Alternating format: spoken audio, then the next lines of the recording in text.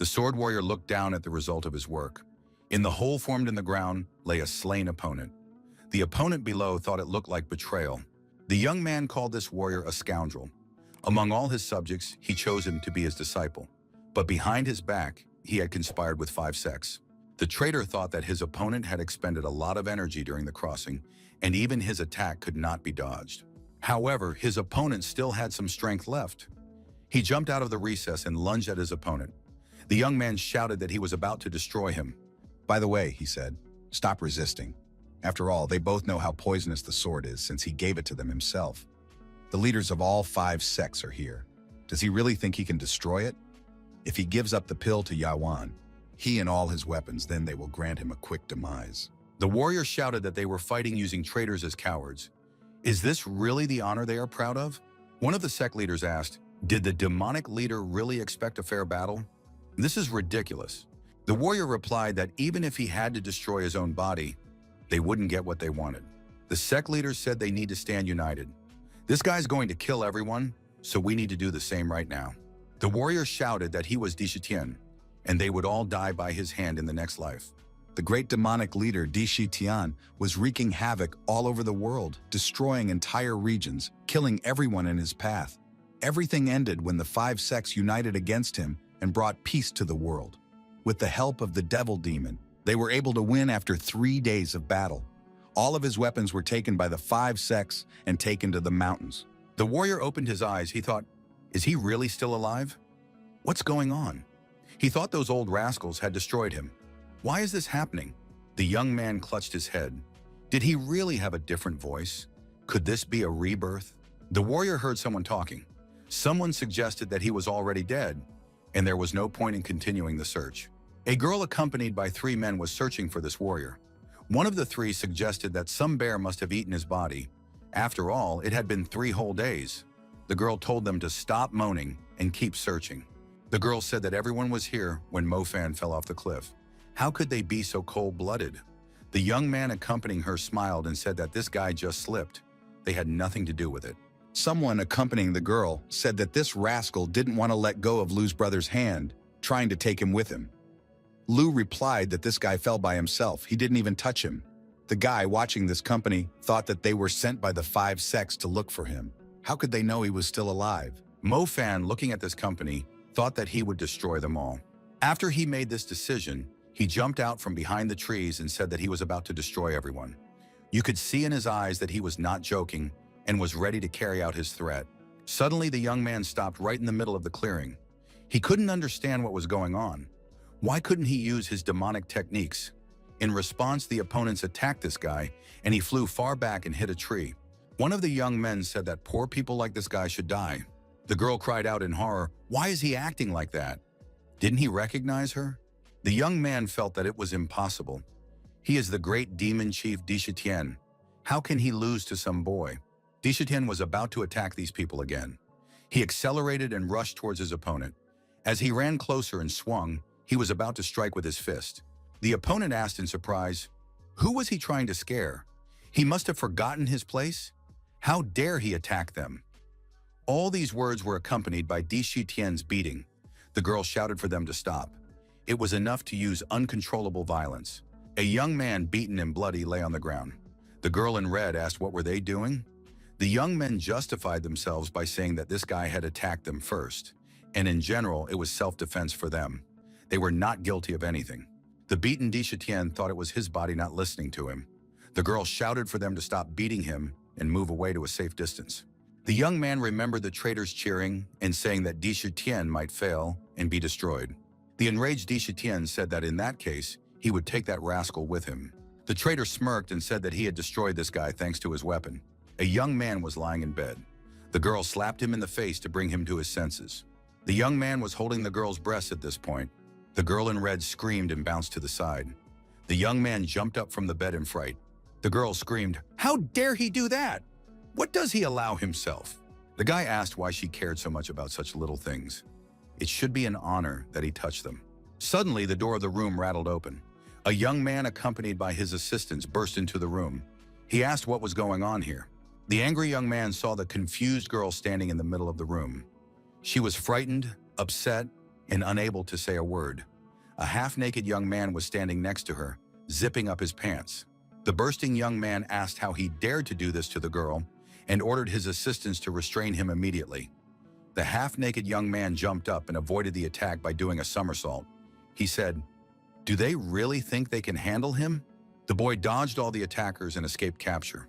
The young man said that if he had not lost his power, they would have all been destroyed by now. The boy calmly left the room. The girl was surprised. He dodged all their attacks? When did he have time to become so fast? The attacking youth thought, this rascal thought he could sneak away from him. He had a yellow ball in his hand. The guy told the fleeing man that he wouldn't be able to dodge it and aimed the orb at his opponent. 3 green energy snakes flew out of it and tried to attack him. The girl screamed, "What is he doing? Why is he using snakes? The young man will die from the poison." The boy replied that the young man would not die from it, but he might go mad. We must find a master immediately. The young man yelled that he couldn't hold it back for long. The girl ran outside and said she would try to make it in time. The young man stood on the doorstep, unable to speak because of the paralyzing poison that had entered his body with the snake bite. The attackers were left alone with him. The chief of them said that no one could save this young man now. Finally, the girl left. The young man bent down and grabbed the boy's head, saying that he was not killed by the fall from the 80-meter cliff. His father was right. Men like him are hard to destroy. And he added, "If you're in pain, don't worry, it should be over soon." However, the unbelievable happened. Something flashed in the eyes of the young man who had suffered from the poison. He jumped to his feet and punched his assailant hard in the jaw. The young man no longer looked poisoned. The boy stood against the attackers. His eyes were burning demonically. His whole appearance said that he was terribly angry. Could it be that this bunch of scoundrels, because he was merciful, thought they were the victors? Why does trash like him have so much demonic energy? The young man quickly dealt with his assailant's aids.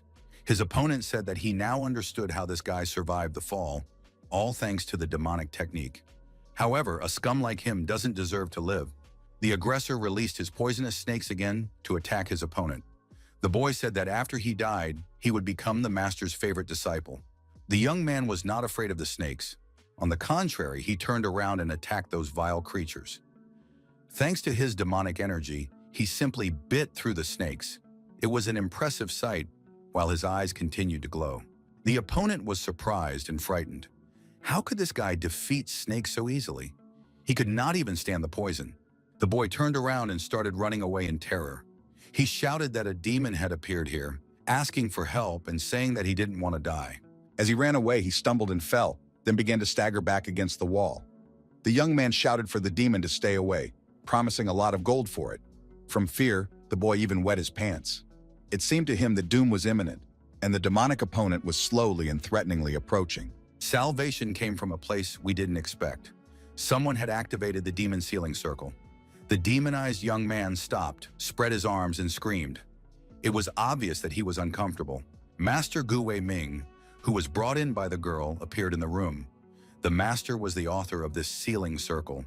The surviving young man thanked the master and said that he was saved thanks to him. He also added that Mo Fan had become a demon and seemed to be secretly studying demonic techniques. We should deal with him immediately before he became stronger. Master said that this was enough for now, as Mo Fan was also his disciple. He instructed the girl Rui Yuan to get her brothers out of here, adding that he would take care of Mo Fan himself.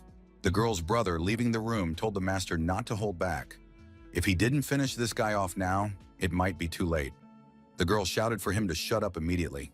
Master closed his eyes. He thought, is it really Mo Fan? He is overflowing with demonic energy. If he were to procrastinate, this guy wouldn't leave him a chance. What should he do? Mo Fan was trying to get out of the magic ball. He was angry and wanted to destroy his opponent. Gu Wei Ming realized that things were bad. His demonic energy was seeping through the seal, and at this rate, he would soon be released. At some point, Mo Fan and his master noticed that the sealing circle had disappeared. The demonic youth was very happy about this fact, but the master was not. Mo Fan rushed at the old man and said that it was his time to die. The old man prepared to repel this attack. The master pronounced, "Purification. Tiandi Guang has been resurrected."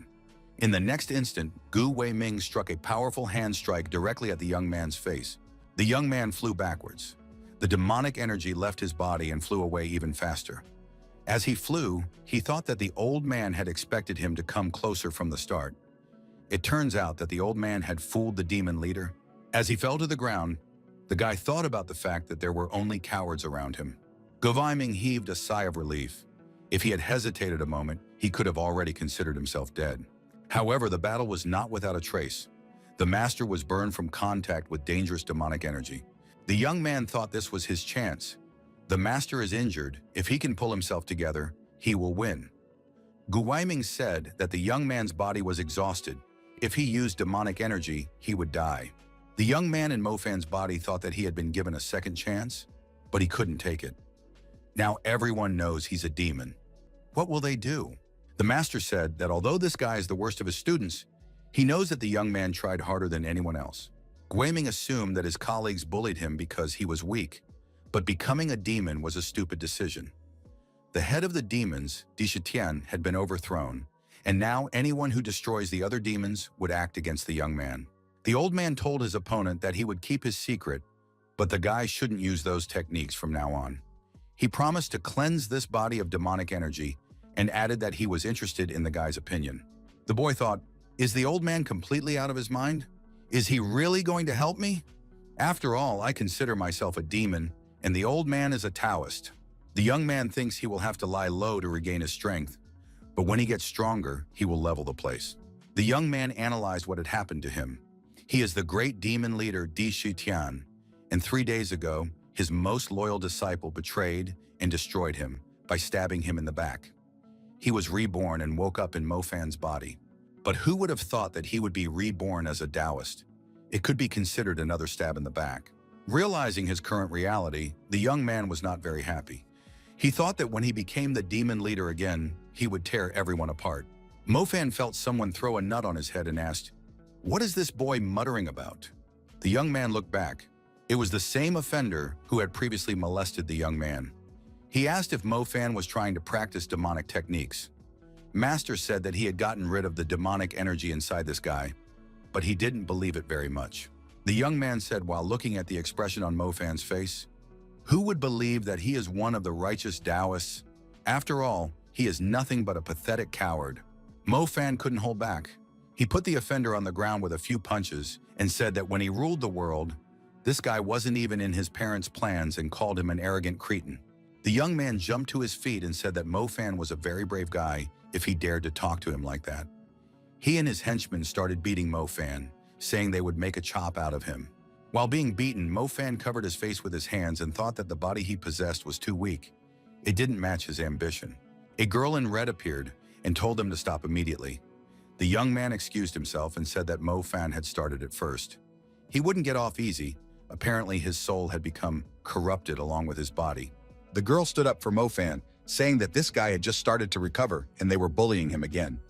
The people retreating said to Mofan lying on the ground that this was not the end. If he hides behind the girls' backs, it won't help him. A girl asked Mofan what had happened. The guy pushed her hand away and said he didn't need her. Mofan rose to his feet.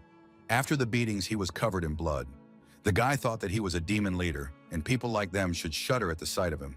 The girl detained the young man by firmly grabbing his arm. She said that she was the caretaker of the class, and he was under her responsibility. He must follow her now. Mofan told this girl to let him go. Otherwise, he threatened her with physical violence. The girl didn't believe it and told him to follow her. After all, everyone realized that he was a weakling. The aides asked their master why Mofan had become so insolent. Did he remember that they threw him off the cliff? After all, if he told master, they would be in trouble. Their boss told them to calm down. He's got it under control. That guy doesn't remember anything, or he'd have told us by now. Mr. Liu decided that he would take an observation position. The boy must not tell anyone about the existence of that thing. The girl giving medical attention told him not to fight with Liu, and added that she said that many times before. She doesn't support their bullying him, but he has to be patient, and those guys will stop paying attention. If he keeps fighting back, that bullying will never end. Mofan asked why she wasn't afraid of him. Didn't she see the faces of the other students? Mofan had a thought, and he immediately voiced it.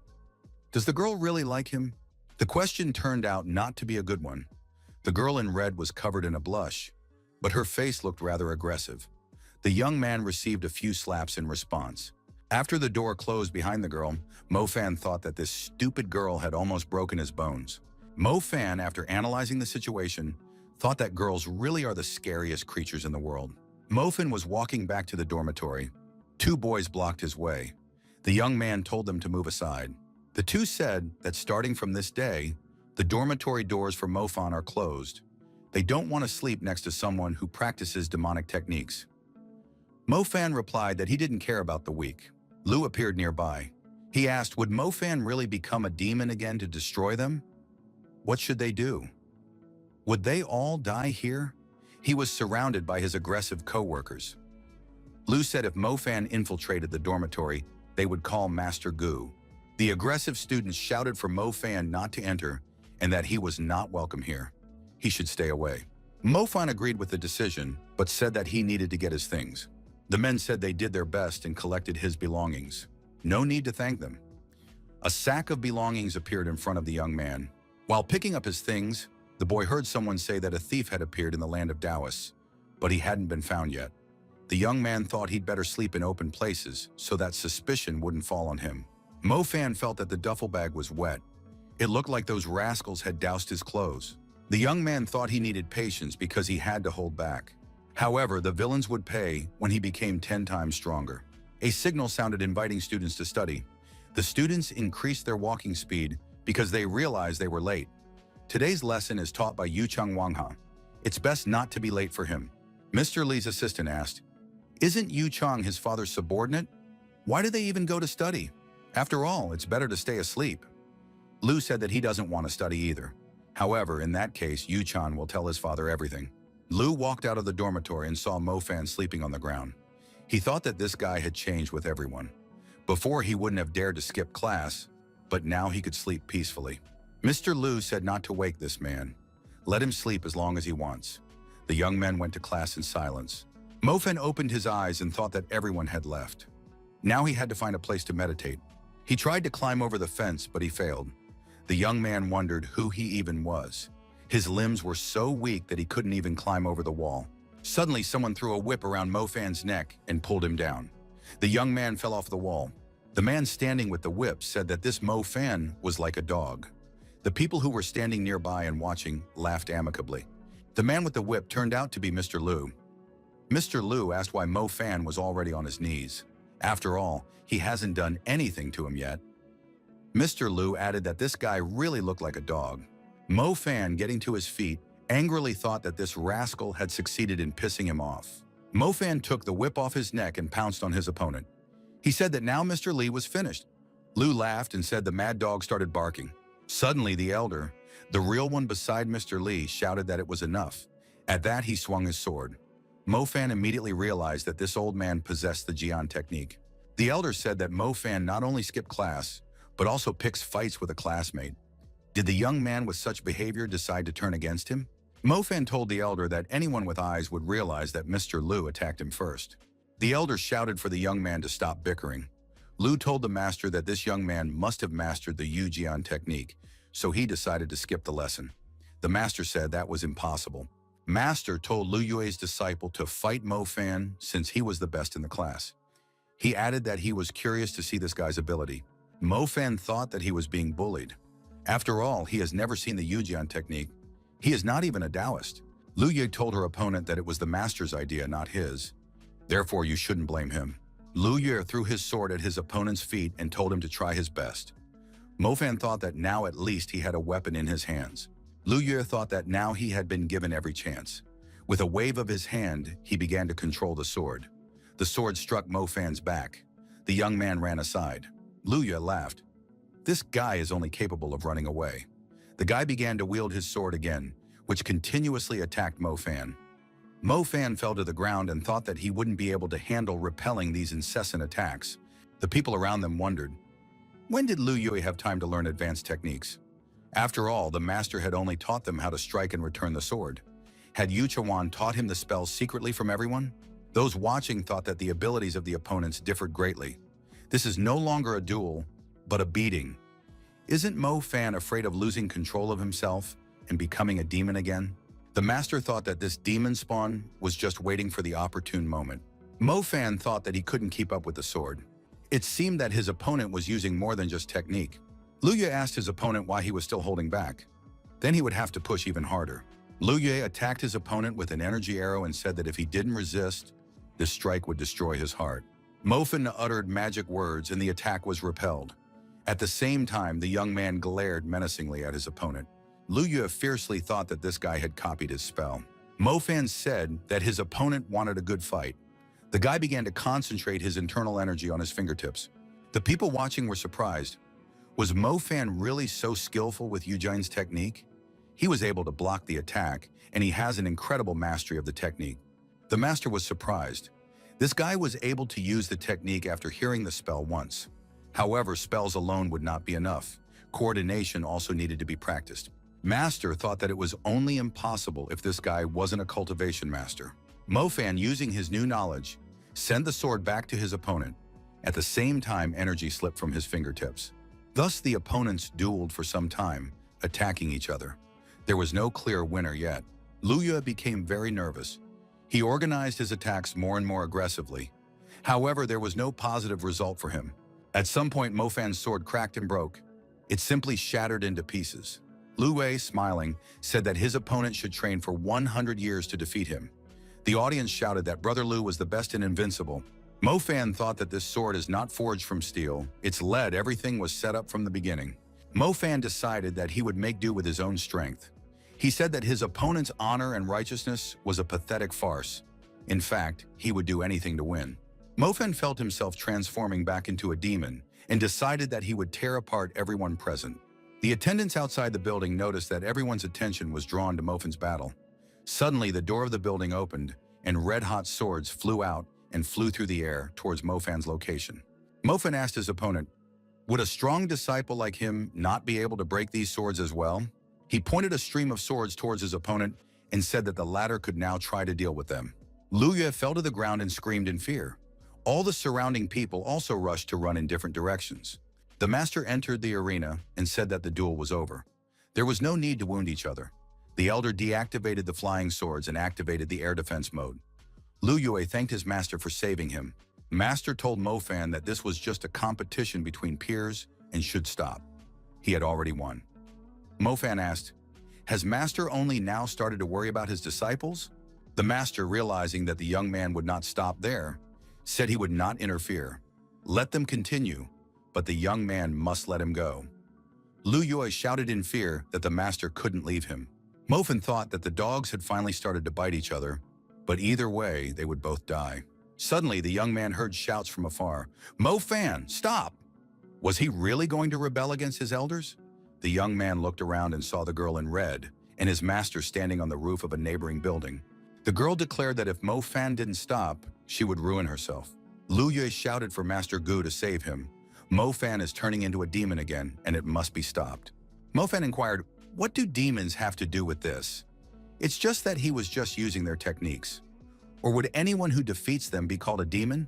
Master Gu asked the young man to lower all the swords first. Mo Fan agreed.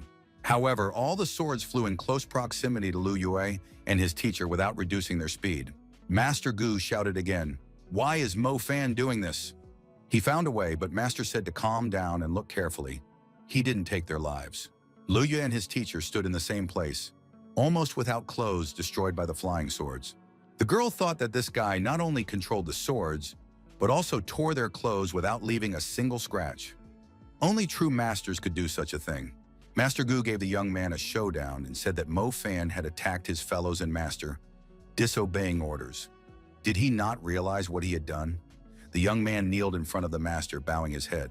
Mo Fan sluggishly replied that he acknowledged his mistake, but didn't want to talk too much. The girl asked the master to be gentle with the young man, as this was his first offense. Master Gu recognized that the young man had been bullied and it affected his actions. As a teacher, he had failed his student. The master handed the young man a plaque and said that he deserved to be punished.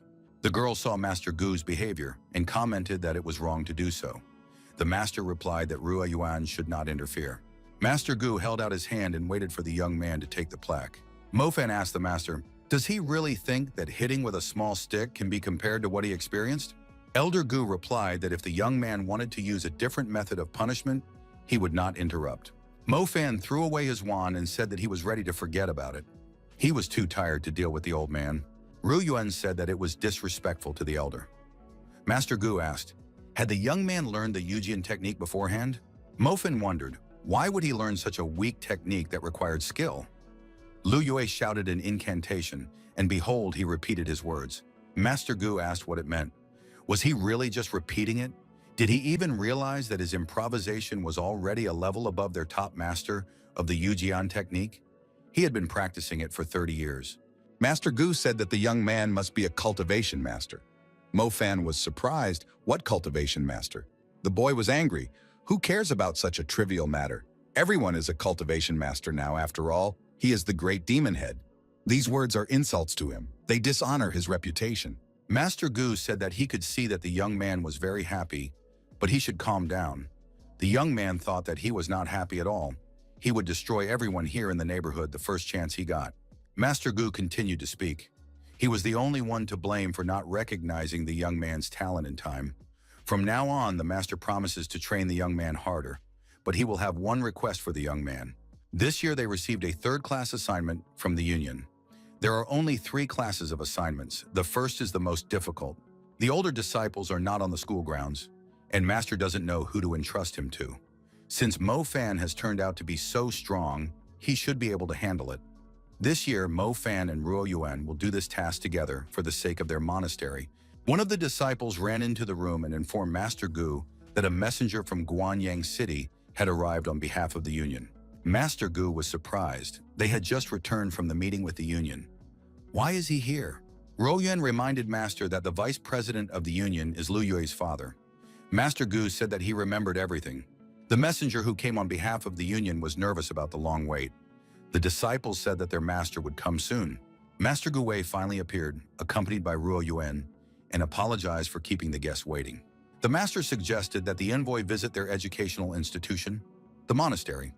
The messenger replied that it was not necessary. He was here to convey something to the master. Namely, the president had handed down a new assignment.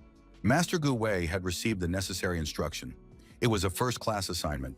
Ruo Yuan said that it must be a mistake. After all, they were just a small monastery and always received third-grade assignments. Why was it different this time? The messenger said it was outrageous. Would they really challenge the Union's decision? Could they be plotting an uprising? The messenger said that if the task is not completed, this monastery will be closed. They have no right to challenge the decision of the council. The personnel of the monastery were upset. Are they really trying to shut them down? Only large monasteries subordinate to the 5 sects dare to take first-class assignments? Would Master Gu Wei be punished and the monastery shut down if they refuse the assignment? Master Gu sweated from the exertion and said that they wouldn't be able to complete a task of this class. Their senior students had transferred to Xiaoyang Monastery, and the rest were too weak for him. Master Gu lowered his head to the envoy and asked him to enter their situation and take the assignment back. The messenger was angry. He said that they dare not deceive him. They can't call themselves weak. After all, one of their disciples had beaten Master Lu Yue. Master Gu Wei said that it was just a duel between disciples. Nothing serious happened. The envoy was approached by the injured Lu Yue. He turned to his uncle Liu and asked for his support. The messenger saw the young man and was very frightened. He cried out, "Is Master Lu so badly injured?" Who had wrongfully abused this young man? The messenger felt sorry for his nephew and asked Master Gu Wei if he didn't consider it a serious misdemeanor. Ru Yuan asked, "Did Lu Yue even have a conscience? It's not like Mo Fan even injured him. Why is he pretending?" Lu Yue replied that everyone present had witnessed it. Mo Fan was trying to straighten him out. Any disciple would confirm these words. The girl said that a scoundrel like him really deserves to be torn to pieces. The messenger told Master Gu that officially the Union could not interfere in the affairs of the monasteries, but if Lu Yue was injured, he could not turn a blind eye. The messenger ordered to bring this young man who had caused such a mess. Master Gu asked the messenger not to interfere in this. After all, it was the disciples' business. He added that he was personally ready to be punished for what had happened, for it was entirely his fault. Mo Fan, who was nearby, asked what kind of rabid dog was told to bark silently. This messenger could be heard all over the square, so should he shut up? The disciples thought that Mo Fan had lost his mind. He's the messenger of the monastery union. They have 5 sects on their side. To them, destroying a person is like crushing an ant. Lu Yue told Uncle Liu that it was the man who had beaten him up. The messenger ordered his assistant Taigang to cut off that guy's hand and bring it to him. Ru Yuan stood in front of Taigang and told the warrior to stop. The girl wanted to prevent another bloodshed. She said that she was the caretaker of the class. If he wanted to harm her student, he would have to go through her. Mo Fan walked to the middle of the arena and said that the girl didn't have to protect him. The guy behaved in a funky manner and showed that he wasn't afraid of anyone. Master Gu said to Ru Yuan not to interfere. He wondered who would dare to harm his disciple in front of his eyes. Master Gu was determined. According to the rules, he could destroy anyone who dared to interfere in the affairs of his monastery. Tai Gang told Mr. Envoy that if Gu Wei was serious, they would be in trouble. The messenger got angry and called the old man an old rascal. The union representatives said that they wouldn't touch that young man. But if Master Gu talked about the rules, he must accept the assignment. If he refuses, it will be reported to the union, and this monastery will be closed by tomorrow. Mo Fan picked up the assignment manual and was surprised that it was only a first-class assignment. Did anyone think that there was something special in it and no one would dare to take it? Those watching the young man were surprised. Does he really want to do it himself? He is so arrogant. Who does he think he is? Mo Fan, after reading the instructions, said that this task was now his. The messenger laughed and said, "That's great. There are still those who are not afraid of death. If the situation is resolved, then he will return." Master Gu ran after the messenger from the Union for a while. He shouted for the envoy to change his mind. However, Mo Fan is still very young, and he is not aware of what he is doing. The envoy said that he would send a man in 10 days to check on the task. Zifeng Monastery will cease to exist if it fails. Mo Fan wondered, why did the trash think that if he rode a horse, it would hide his pig nature? Lu Yue said with a smile he advised this guy to stop fooling around. Because of him, Zifeng Monastery might be destroyed. Many disciples were pitted against Mo Fan. They were yelling for him to get out. He ruined everything. Why does he think he is invincible because of one battle he won? Lu Yue said that now the young man could see how the other disciples felt about him. Mo Fan's face changed again, and his eyes turned red. He said to this rascal Lu Yue to shut up immediately if he cared about his life. Lu Yue was startled and closed his mouth. He said, "This guy is losing control again." Master Gu said for Mo Fan and Ru Yuan to immediately follow him. Master Gu asked the girl to ask the older students if they would be willing to take on this task. The more of them, the better. Mo Fan said that he could do it by himself. Why would he need anyone else? Master Gu asked if the young man realized what he had done. After all, this is a first-class assignment. Even he isn't sure he can do it, and the young man is just a junior student. There's an 80% chance of dying on a first-class assignment. With his current training and skills, he will definitely die. Mo Fan said that he was the one who beat up Lu Yue, and that the messenger had specifically come after him. Of course, the responsibility lies with him. He won't pull anyone behind him. The girl came back and said that she had asked everyone, but no one agreed. Master Gu agreed that they should not be forced to risk their lives. Master Gu said he would go to the union the next day. Despite all the humiliation, he would ask them to cancel the assignment. He forbade the students to leave the monastery. Master Gu left. The instructions for the task remained with him. Ru Yuan followed him. Mo Fan thought that this old man was very annoying. Mo Fan thought that he had already had time to read all the requirements to complete the task. Under the cover of darkness, Mo Fan used a ladder to climb the wall separating the monastery from the outside world. Once he was on the other side of the wall, he heard a question. Where is he going? Next to him was Ru Yuan. The young man began to make excuses. He told the caretaker of the classroom that he couldn't sleep and decided to take a walk. Why was she awake? The girl said that she knew that the young man would not listen to the master and would try to do the task on his own. Mo Fan said that the class caretaker was very shrewd and caught him red-handed. What is she going to do now? The boy thought. The girl said that even if their master goes to the union, they won't change their decision there. As a class caretaker, she can't do nothing. Ru Yuan said that in light of the events that have happened, she has made a decision. She will go with her young man. After a long transition, Mo Fan said that the girls do not have enough stamina. They don't take breaks, but she keeps up. He suggested that they stop to eat. The girl told the young man not to get cocky because she would still defeat him in battle. At a roadside establishment, Mo Fan placed an order. He asked for 2 baskets of scones and 2 boiled teas. The girl was surprised. Why so many scones? After all, she can only eat 1. The young man apologized and said he wanted to change the order. He asked to order 2 baskets and another bun. Ru Yuan said that she would only pay for herself. The waitress was surprised and asked why they were fighting since they had come together. The waitress said that the young people were very young and asked if they had recently gotten married. Ru Yuan couldn't keep the tea in her mouth after saying that, and it splashed all over her companion's face. Ru Yuan, blushing, told the waitress that a decent girl wouldn't marry this guy. The girl wondered if the fall had affected the young man so much. He realizes that he has a problem with the union, right? Mo Fan asked her to tell her about the union. Why are they acting so cocky? The girl said that besides the 5 sects, there are many smaller sects. In order to avoid competition, the 5 sects created an alliance that controls them. They were strong before the demon's head died, but after that, they became even more powerful and do whatever they want. The boy thought he now realized what was going on. Soon he would get even with everyone. Ru Yun said that they are not afraid of the union itself, but the 5 sects behind it are another matter. Especially the new leader of the union, Zhao Mu. He is the favorite of the 5 sects. The girl was surprised. Had Mo Fan forgotten about Lord Zhao Mu? If it wasn't for him, Demon Chief Di Shu Tian would still be alive. So this lord had saved the entire human race. Mo Fan thought of him as a greedy rascal. He can enjoy himself while he can, but soon his bones will be wiped to dust. Ru Yuman said that they had been on the road for a long time, and the young man still hadn't told her what the assignment said. The boy replied that he wanted to get rid of the girl, but if she wanted to know so badly, they should collect the dragon bones at Fujiang Rock. Ru Yuan was surprised. Is it really true? After all, there are many demons in there. If they went in, they wouldn't be able to get out. After all, there are only 2 of them. It would just be suicide. Mo Fan thought that he might meet his friends there, or rather those rogue demons. Ruye Yuan said that she had heard that demons were incredibly strong and cunning. The young man would most likely not stand a chance. Some kid approached the young man. Mo Fan asked why he was staring at him. The girl said he must be lost and wondered why Mo Fan was so rude.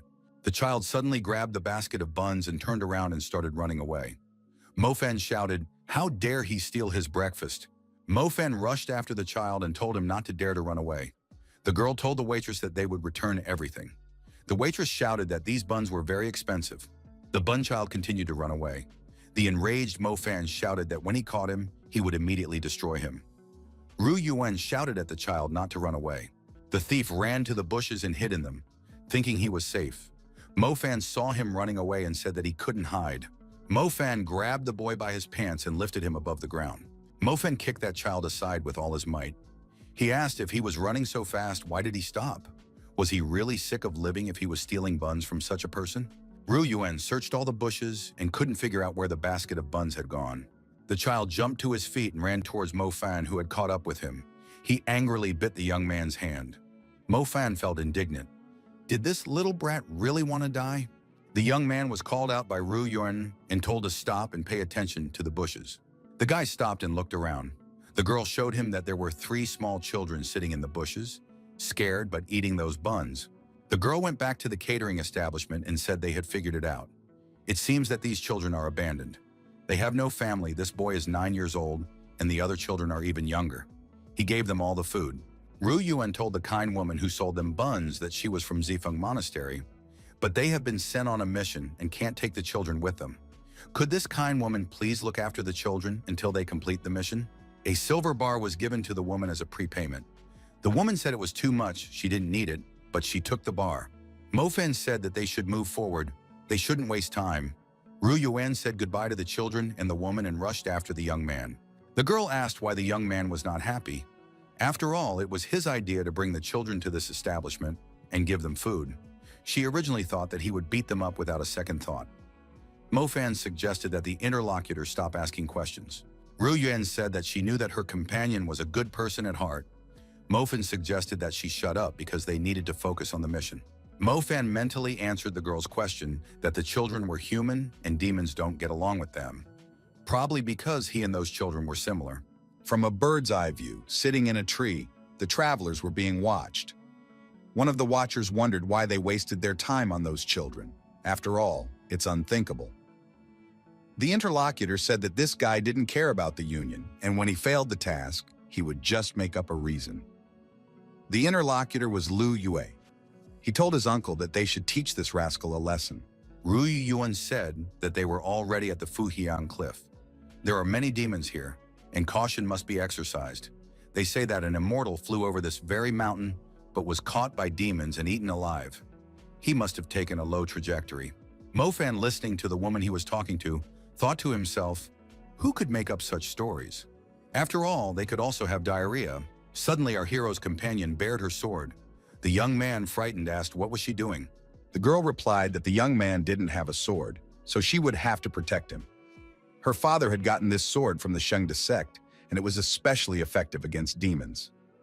Mofan told the girl that they are still a day's walk away from the demons. Only rabbits can be found here. The girl asked her companion if he knew the location of the dragon bones. The boy replied that all the demons swarmed around that place. The dragon bones are quite valuable, so they have them. Dragon bone is very rare. You can use it to strengthen your muscles. Demons aren't a problem, but how can he get rid of the girl? She can't know they're in this together. Mofan thought that when he got the chance, he would try to deactivate his companion for a while. Mofan said that he would go ahead to scout and she should stay here and wait for him. Mofan thought he would hide his presence, sneak up behind her, deactivate the girl and find the bones. Then he would tell her that the demons had surrounded him and kicked him out. The plan seemed brilliant to the young man. Ru Yuan looked around cautiously. She asked Mofan where he was. The frightened girl asked that if he could hear her, he should call back. At the same time, someone was sneaking up behind her. The intruder's hands were already showing. Mofan was sitting in ambush in the bushes at this time and chuckled. However, the young man lost sight of the girl. He could not understand where she had gone and what it all meant. After sitting in ambush for some more time, our hero came out into the clearing and, not seeing the girl, started calling for her. He shouted for her to come out and not to play hide and seek. Mofan's eyes flickered. Did those guys really make their move? The young man thought that his companion had been kidnapped by demons. The girl's kidnapper asked his interlocutor why he had deactivated her. After all, she is not their target. Lu Yue, the kidnapper, told his uncle that the girl's name was Ru Yuan and she was the daughter of the head of Shangyang City. If something happened to her, who would be suspected? The uncle was surprised. Was this girl really the daughter of the head of the city? The young man laughed and said that it was difficult for him to get this information. Uncle said it's not a bad thing. If something happened to her, Zifeng Monastery would be finished and Mofan wouldn't escape punishment no matter what. Lu Yo suggested that Uncle tell everyone that Mofan deactivated her and took the opportunity. The girl was lying unconscious on the grass. The young man said he was a little worried. The uncle said that he was still young and inexperienced and suggested that he take a step back. He would show him how to do it. Uncle and nephew got into an altercation, deciding among themselves which of them should seize the opportunity first. Looking for the girl, Mofan thought that he had been inattentive. The demons must have been on alert because of the situation. They must have been following them the whole way. If Rui Yuen was caught, they could destroy her. Suddenly, an axe plunged into a tree near the young man. The young man jumped aside. There were demons nearby. One of them said that food had appeared. The young man has beautiful skin. They like to eat Taoists. The demon told the man that he was sure the boy was in complete awe of his greatness. Mofan asked the demon squad leader if they had caught the girl. The demon replied that they had caught 2 other Taoists along with her. The next moment, the demon shouted at the young man, "Who gave him the right to speak?" The demon did not understand why he answered the boy. After all, he was the strongest here. Why was he affected by the aura of this miserable man? Mofan thought, what Taoists are we talking about? Where could people come from here? The young man told the demon to take him to the girl immediately. The demon asked how this man could command him since he was in his territory. Does he really think his lackeys are here? They could destroy her right now. Mofan thought that these demons were not completely normal. He better not reveal his identity. He needs to find the girl, but how can he convince them to take him to her? Mofan asked, do they really want to destroy him without any preparation? Mofan started giving cooking recipes.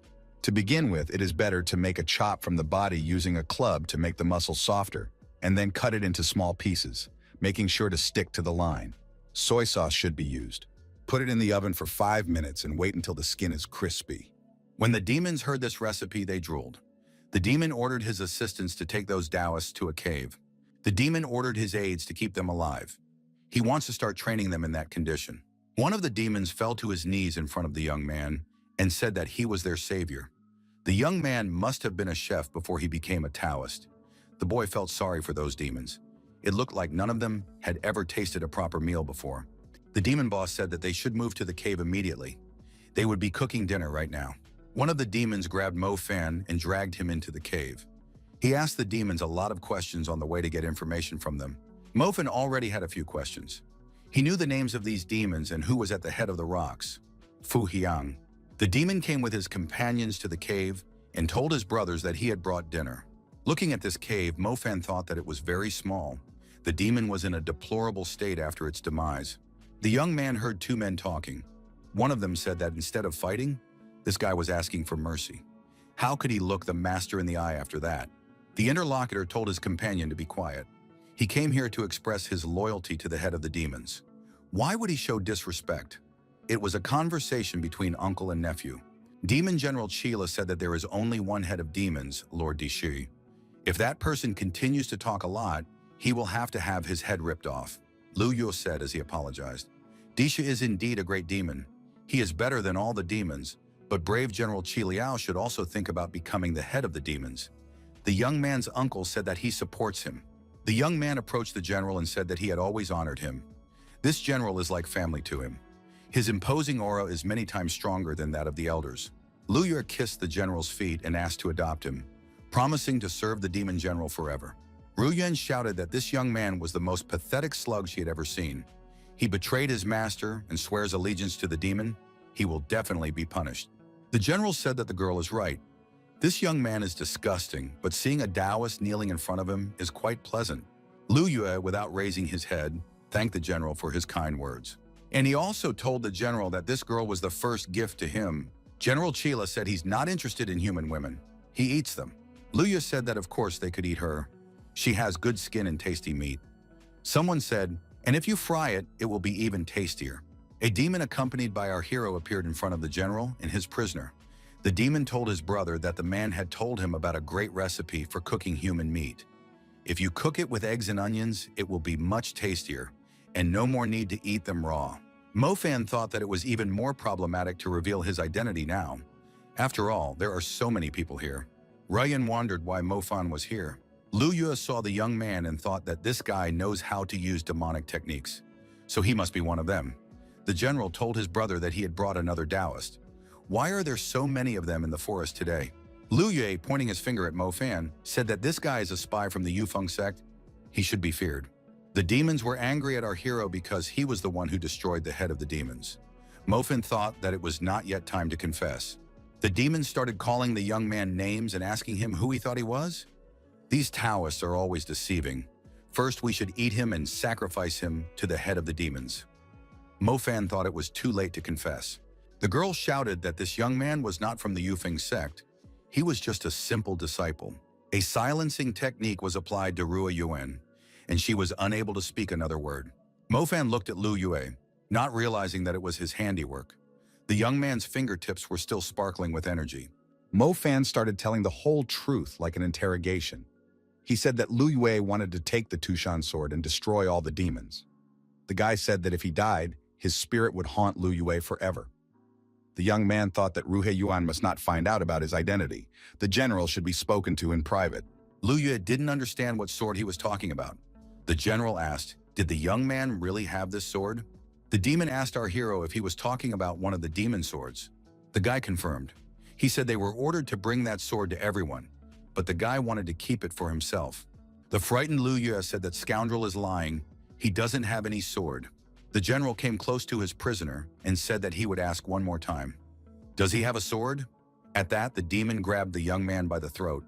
Lu Yue's frightened voice said that he didn't have any sword. That guy was just making things up. The demon reached out his free hand to the side and pulled Mo Fan towards him. The young man rose into the air and began to approach the demon general. The general now had a man in each hand, whom he held by the neck. The general asked which one was the liar. Mo Fan said he was telling the truth. The general could check for himself. The guy crossed the fingers of his hands in front of him and said he was telling the truth. The general could see it for himself.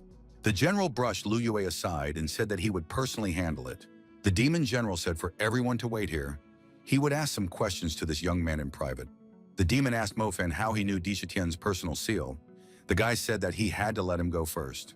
The young man stood up to his full height and asked the general where the others were. Where did they go? Was he the only one left here? The general became suspicious of who he was dealing with and shouted that it was impossible. Mofen said hello to the general and said that he hadn't seen Yahello in a long time. The general bowed before the young man and said that he welcomed the head of the demons. That rascal Jiao Mu brought the Taoists to them, who destroyed many of their brothers. On that day, only a few were able to escape.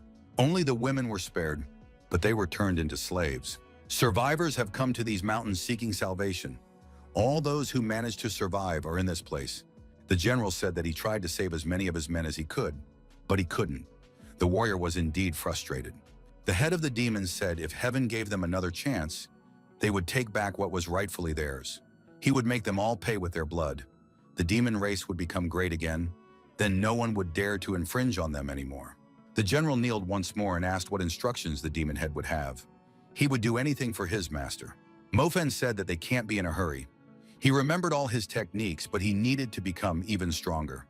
When the time comes, they will definitely make their move, but for now they should lay low. The general, pointing to a deep part of the cave, said that he had found a spiritual medicine. Maybe his master could use it. Mofan looked into that part of the cave and saw the spiritual medicine and determined with an experienced eye that it was the bones of a dragon. Several thousand years have passed and its bones don't rot.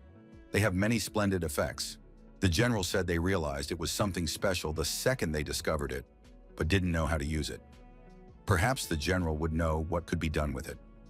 Mofan thought that he was tasked with finding the bones, but he didn't expect to walk for so long. Mofan thought that when he was alive, this dragon was very powerful. If you used its bones to temper its body, its strength would increase greatly. The young man thought that in the current competition, he wouldn't be able to use the old techniques to process bones. Maybe the Taoist techniques would work. If he had the opportunity to learn their techniques, he should take advantage of it. Plus, he can use them for revenge and destroy all Taoists. Mofan told his general that he would only take one bone with him and take the Taoists' attention away from this place. The general asked what to do with the other prisoners. Should we destroy them to avenge their brothers? Mofan thought that using Chila's hand to destroy Lu Yue was a great idea, but it would incur his father's wrath. He still needed a place where he could grow stronger in peace, so it was better not to cause trouble. The head of the demon said that it shouldn't be done now. He should take them along with him to avert suspicion from them. It was time to test his general's acting skills. Luya tried to negotiate with the demons. He said that his meat tasted terrible and suggested that they shouldn't eat it. Uncle said that he was already old and would definitely not like his meat. An uncle and a nephew were trying to work things out between them. Why do they tell each other untruths? The general who appeared pushed Mofan away from him and told his warriors to lock up all the humans and warn the other demons that they would have a meal today. Lu Yue was even more frightened and cried. He had said that there was no point in eating it. The general told the most cowardly young man that he didn't like the young man's hairstyle. It was disgusting, and ordered his subordinates to lock up all the men. The bound Ru Yuan asked the young man, was he all right? Was Mofan not injured? Mofan winked at the girl and told her not to worry. This night he would take her away from here. The people were in prison. Mofan and the girl were tied to a pole. The other two were suspended on a rope by their arms and legs. The guards nearby were sitting by the fire. Lu Yue was trying to find justice and establish order here. He asked why those were allowed to sit while they were tied up like this. A demon asked, does this guy really want his tongue cut out? One of the demons said that the boss was inviting everyone over for drinks. The satisfied demons ran to the boss. On the way, they shouted that they had the best boss. He always shares their drinks with them. Rueyuan asked Mofan, how would they be able to escape since there wasn't much time left? The young man started to cast an incantation. Luya asked, has this guy gone completely crazy? Does he really want to use Yujin's technique in this place? Did he really see a sword somewhere? Our hero didn't need a sword. He was able to gain control over a hot log from the fire instead of a sword. Mofan told the grumpy interlocutor that he was the only one blind in this room. Pauline burned the ropes that bound Mofan and the girl. Lu Yue immediately started repeating the spell, but it didn't work. His uncle said that the young man hadn't practiced enough and he would have to take them both out himself. His uncle said that when you cast a spell, you have to focus, and offered to let his nephew learn from him. Mofan told the companion that they didn't seem to need to worry about those two. Those two shouted for the young man not to go and leave them. Mofan thought that Sheila's demonic chi didn't allow these people to use their techniques. Lu Yue shouted for Mo Fan not to leave him here. If he saved him, he would get a lot of gold. Mo Fan apologized and said that he wasn't going to help someone like this young man, but if he gave something right now, the guy might change his mind. Lu Yue said he agrees. He has the Centennial Cliff Grass. If he is rescued, he would be willing to part with the grass. Ru Chuan asked, how did he get it in these places? Mo Fan inquired. Does this guy really carry something valuable with him all the time? Mo Fan said he agreed, but his opponent had to answer him first. Our hero thought of just playing with this guy, not thinking he could get something in return. Mo Fan wondered how they had gotten here. He didn't think they were going to join the demons. Lu Yue apologized and said that Mo Fan and his companion wouldn't be able to handle such a task. So here was the master asking him to help them. As soon as he entered the cliff area, he saw the demons kidnapping the girl. They chased after them, but there were too many of them. Mo Fan said that it was very touching. He didn't think this guy would be worried about them. Ru Yuan said that she didn't see the kidnapper, but she was sure it wasn't demons. Mo Fan told the girl that this was not the time to talk about it and turned to Lu Yue. He asked, where is the Centennial Cliff Grass? The guy replied that it was in the boots. Mo Fan took out the grass and looked at it. This shape and golden coloration said that it was indeed 100-year-old cliff grass. It was incredibly rare. The girl said it was the first time she had ever seen anyone understand the quality of centennial grass. Where did the guy get such knowledge from? Mo Fan hesitated and said that he had read about it in a book. It's called the Encyclopedia of Centennial Herbs. Lu Yue suggested that his uncle team up and destroy this guy. He needs to get the herb back.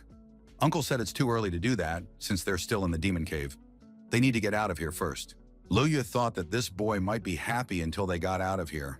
Mo Fan had already realized what these two were up to, but they clearly don't have enough intelligence. They need to get out of here first. The girl said they must not return empty-handed. What would they say to the Alliance in that case?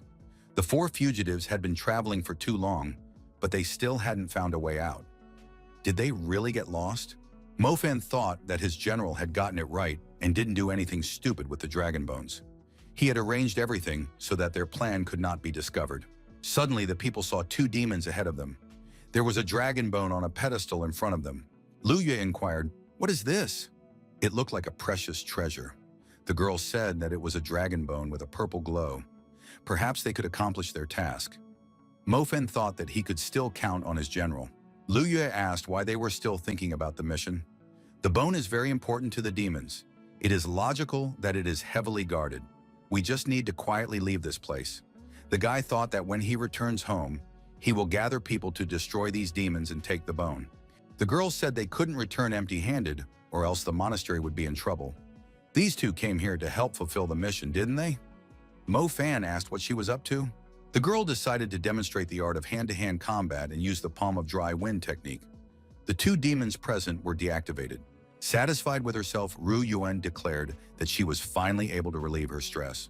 "We need to quickly grab the dragon bone and get out of here."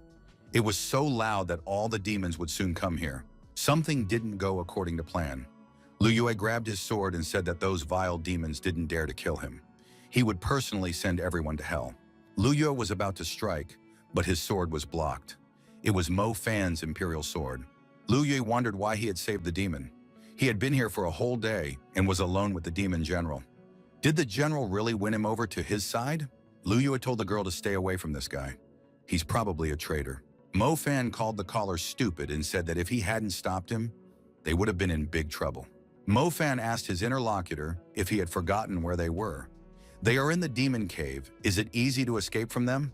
The whole cliff is the territory of the demons. They will steal the dragon bones. It is a minor loss. But if you destroy one of them, there will be no forgiveness. Mo Fan added that the demons would then chase them for the rest of their lives until they finished them off. Lu Yue was frightened and dropped his sword. Mo Fan said that his interlocutor blamed him for betraying him, but he had actually saved their lives. Ru Yuan agreed. There was no need to anger the demons. The most important thing was to return in one piece. Lu Yue stated that he was giving them chances, but if they insist, we'll let them live. This guy's uncle said that we should hurry up. It seems like the demons are coming. The frightened young man turned and ran away from the cave, shouting to be waited for. The general around the corner thought that this man was disgusting. If he damaged even one demon, he would be torn to pieces.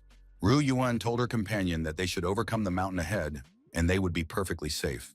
Mo Fan thought that his companions might soon spring into action. We must be vigilant and ready for an attack. Mo Fan thought that unfortunately for his companions, they were not skilled enough to deceive him. Stopping in a forest clearing, Mo Fan said that he couldn't take it anymore and left the dragon bone and rushed into the bushes. The girl said that this was not the time to do so. The nephew to his uncle said that this guy seemed to understand what they were up to. The uncle replied that centennial grass is a strong medicine that must be mixed with other herbs to achieve the desired effect. Without fire, he couldn't do anything with it. Last time this guy fell off a cliff trying to get grass, but managed to survive. He had lost his memory. Lu Yue was going to show mercy and let him live, but it seems like this guy is destined to die because of this treasure. Looking at the girl, the uncle said he would deactivate her so that there would be no problems. They will say that the demons caught up with them and Mo Fan decided to buy some time and die as a hero. We have to hurry up. They don't have much time. Mo Fan was sitting behind the bushes and heard this conversation very well. In her hands, she was holding 100-year-old grass. The guy thought that last time, even though he ate centennial grass as his usual food, he had a strong body that was able to withstand its effects. But right now, he didn't even know if his current body could handle it. In any case, he decided to test it out. Mo Fan swallowed the herb and waited. It didn't take long for the changes to occur. Our hero felt so bad that he could not stand it and fell to the ground. At that, he grabbed his stomach with his hands. Irreversible processes were taking place over his body, which were inevitable after consuming this herb. The young man was writhing in pain. His thoughts did not leave him. He recalled the general's words. Zhao Mu has become the leader of the Union. He is a scoundrel. He handed over all of demonic leader Dishur's magic weapons to the five sects. Only a few survived that day. The women were kept alive to be turned into slaves of the nobles. Mo Fan jumped to his feet and cried out in pain. If the heavens gave him a second chance, he would take back everything that was rightfully his. The demons would no longer hide in corners. They would rise again. The girl and her companion looked toward the bushes in surprise. Rui Yuan heard a scream and thought, was it really Mo Fan who shouted? Uncle said that he felt a strong, magical energy. His nephew fearfully said that it was impossible. After a second, Mo Fan appeared from behind the bushes and apologized to everyone. He said that he couldn't contain himself. Lu Yue clenched his fists, motioned at our hero. He said that the guy was intentionally trying to lead them to the demons. As he got closer, he intended to strike Mo Fan's face with his fist. Mo Fan grabbed his aggressive hand and said that it looked like he couldn't pinch him anymore. The girl was surprised. Mo Fan couldn't overpower this guy before, but this time he stopped his punch without a problem. Lu Yue called his opponent a trickster. Apparently he had eaten his 100-year-old grass. Uncle said that now was not the time to deal with it. They would talk about it when they returned to the city. Lu Yue shouted that he had spent 2 years looking for her. Mo Fan thought that this was incredible. The strength he had long lost was gradually returning. Ru Yuan said that the young man expected those insolent men to try to take the herb back from him, so he decided to use it now. Mo Fan replied that the actions of those fools were easy to predict. She said that the young man was now a whole step stronger and suggested that he take the bone because it was too heavy for her. Mo Fan asked if he could ask the interviewer one question. The girl asked what was wrong. Mo Fan stared intently into Rui Yuan's eyes, and without averting his gaze, he asked, how do they, the Taoists, measure their strength? Ru Yuan was very surprised at the way this question was asked. Why is he asking, are you Taoists? After that incident in the cave, the guy has been acting strangely. The young men successfully reached the sea. The magic bone was delivered on time, and the mission was accomplished. The girl said that their monastery had met the annual quota for missions. Master Gu said that this student and his companions had done well. All the students were proud that their university had accomplished the task. Master Gu thanked everyone and asked where Mo Fan was now. The young man was nowhere to be found. Ru Yuan said that as soon as they returned, he went straight to the library, but he was acting strangely. In the library, the young man chose the necessary literature and immersed himself in reading. He read that the Taoist strength was divided into 9 levels. Demons also have 9 levels, but they are different. Although demons and Taoists were completely different, they seemed to use the same energy. So why did he master the Taoist technique so quickly? There must be similarities. The Taoists say that their way is the right way, although they are only good at talking. The guy suggested that the Taoists had even stolen the Yuzian technique from the demons. Mo Fan had reviewed a lot of literature. He felt that he shouldn't be distracted right now. It was necessary to learn how to use the dragon bone. Someone came up behind him and told the young man that you can't throw books around. Coming up from behind was Master Gui. He said that the young man had never come here before. Today, instead of bragging about his success, he came to the library instead. I wonder why. Mofen replied that he wanted to find out something. The master asked if the young man had any guesses about the name Tianyu. Mofen replied, perhaps it means the best. Master said that it meant harmony. Even though he was an ungifted martial expert, he was still able to realize that all life forms in this world are equal. Demons and humans are not so different. They should stop warring with each other and learn to exist with each other. Master Gui asked, if a young man had a choice, which path of practice would he choose? The Taoists or the demons? The young man thought that he had almost fallen into the master's trap. The boy said aloud that of course he would have chosen the way of the Taoists. Master Gui said, it seemed to him that the young man was capable of choosing a wiser path. It seems he was wrong about him. Mofan replied that he didn't understand anything. Master Gui sealed his demonic technique himself. The master replied that to be a Taoist is not to be righteous. Neither are demons the spawn of evil. They are just two different methods of accomplishing the same goal. Using demonic techniques does not make the young man bad. He saved his comrades, that is the best proof of his words. Mofan said that anyone would do that. The guy thought that this old man had gone completely crazy. Why was he praising him so much? Master Gui said that the young man's body should have become many times stronger after using the 100-year cliff grass. It couldn't handle the demonic energy, so it had to be sealed. Now everything has changed. Master asked his disciple, why doesn't he practice the demon and Taoist cultivation techniques at the same time? Demons rely on external energy to cultivate, strengthening their body, while Taoists use internal energy, realizing the world around them, to strengthen their spirit. Gui said that the young man's heart was balancing on a fine line. Demonic techniques were unable to enslave his mind. Master said he would help the young man develop in both directions, but it must remain a secret. If others found out, they would be hunted. We must be careful. The young man was surprised, a master actually advising practicing demonic techniques to his apprentice. Strange old man. The duty officer entered the room and said that the senior disciple had already returned. Mofen wondered, who was he talking about? There was a young man standing outside who walked up to the master and said that his disciple Yunqing Yang had returned. Master Gui inquired if the young man was tired after such a long journey. The students present thought that this student had a very strong aura. One would not expect anything else, for he had gone to study in a monastery run by the Kugang sect. At the age of 19, he was already at the level of concentration. Soon he should be entering a new realm. Mofen thought that judging from his aura, he was stuck in the realm of concentration. It had already been 5 years and he still hadn't been able to advance further. But his techniques are not inferior to Mofan's in terms of strength. Although they are at the same level, it is likely that Yunqing Yang can win. One of the disciples said that Master Gui was calling Mofan. Mofan said as he was on his way. The guy hesitated a bit and decided not to draw attention to himself. The master told the incoming disciple that this year they were assigned a first-class task and Mofan was able to complete it. This is simply unbelievable. Ru Yuan said that she was also a part of it. Mofan decided to praise this disciple and said that they hadn't seen each other for a long time. Since then, the young man had become even more handsome. This was praise from the demonic leader. Yunqing Yang told Master that he needed to return to the monastery. He will come back here at night. Master Gui asked his disciple to tell him that he would also visit that monastery tomorrow. When the senior student left the monastery, the remaining students laughed at Mofan, for the senior students had ignored him. Mofan thought that he didn't like this disciple either and wasn't even going to meet him. The man says that Deputy Lu, in a letter from 10 years ago, promised a century-old cliff grass that would help him reach a new level. Head Lu and his wife kneel in front of the man. Lu Yue presses himself against the wall in fear. The man asks why, after his visit, they say they don't have this herb. The man is the master of Wu Tiju Monastery. Lu Yue, startled, says that the centennial grass was in his hands as early as yesterday, but then it was taken away from him. Wu Tiju, angrily asking who did it, listened to the young man's reply. Wu Tiju summoned the senior disciple of Zifeng Monastery to him. The young man arrived, bowed, and asked what his master needed. Wu Tiju said that Mofan, a disciple of his monastery, had stolen the century-old cliff grass. The man was told that this disciple joined the monastery 6 months ago.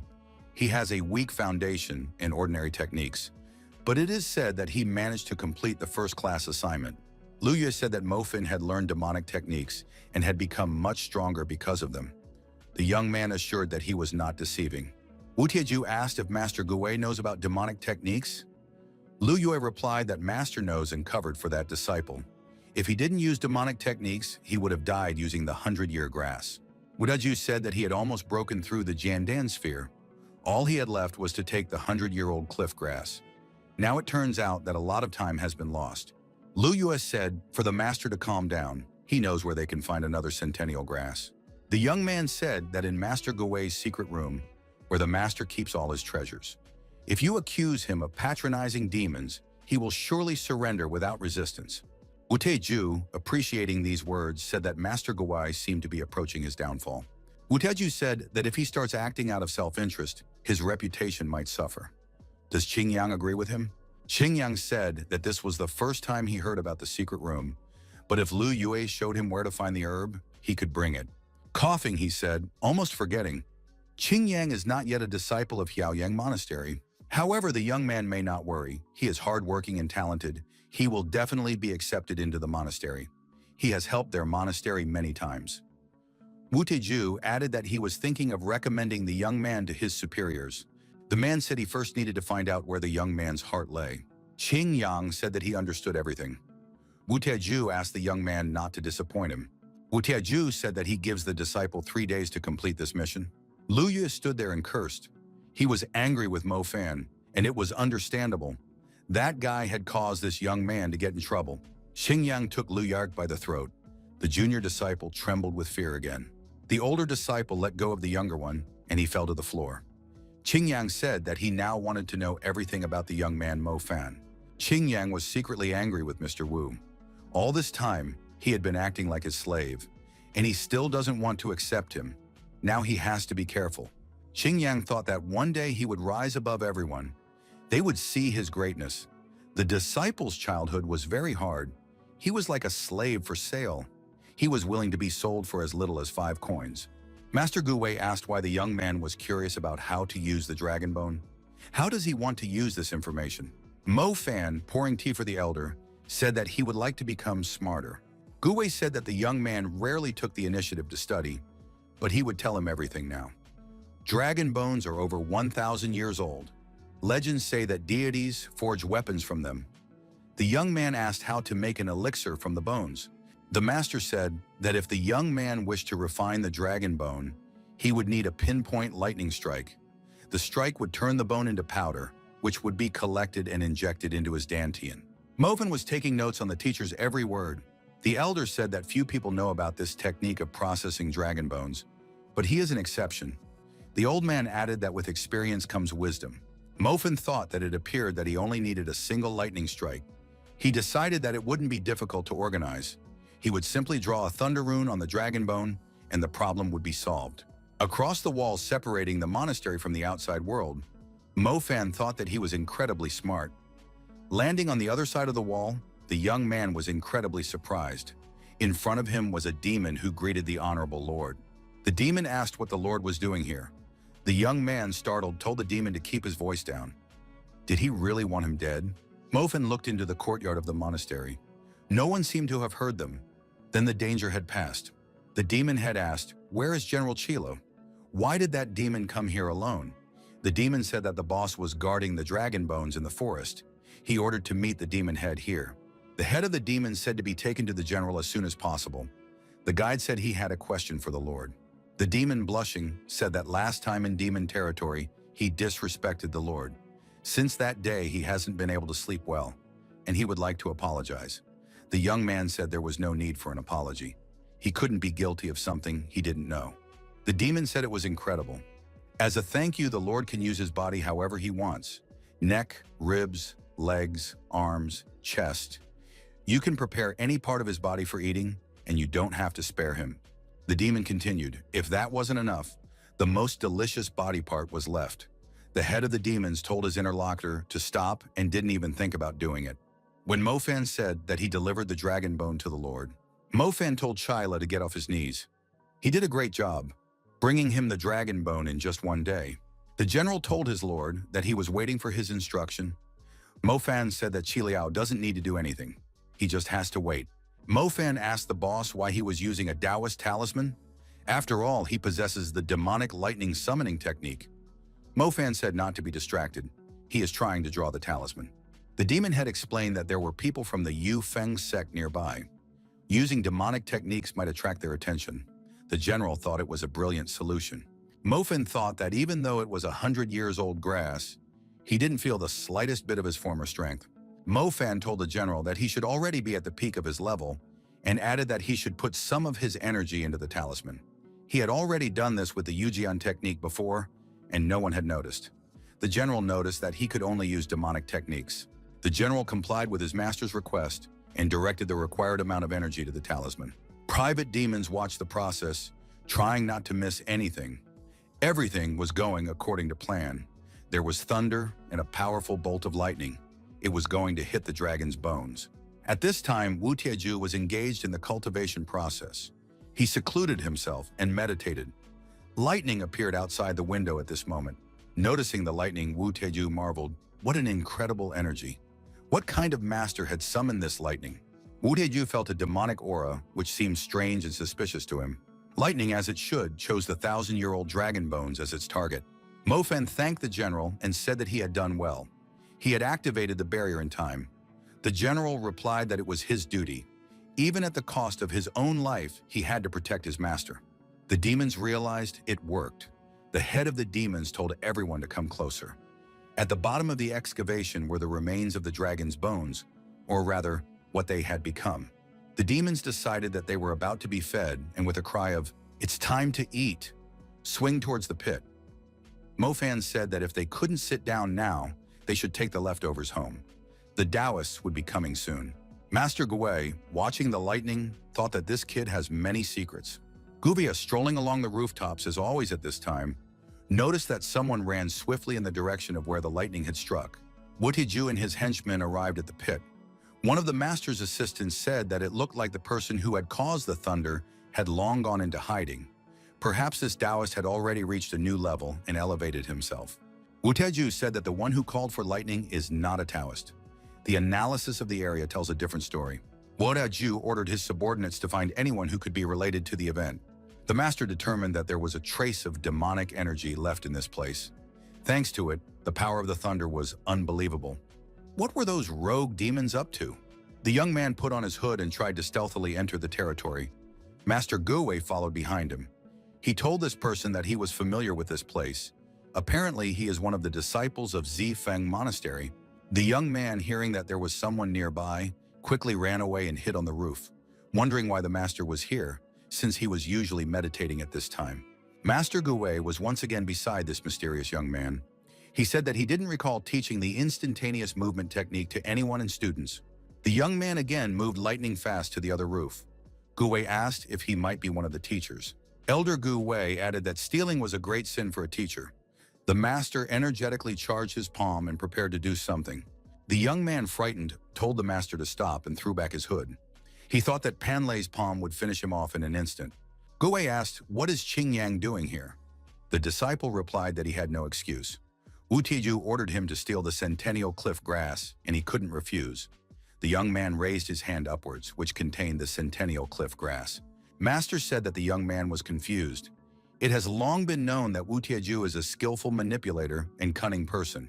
You shouldn't be around him. Is this the kind of example a senior disciple of this monastery should set?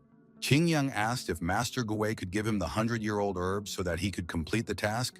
He swears that he will definitely repay this artifact. Master Gui said that Wu Tiju's greed has no limits. He will demand even more in the future. It would be very difficult to get rid of him.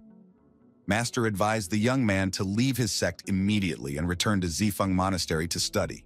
Master promised to help the young man break through to the new realm and reach new heights. Qingyang lowered his head and said that he understood the master. The master, standing with his back to the young man, said that the apprentice had greatly disappointed him today. The disciple jumped to his feet and pierced the elder's body with a cold weapon. The young man apologized and said that he couldn't let this opportunity pass. Qingyang said that 16 years ago when he came here, the master had said that one was the master of one's own destiny and everything depended only on one's efforts. He never forgot those words for a second. The old man, bleeding, said that the young man had actually used his energy to block his meridians. Qing Yang stated that this master no longer had anything to teach him. He should be the next stepping stone. A disciple of the Zifeng sect will be promoted. Suddenly, the old man released his energy and threw the rogue disciple along with his sword far back. Qing Yang thought that he had sealed all 9 meridians, but the old man was still able to release so much energy. The wounded Master Guwei, bleeding, tried to escape. The young man rushed after him. The old man could not be missed. The elder thought that he couldn't involve the other disciples in this. This crazy elder disciple would do everything he could to destroy him. Wu Tiaju appeared on Master Guwei's path. He said that walking on rooftops late at night is relaxing. Wu Tiaju wondered, is Guwei really injured? It looks very serious. There are disagreements between students and teachers, but they don't have to destroy each other. Mo Fan was walking around the grounds of the monastery. He realized that old man Guwei had already guessed that he had kept the dragon bone for himself as well. It was probably worth bribing him. An explosion nearby caught our hero's attention. It must have been a release of energy. The young man became interested in it. Mo Fan saw the injured old man and rushed to his aid. The young man decided to do what he could to stop the bleeding. Qing Yang said that it was Mo Fan. Wu Tiaju thought that this guy had appeared just in time. After all, he was the one practicing demonic techniques. We should blame him for this crime. Mortally wounded, he would definitely not survive. Our hero heard someone accuse him of daring to attack Master Gu. Many disciples rushed towards where Elder Gu was lying. Everyone wondered, what was that explosion? Running closer, the disciples saw that Mo Fan was beside the injured old man. What is he doing here? Ching Ching, who was on the rooftop, said that this ungrateful young man not only stole from the master, but also stabbed him in the back. If he hadn't gotten there in time, this bandit would have gotten away with it. What will they do with him? The outraged disciples shouted that they should avenge the master and bring this rascal to justice. Qing Yang shouted that Mo Fan didn't dare to do such a thing. He added that his teacher would be avenged. The senior disciple promised to send the culprit straight to hell. Mo Fan, turning to the shouting student, asked, "Isn't he ashamed?" With the naked eye, it can be seen that Master Gui was injured by the sword. There is only a sword in Qing Yang's hands. How could a weakling like him injure a master? Only a senior apprentice would have the strength to do that. Besides, who says the master is dead? His heart is still beating. Master Gu is still alive. Ru Yuan thought, something is not right here. Many disciples shouted that Mo Fan was lying. She shouted out loud that she believed Mo Fan and added that she would help the master now too. The disciples shouted for the girl to stay away from Mo Fan. The sword-armed Qing Chang shouted angrily that if this criminal still did not surrender, he would attack him now. Ru Yuan shouted for Big Brother not to do that. Mo Fan thought that he didn't want to attract attention, but apparently it was too late. The senior disciple plans to finish what he started. It is necessary to save the old man's life. There was a huge explosion in the middle of the square, and flames spread in all directions. No one could see what was happening in the epicenter. The disciples thought, has everyone died there? Was everything destroyed without a trace? Did even Rui Yuan suffer? The sword-armed senior disciples said that they were still alive. Mo Fan kidnapped Master Gu and Sister Yuan. It is necessary to request help from other sects and find them. The disciples thought that although Mo Fan was weak, he had managed to elude the senior disciple. There's something fishy going on here. Something caught Qing Yang's attention. He climbed down from the roof and looked at what was lying on the plaza. Apparently it was Mo Fan who had lost it. Qing Yang touched the powder lying on the ground with his finger. This was what Mo Fan had in the bag. He must have used some sort of device that allowed him to escape from here. Mo Fan jumped over the wall in one fell swoop. On his back, he was transporting the injured Master Gu. He was also holding Rui Yuan's hand. All three of them were moving at an increased speed. They needed to hide in the forest. The girl was surprised. Her companion carried them outside the walls of the monastery in a second. What was this technique? Why hadn't he used it before? Mo Fan tried to catch his breath. He told the girl to check if they could save the old man. Mo Fan thought that he had applied a leap, but they had only managed to move such a short distance. He had already used a great deal of energy to save the elder's life. However, the masters were amazed by the demonic technique. The usual healing method wouldn't work. The old man would have already died if the young man hadn't shown up in time. Mo Fan thought, does Qing Yang really use demonic techniques? It didn't seem like he was capable of using them. Could it have been someone else? Mo Fan asked the girl if she knew any local people who could cure the old man for free because he had no money. The girl told the guy to stop joking around. After all, they have to help the old man. The young man thought that with his current strength, he wouldn't be able to help the old man. Qi Liao is capable, but is it worth the risk? Mo Fan asked his companion, why didn't she suspect him? After all, he had never gotten along with others, and the senior disciple had accused him of this crime. Ru Yun replied that she certainly had her doubts, but when Qing Yang tried to destroy them, she realized that Mo Fan was innocent. Mo Fan said, if only the other disciples were as smart as the girl, then he wouldn't have to listen to all these insults and run away. The young people heard voices approaching. The girl said they couldn't stay here. She knew someone who would help them. Ru Yan said that she would clean the wound and cover up the traces of blood so that others wouldn't be able to trace them. Mo Fan thought that this girl is calm and collected. Turns out to be probably much stronger than he thought. Mo Fan asked the companion, who are they looking for? After all, they are wanted. That man shouldn't give them away. The girl replied that he wouldn't give them away. Ru Yuan said that they were going to her father's house. Wu Tieju was in it. Did the old man really survive? After all, his attack had pierced the body. He must be dead. Qing Yani said that he was very far away. If Master Gu had died, then Mo Fan wouldn't carry the body. The young man apologized that he didn't deliver the herb. Wu Tieju said that the grass wasn't going anywhere. However, Mo Fan ran away with the injured old man Gu. Qing Yang showed his master the powder and said that Mo Fan had dropped it when he was running away. He had never seen anything like this before. Wu Taiju said it was recycled dragon bone. So this young man summoned that lightning. Qing Yang asked where he got it. He might still have a lot of bones. Lu Yue was with him on that mission. Why would he hide something like that? Wu Taiju said for the young man to gather all the disciples of the monastery in front of the city gate and call all the masters of the monastery.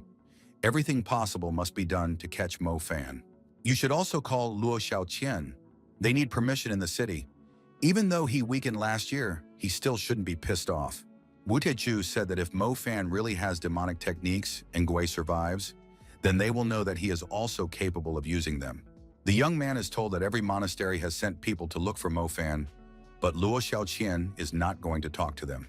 He has sent the messengers away. The old man won't allow the houses in the city to be searched. What should we do? Is the union unable to deal with the head of the city? The man said that Qing Yang grew up in this city and knows how things are. Luo Xiaoqian is one of the 9 hands of Qi Huang and one of the best doctors in the world. Even though he has crossed the path of the 5 sects in the past, no one would still dare to antagonize him. The young man asked, could Ru Yuan take Master Gu to Luo Xiaoqian? After all, she is his daughter. The man said it was ridiculous. They don't even have the same last name. How can they be related? Qing Yang said the girl's real last name is Luo. She changed it to hide her identity, adding that they often correspond with each other.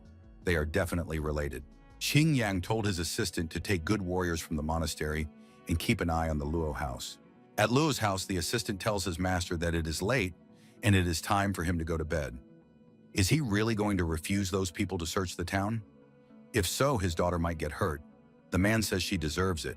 He warned her, but she didn't want to listen. Suddenly, the door to the room opened and Ru Yuan appeared on the doorstep. She said that her father was still the same stubborn old man. Why doesn't he figure out what really happened before jumping to the wrong conclusions? The services immediately ran up to the girl and began to check her condition. Is she not injured? Is she in good health? Is she eating well? The head of the town wondered why she'd come back. He had warned her never to come here again. The aide noticed that the mayor had tears in his eyes.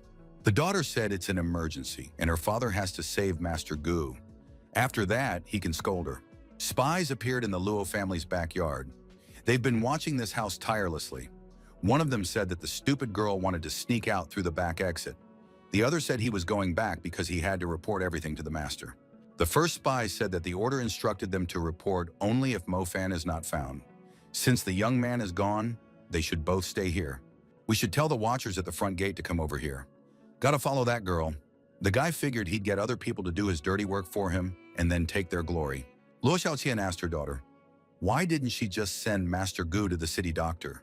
After all, she had wasted a lot of time getting here. The girl said that Master Gu was unconscious. If she brought him to another doctor, it would draw unnecessary attention. The daughter asked, how can her father be a doctor with such an attitude towards patients? She added that she did not want to fight with her father. Mo Fan thought that the girl's father was the same doctor, Qi Huang. He had disobeyed the order of the 5 sects of his kin. He would never forget what this man had done for him. Watching the girl and her father, Mo Fan noticed that they were being followed by spies. The young man decided that he would fix it quickly now. The young man spying on the backyard brought reinforcements with him. They were armed warriors in case Mo Fan showed up. The young man said that Mo Fan had become stronger and wondered if they could handle him. These people were not very satisfied with being commanded by such a guy. The young man said he was going to take the girl and her father by surprise. Suddenly, Mo Fan appeared in front of these spies and frightened them. They cried out in fear. Afterward, he said that fighting other people was a bad idea, especially friends. However, he deactivated the main spy with one punch to the jaw. The others shouted that this guy had crept up silently and that he was very strong. Mo Fan thought that these grief warriors would be good for his training. One of the spies said that they shouldn't hold back. They need to deal with this guy quickly and decided to use the sword-building Tu-Yang attack. Mo Fan easily dodged this attack and said that it was very slow. This is most likely a snail sword formation. One of the attackers said it was a silly boy. Does he really think their formation is that primitive? They only need to catch him. Next, Mo Fan's sword energy will tear him apart. Mo Fan deactivated a few more warriors. To a survivor, he said, "Does he really think this is a good technique?" They sealed the souls of his fellow demons into swords and used them to strengthen their technique. Mo Fan powerfully attacked his opponent, hitting him with a series of strong punches with his fists on his body. The opponent cried out in pain. Mo Fan said, "Do they really call themselves just? After all, this is just an ordinary farce. They are just a bunch of pathetic cowards." Suddenly, Wu Teju appeared nearby. The young man told him that Luo Zhaoqian had teamed up with the demons and was harboring them in that house. Mo Fan is also with them. He betrayed the Taoists and joined the demons. Wu Teju listened as he was told that these traitors had finally turned into demons. They must be destroyed. The master, tired of listening to this talk, deactivated this alarmist with one blow. Wu Teju heard someone say that using ambient energy and remote strikes were not Taoist techniques. Now he knew who had injured the old man. The person who spoke was Mo Fan. Master said that a pathetic disciple couldn't possess such knowledge of demonic techniques unless he was one of them.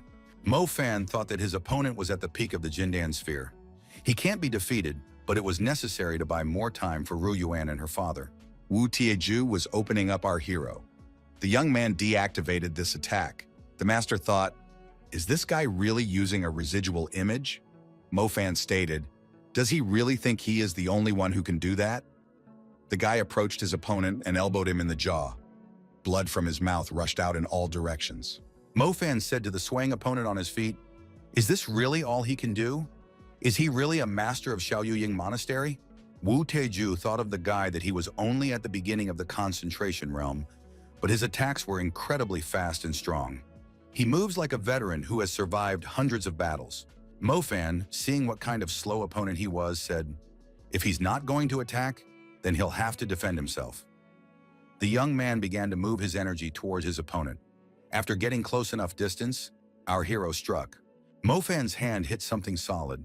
The opponent enveloped himself in a barrier of spiritual energy.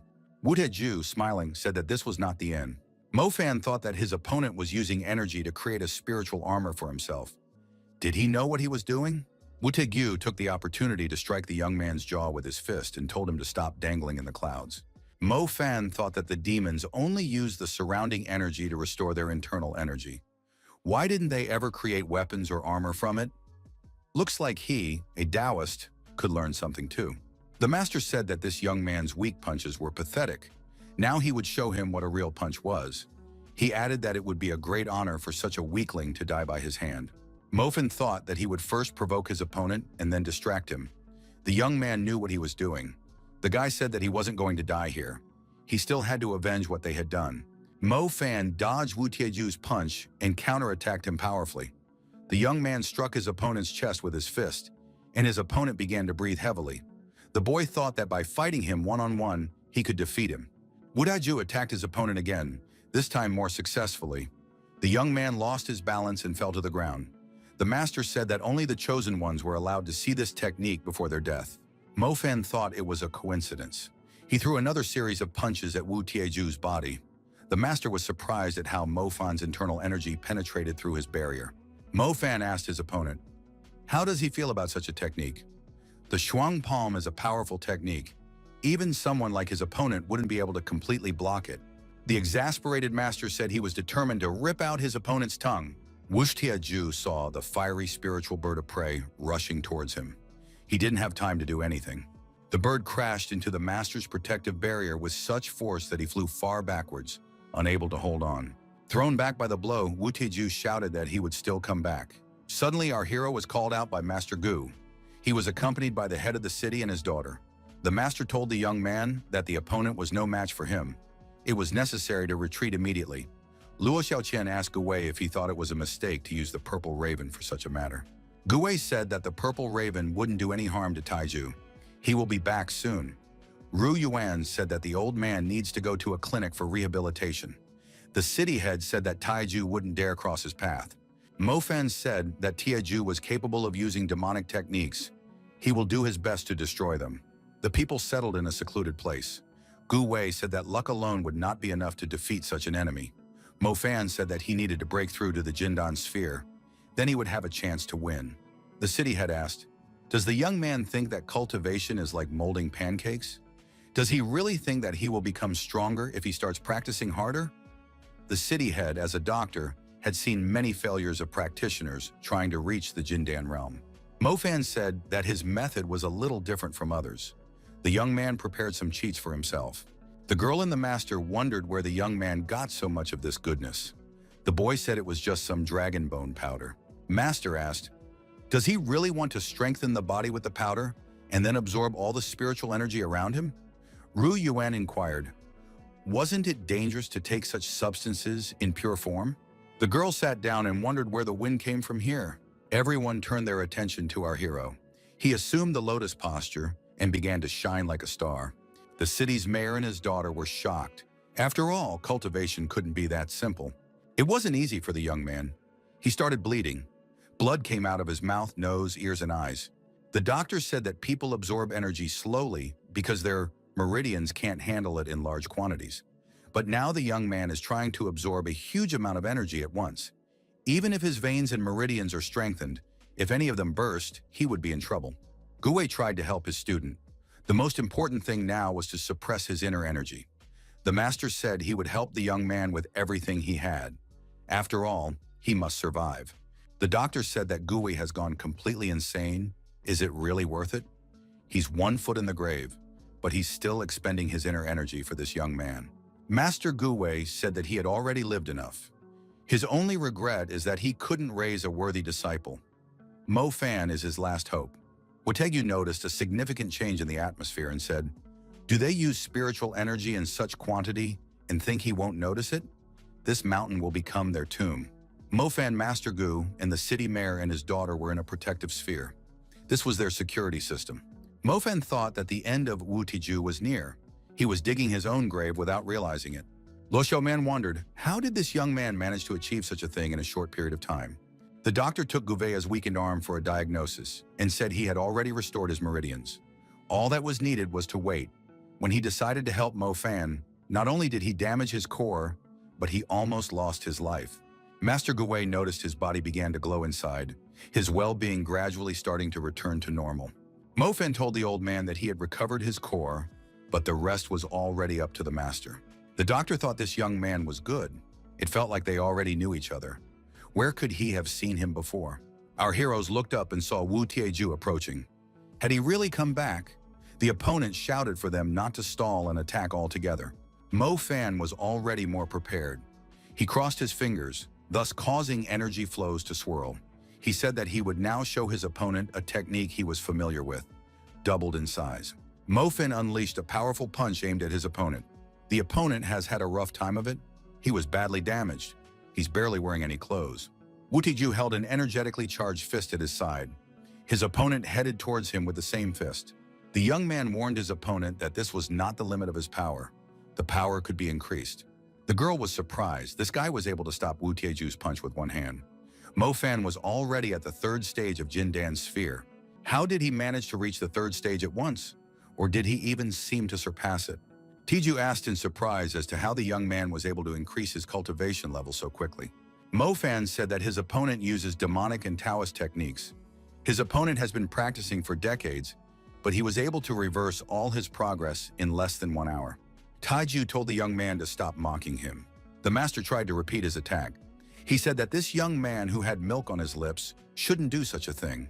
Did the boy think that was all he could do? Taiju put his hands in the air and declared that he was about to destroy the young man.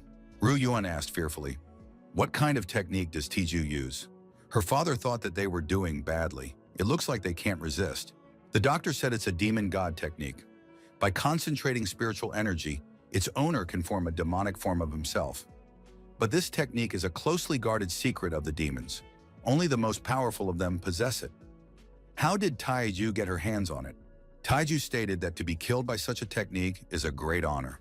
Mo Fan said that it's getting more and more interesting, but the only one who will die today is his opponent.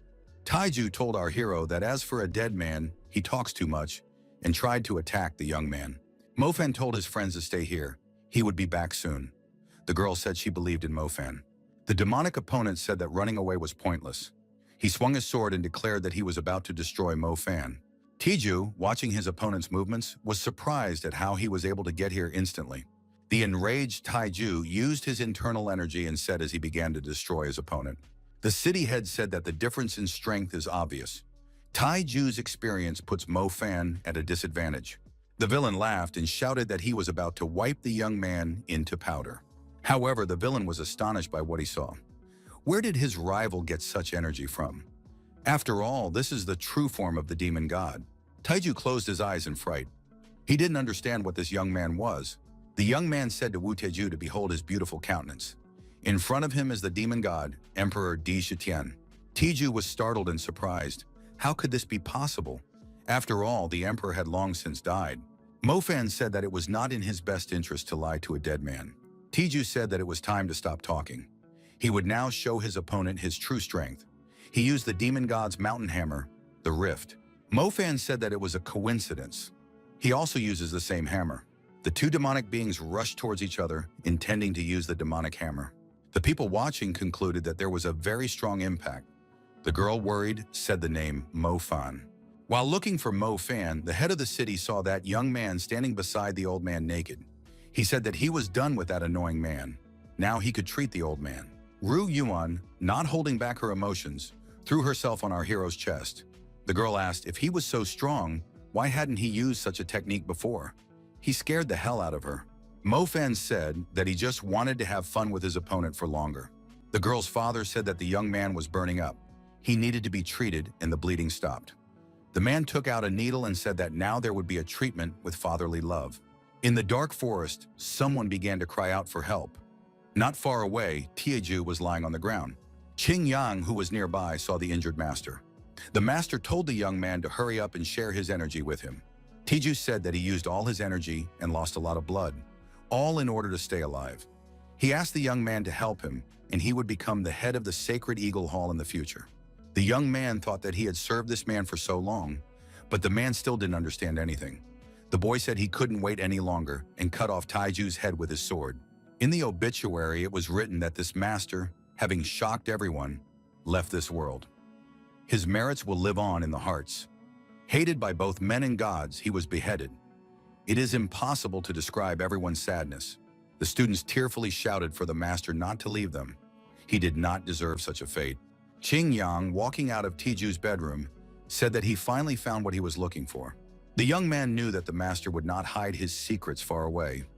If the others found out, he wouldn't live. Qing Yang thought that he should definitely learn all these techniques. Qing Yang saw people appear in front of him. One of them said that he was late. It was the head of Tenghai Hall and Hall Master Li Yue. The head of the hall said that they had no choice but to destroy this young man. The boy tried to evade the attacker's attacks. The hall head thought that the young man's true key was taking shape, just like Wu Tieju's. Lying on the ground, Qing Yang reached out his hand for the fallen scroll. The attacker told the young man to choose between the scroll or his hand. Doesn't he know that the scroll is the property of the demon clan? The guy said it doesn't matter to him.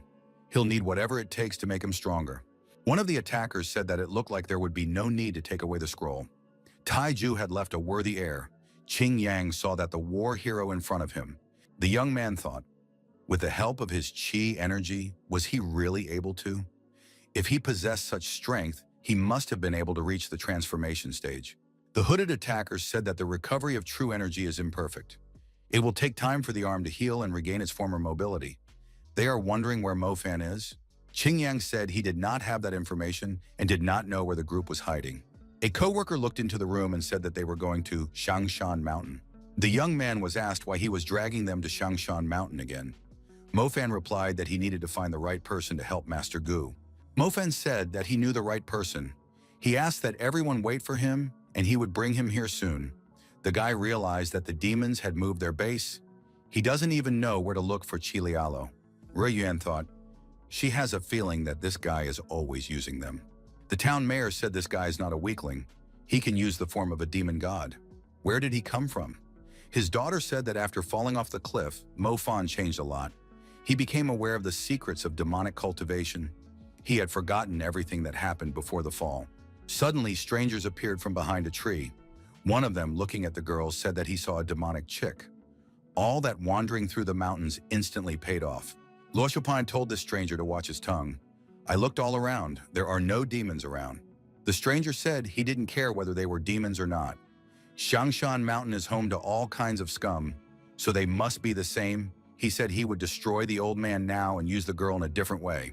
The girl immediately attacked the uninvited guest with her energy charge.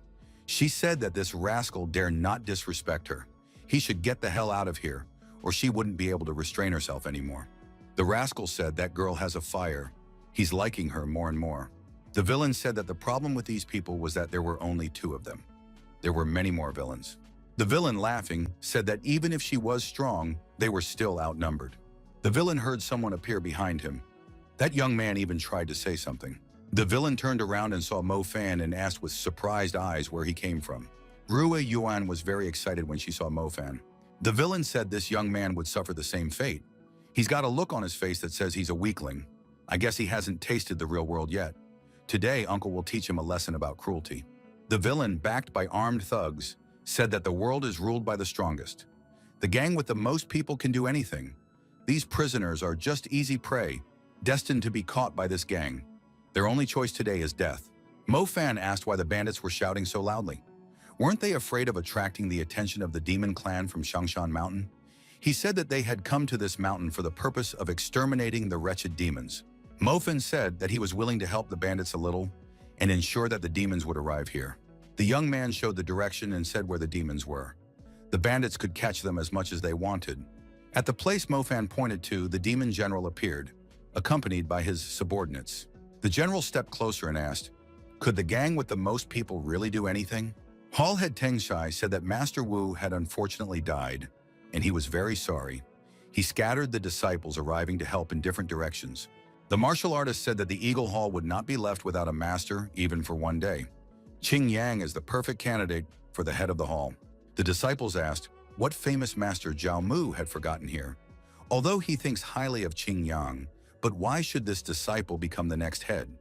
Isn't the wind master the one who chooses the air?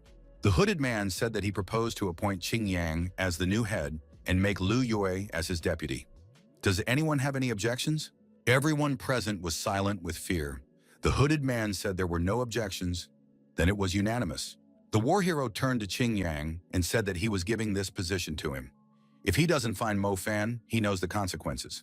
Qing Yang fell to his knees and thanked the master for his trust. He would do anything to deal with that guy. Mo Fan was still trying to bring Master Gue to his senses. He tried not to waste any time. General Cha said, if the boss continues at the same pace, he won't be able to stand it. He needs to take a break. The doctor said that he shouldn't overexert himself because it's been a whole 3 hours. Mo Fan agreed with the generals and said that it was his turn now because he was running out of energy.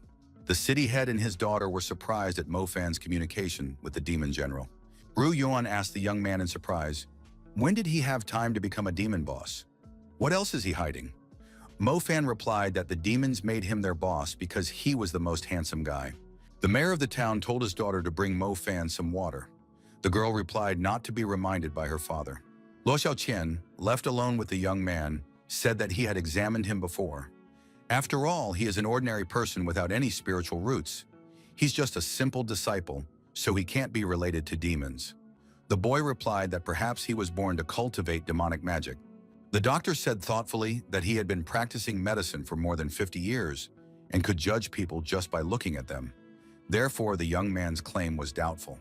The doctor grabs the guy's face and says he's not the real Mo-fan. It was time for him to take off his mask. The guy thought that there was no limit to his father's love and declared that he was just using true energy. The doctor kept pulling the young man's skin on his face in surprise and wondered what kind of glue held the mask together so well. The demon general saw the doctor trying to pull the mask off his boss's face. He thought the young man was weak. Why is His Majesty so lenient on him? Does he really enjoy it? After 10 minutes of exertion, Mo-fan said that it was good that his skin was so tough and asked not to touch him anymore. The doctor thought, what is going on with this young man? The doctor said that Master Gu, true energy alone could not cure. It was necessary to find medicinal herbs and name the young man Dishitian. Mo-fan replied that he didn't mind looking for herbs and asked in surprise, who was Dishitian? The girl who appeared said she had brought water. Ru Yuan was startled to notice that her father and Mo-fan were not there.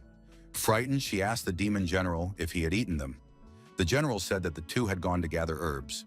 The doctor said that ancient texts say that the seven-colored ram is a mystical beast that only appears during the full moon. It can only be found on the Shangshan mountain. In order to restore Master Gu's Dantian, the horn of a seven-colored ram would be needed. Mo-fan asked the demon squad leader if he had encountered such rams here. The demon replied that he had seen them in the West Canyon. They are very fast and have never been able to catch one. The doctor said that the seven-colored ram is an ancient mystical beast. It is the same size as a dragon or unicorn. Mo-fan told the demon to take the doctor back to the cave. Lo Xiaoqian thought that he had just called the young man Emperor Dishitian. Now this guy looked even more like an old emperor. Mo-fan thought that this doctor's eye was a diamond. It was good that he reacted normally to those words. We need to get rid of this person quickly. His stern gaze is frightening. Lu Yue reports to his boss that he has searched the entire cave and found no demons. They must have escaped from here. Qing Yang says that they must be hiding in other caves. Shangshan Mountain is not very big. They will definitely discover them. The boss said he'd wait for them here, and they should go looking again. If they can't find them, one of these two will lose his head. Qing Yang thought, where is Jing Zhao now? They were together after all. Did he really have another mission? At nighttime in the canyon, Mo-fan was busy searching for the necessary ram. The young man looked at the sky and determined that it was a full moon. This meant that the seven-colored ram would most likely appear today. The young man saw a powerful, bright explosion in the distance. He immediately realized that it was the result of true energy. Who could it be? In the distance, the pavilion master who had cleared the way for Qing Yang to rule was emitting energy. Flying here on his magic sword, he was organizing explosions. In this way, he was trying to catch the seven-colored ram. Mo-fan rushed in that direction. He thought, would the ram be the size of a dragon or unicorn? He felt like Old Man Luo was mocking him. As he got closer, our hero realized that there was another hunter who was interested in the seven-colored ram. Hall Head Tengshai couldn't understand what was happening. Some changes began to happen to his sword. The flight trajectory changed, and he couldn't catch the ram. Mo-fan attacked this warrior, and the warrior lost his balance, flying off and hitting the rock. The young man said that this warrior was about to meet his former colleague. However, the meeting did not take place. The warrior, frightened, quickly left the area and went on his way. However, our hero was mistaken. The head of Tianhai Hall turned around and rushed straight towards Mo-fan at a tremendous speed. He said that this guy should tell him his name and sect. Mo-fan replied that he was just a simple traveling guy and was nothing special. He needed the horns of a seven-colored ram to save someone, so it would be a good idea to get them.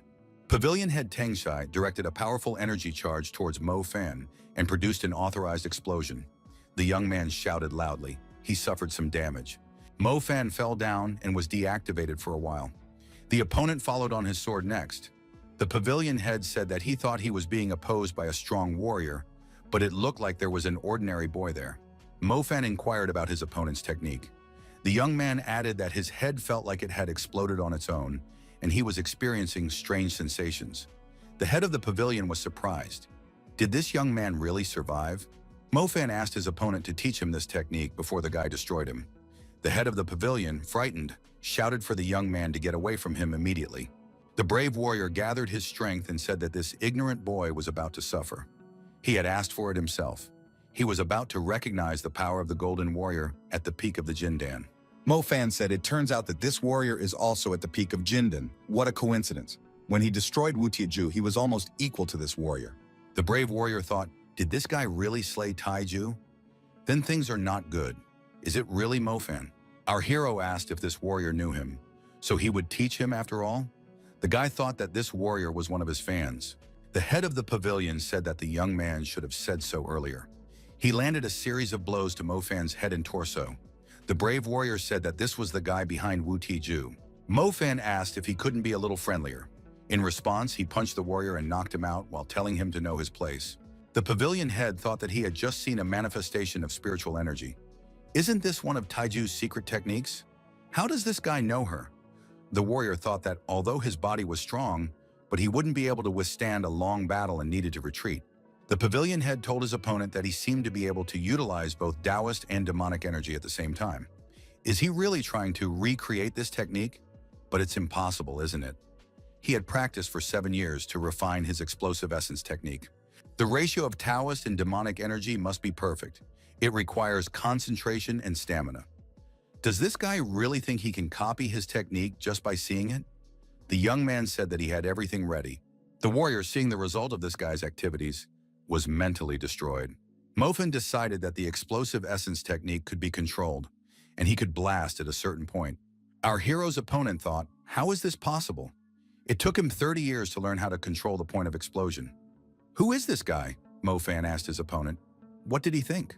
Mofan said that controlling this explosion was very easy and set the explosion point right in his opponent's head. The warrior cried out in fear. Can't this young man play around? After all, this is no longer a joke. Mofan said that although this technique blasted the kui inside the target, it had almost no effect on him. However, the warrior was still unharmed. He said that today the young man would pay for his arrogance. The warrior's hair was burned due to the high temperatures, but his head was still in place. Laughing, he said that not everything could be copied. The pavilion head used the mixed element mystic heaven bomb technique. Mofan applied his punch that embodied true energy.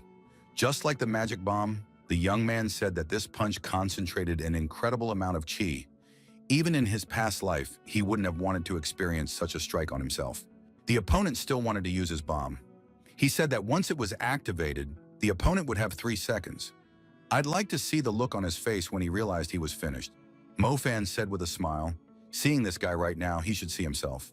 He has a very stupid expression on his face. The feisty warrior with burnt hair said he was moving into action and activated the heart blast. There was a large release of energy as he did so. Mofan suddenly disappeared. The opponent was puzzled. However, the young man appeared behind his opponent's back a moment later and said that he was ready to play. Mofan used his energy-charged fist to deliver a powerful punch to his opponent. The opponent lost his balance and fell down. The guy said that this warrior had dug his own grave by being caught in the epicenter of the explosion. Will he be able to withstand his own technique? The stricken warrior was on the verge of losing consciousness. He was thrown backwards by the blast wave. Mofan took a closer look and said that his opponent had been found after all. The exhausted and shabby warrior tried to get up from the ground. He was sure that his opponent, even if not Emperor Dishitian, was his close friend. Taking advantage of the great distance separating him from his opponent, the wounded warrior thought it necessary to quickly relay the information. The head of the pavilion saw a suitable little lamb hiding in the bushes and thought it was the right one. Mofan asked, "Why is it hiding so clumsily?" The villain asked gloatingly, "Does this guy really need lamb's horns to save people? He won't let that happen." The villain said, "In that case, if he can't have the lamb, then no one can have it," and directed a stream of his energy at the defenseless animal. The lamb screamed in fear. Mofan stood up for him and said that although he wasn't human, the real demon here was his opponent. Suddenly, a huge ram appeared from behind the mountain. It was the mother of that lamb. The mother's size was impressive, and the villain almost fell off his flying sword out of fear. The lamb was happy to see his mother. Mofan was surprised to see her. The hostile warrior was the most surprised. The warrior immediately changed the trajectory of his flight and said that when he returned, he would destroy everyone here. The adult ram produced a powerful energy charge and aimed it directly at the villain. Mofan thought that this was an explosion that had the power of a dream sphere. Compared to this explosion, he was just blowing on that man before. The boss asked, "Did they find their footprints?" Lu Yue said that they had come across the extinguished embers of the fire and were now looking further. The boss's attention was drawn to some strange sound. Looking out of the cave, he noticed that someone had made a hard landing near the cave. Who could it be? Everyone present noticed that someone had fallen from the sky. Could it be a fairy? However, this idea was discarded because a fairy could not fall headfirst. It was Shu Tangzhu, the head of the pavilion. The helpers lifted the injured and disoriented host and motioned for him to sit down. The boss asked what happened to him. He was sent out for a lamb, and he came back in such a state. Zhu Tangzhu knelt down in front of the boss and said that he had met Mo Fan. The boss asked in surprise, "Did that guy really beat him up like that?" Shu Tangzhu replied, "That guy is a demon. He needs to sleep and recover now. That guy is the heir of the demon emperor." After saying those words, Shu Tangzhu began to feel even worse, and his mouth was bleeding. The exhausted Mr. Shu fell down and lost consciousness. Everyone around him was very upset. The obituary said Lord Shu should rest in peace. The hero who chased the lamb fought to the end. He passed away very early in life. He will be avenged. Lu Yue lamented that they had lost two excellent rulers in just 3 days. He vowed that the murderer would be punished. Lu Yue spoke in front of the companions and said that they should avenge the Lord. The companions supported him. King Yang reported to his boss that they had found the demon clan's camp. The boss said it had to be destroyed. Mo Fan told the huge 7-colored ram that he only needed a piece of horn. It would be quick and not at all painful. Mo Fan thought of taking the little lamb, cutting off the horn and bringing it back. The little lamb began to bite Mo Fan. The guy thought that this thought was a failure. He would have to survive first. Mo Fan found himself at the edge of the cliff with the lamb. He wondered why they had taken him to such a remote, hidden place. However, when he looked down from the cliff, he saw something interesting. Beneath our hero's feet was a graveyard of 7-colored rams. The horn he was looking for caught his eye. Mo Fan hugged the animal with joy. It turned out that they were leading him to such a sacred place and were not threatening him at all. Mo Fan decided to jump down the mountain straight to the cemetery. The young man thought that he was now rich. Changshan Mountain is a great place. While descending, Mo Fan saw a ledge in the rock, and from it, a cave going deep into the rock. But on the ledge, there was an old tree with women's clothes drying on it. The boy could not help stopping. It was necessary to scout everything thoroughly. Our hero asked himself a reasonable question. Where would women's underwear come from in such a place? He entered the cave and asked politely if anyone was there. There was no answer. Touched the writing on the wall. He thought, has the beast become sentient? Mo Fan peeked around the corner and said, apologizing for disturbing him, but he still couldn't utter the phrase. A stirring picture appeared before the eyes of our hero. A stranger was taking a bath. Her eyes were closed from pleasure. The girl, hearing the noise, opened one eye. She asked, "Are there really people here?" The guy blushed with embarrassment, apologized, and said he was passing by and saw the clothes outside. He apologized again for the inconvenience and said he was on his way out. The girl said it was all right. This cave is very boring, but a guest can relieve her boredom. Mo Fan said that he could help the girl have fun. The girl agreed and added that she hadn't killed anyone in a long time. The guy immediately felt some kind of strange energy effect. It felt like all his bones were breaking. Mo Fan headed towards the exit. This woman is using demonic techniques. There's something fishy going on here. In afterglow, the girl asked, had he not seen such techniques? The young man looked back. The girl said that the guy interfered with the goddess's cultivation and is trying to escape. That's not how young people act.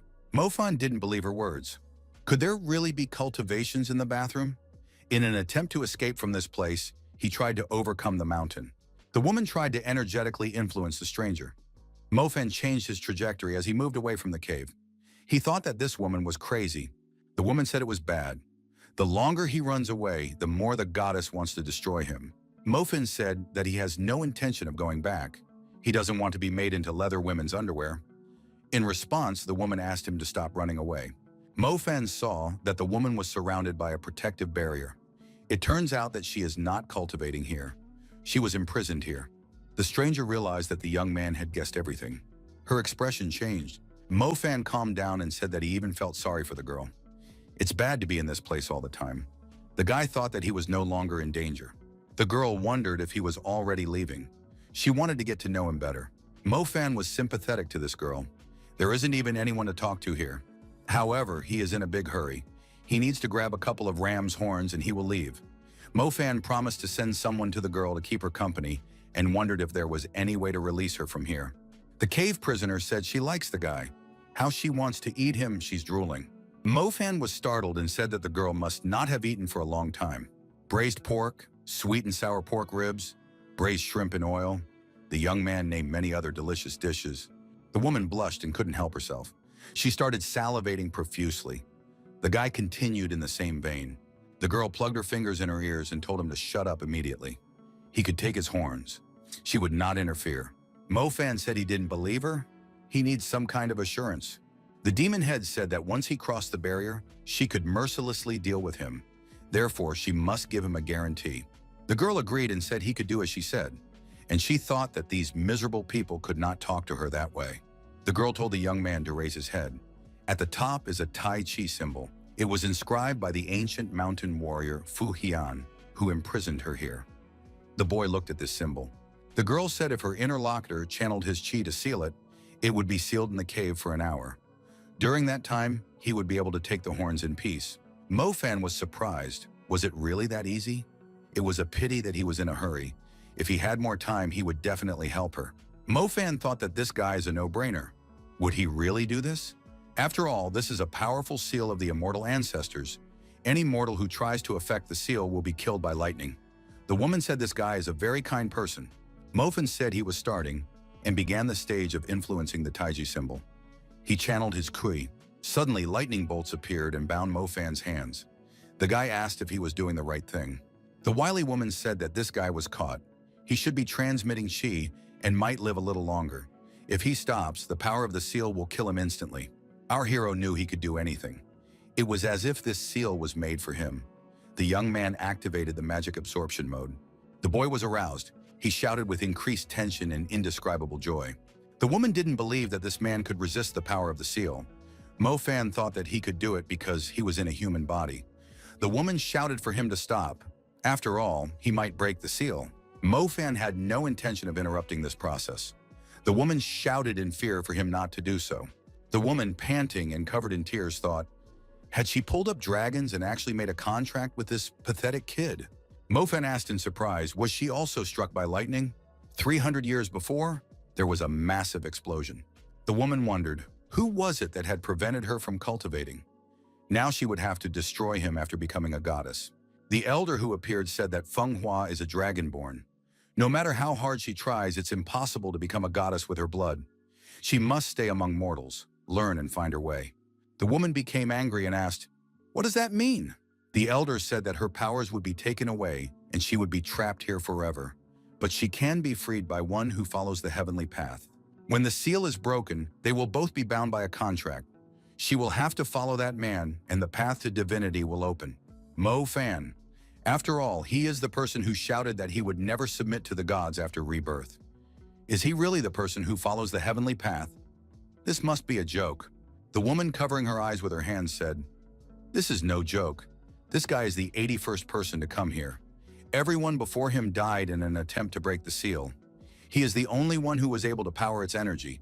By that, the elder meant the way of the heavens. Mofan asked the woman, is she really crying? He apologized and asked if there was a way to break the contract. The guy thought that she should have just been energized, and it turned out to be a test of the gods. He absorbed a lot of energy, but there was no energy left in her body at all. The woman told this guy she didn't need his kindness. Mofan thought that his interlocutor had a terrible look. She really is a dragon. Fenghua said, although she has lost all her strength, she is strong enough to beat up this guy now. But because of the contract, she can't destroy him, so she can subject him to infernal torment. The woman told this guy not to interact with her like that. She doesn't want his pity. Mofan replied that he understood everything now. The woman said the young man could go get his rainbow horns, and she needed to get some fresh air. The boy wished her good luck. Fenghua felt a taste of freedom. There must be a way to break the contract. Let's think about it. As Fenghua flew up into the sky, she stopped and realized that she couldn't just leave. She decided to go back and destroy everyone she could get her hands on. Mofan took the horns and started to run away. He said that this lady was better off out of sight. The boy looked up. He saw a woman coming at him. A collision could not be avoided. Fenghua stood up, shook off the dust and said that she hated it. She wondered, where did this guy go? The woman heard someone from underneath her say he was having trouble breathing. She was sitting on top of Mofan. Fenghua asked the guy how far away it was. Why can't they just fly there? Mofan replied that they were almost there. Mofan added that his enemies were located everywhere. If he flew, he would be spotted immediately. Looking forward to the foot of the mountain, Mofan saw an intense release of energy. There must be some explanation for this. The guy realized that it was a heaven-defying strike, Chilo's secret technique. An hour before, General Chi Liao had been punched in the face. The general told his interlocutor that he was a traitor. How dare he show his face here? Chi Liao thought that for the sake of saving that old man, he had spent all his energy. The man the general called a traitor said he didn't come for the general. He's interested in Mo Fan. The general wondered why they would be looking for an ordinary person. He wondered if he had learned the true identity of the demon leader. The subordinate reported to Lord Jiaomu that the small demons had been exterminated and the swift ones had escaped. But they are pursuing them. The general shouted that Jiaomu was a real animal. He doesn't even spare his own kind. What did they do to him? Chila tried to attack his opponent, but the opponent neutralized the attack. Jiaomu absorbed all the attack energy directed towards him. Jiaomu told his opponent that they were like ants. They posed no threat to him. Lord Jiaomu added that he just wanted to destroy them. The villain directed his negative energy at the general, and he was deactivated. Ru Yuan said, "Is bullying the weak and destroying the innocent the true face of a Taoist?" Her father said, "That's why he doesn't like doing business with them. They may appear normal, but they are actually animals." Luya reported that they had searched the entire cave but couldn't find Mo Fan anywhere. Jiaomu assumed that the guy hadn't returned yet and suggested an ambush.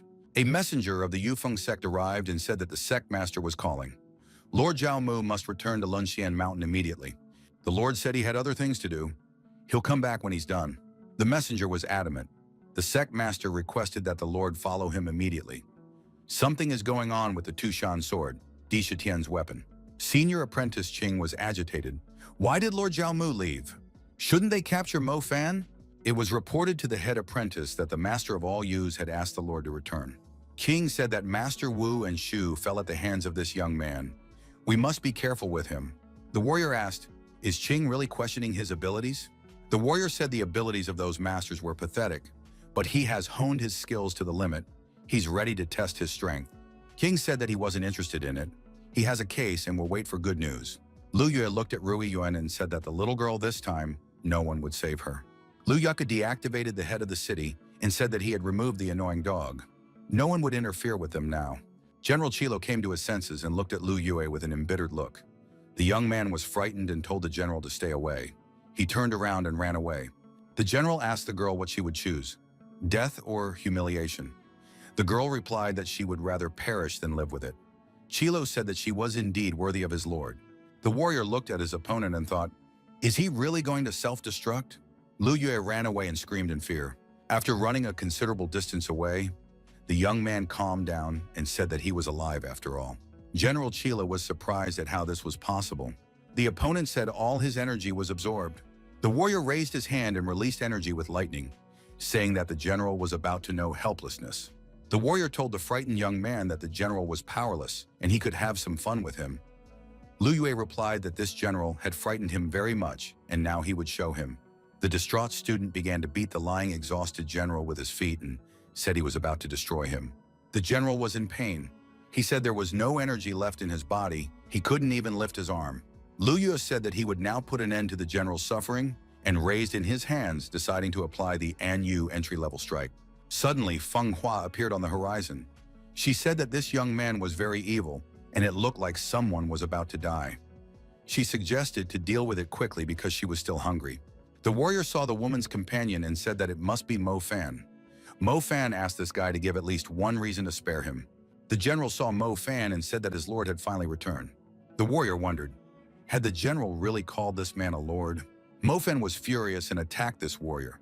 He gave him a staggering blow.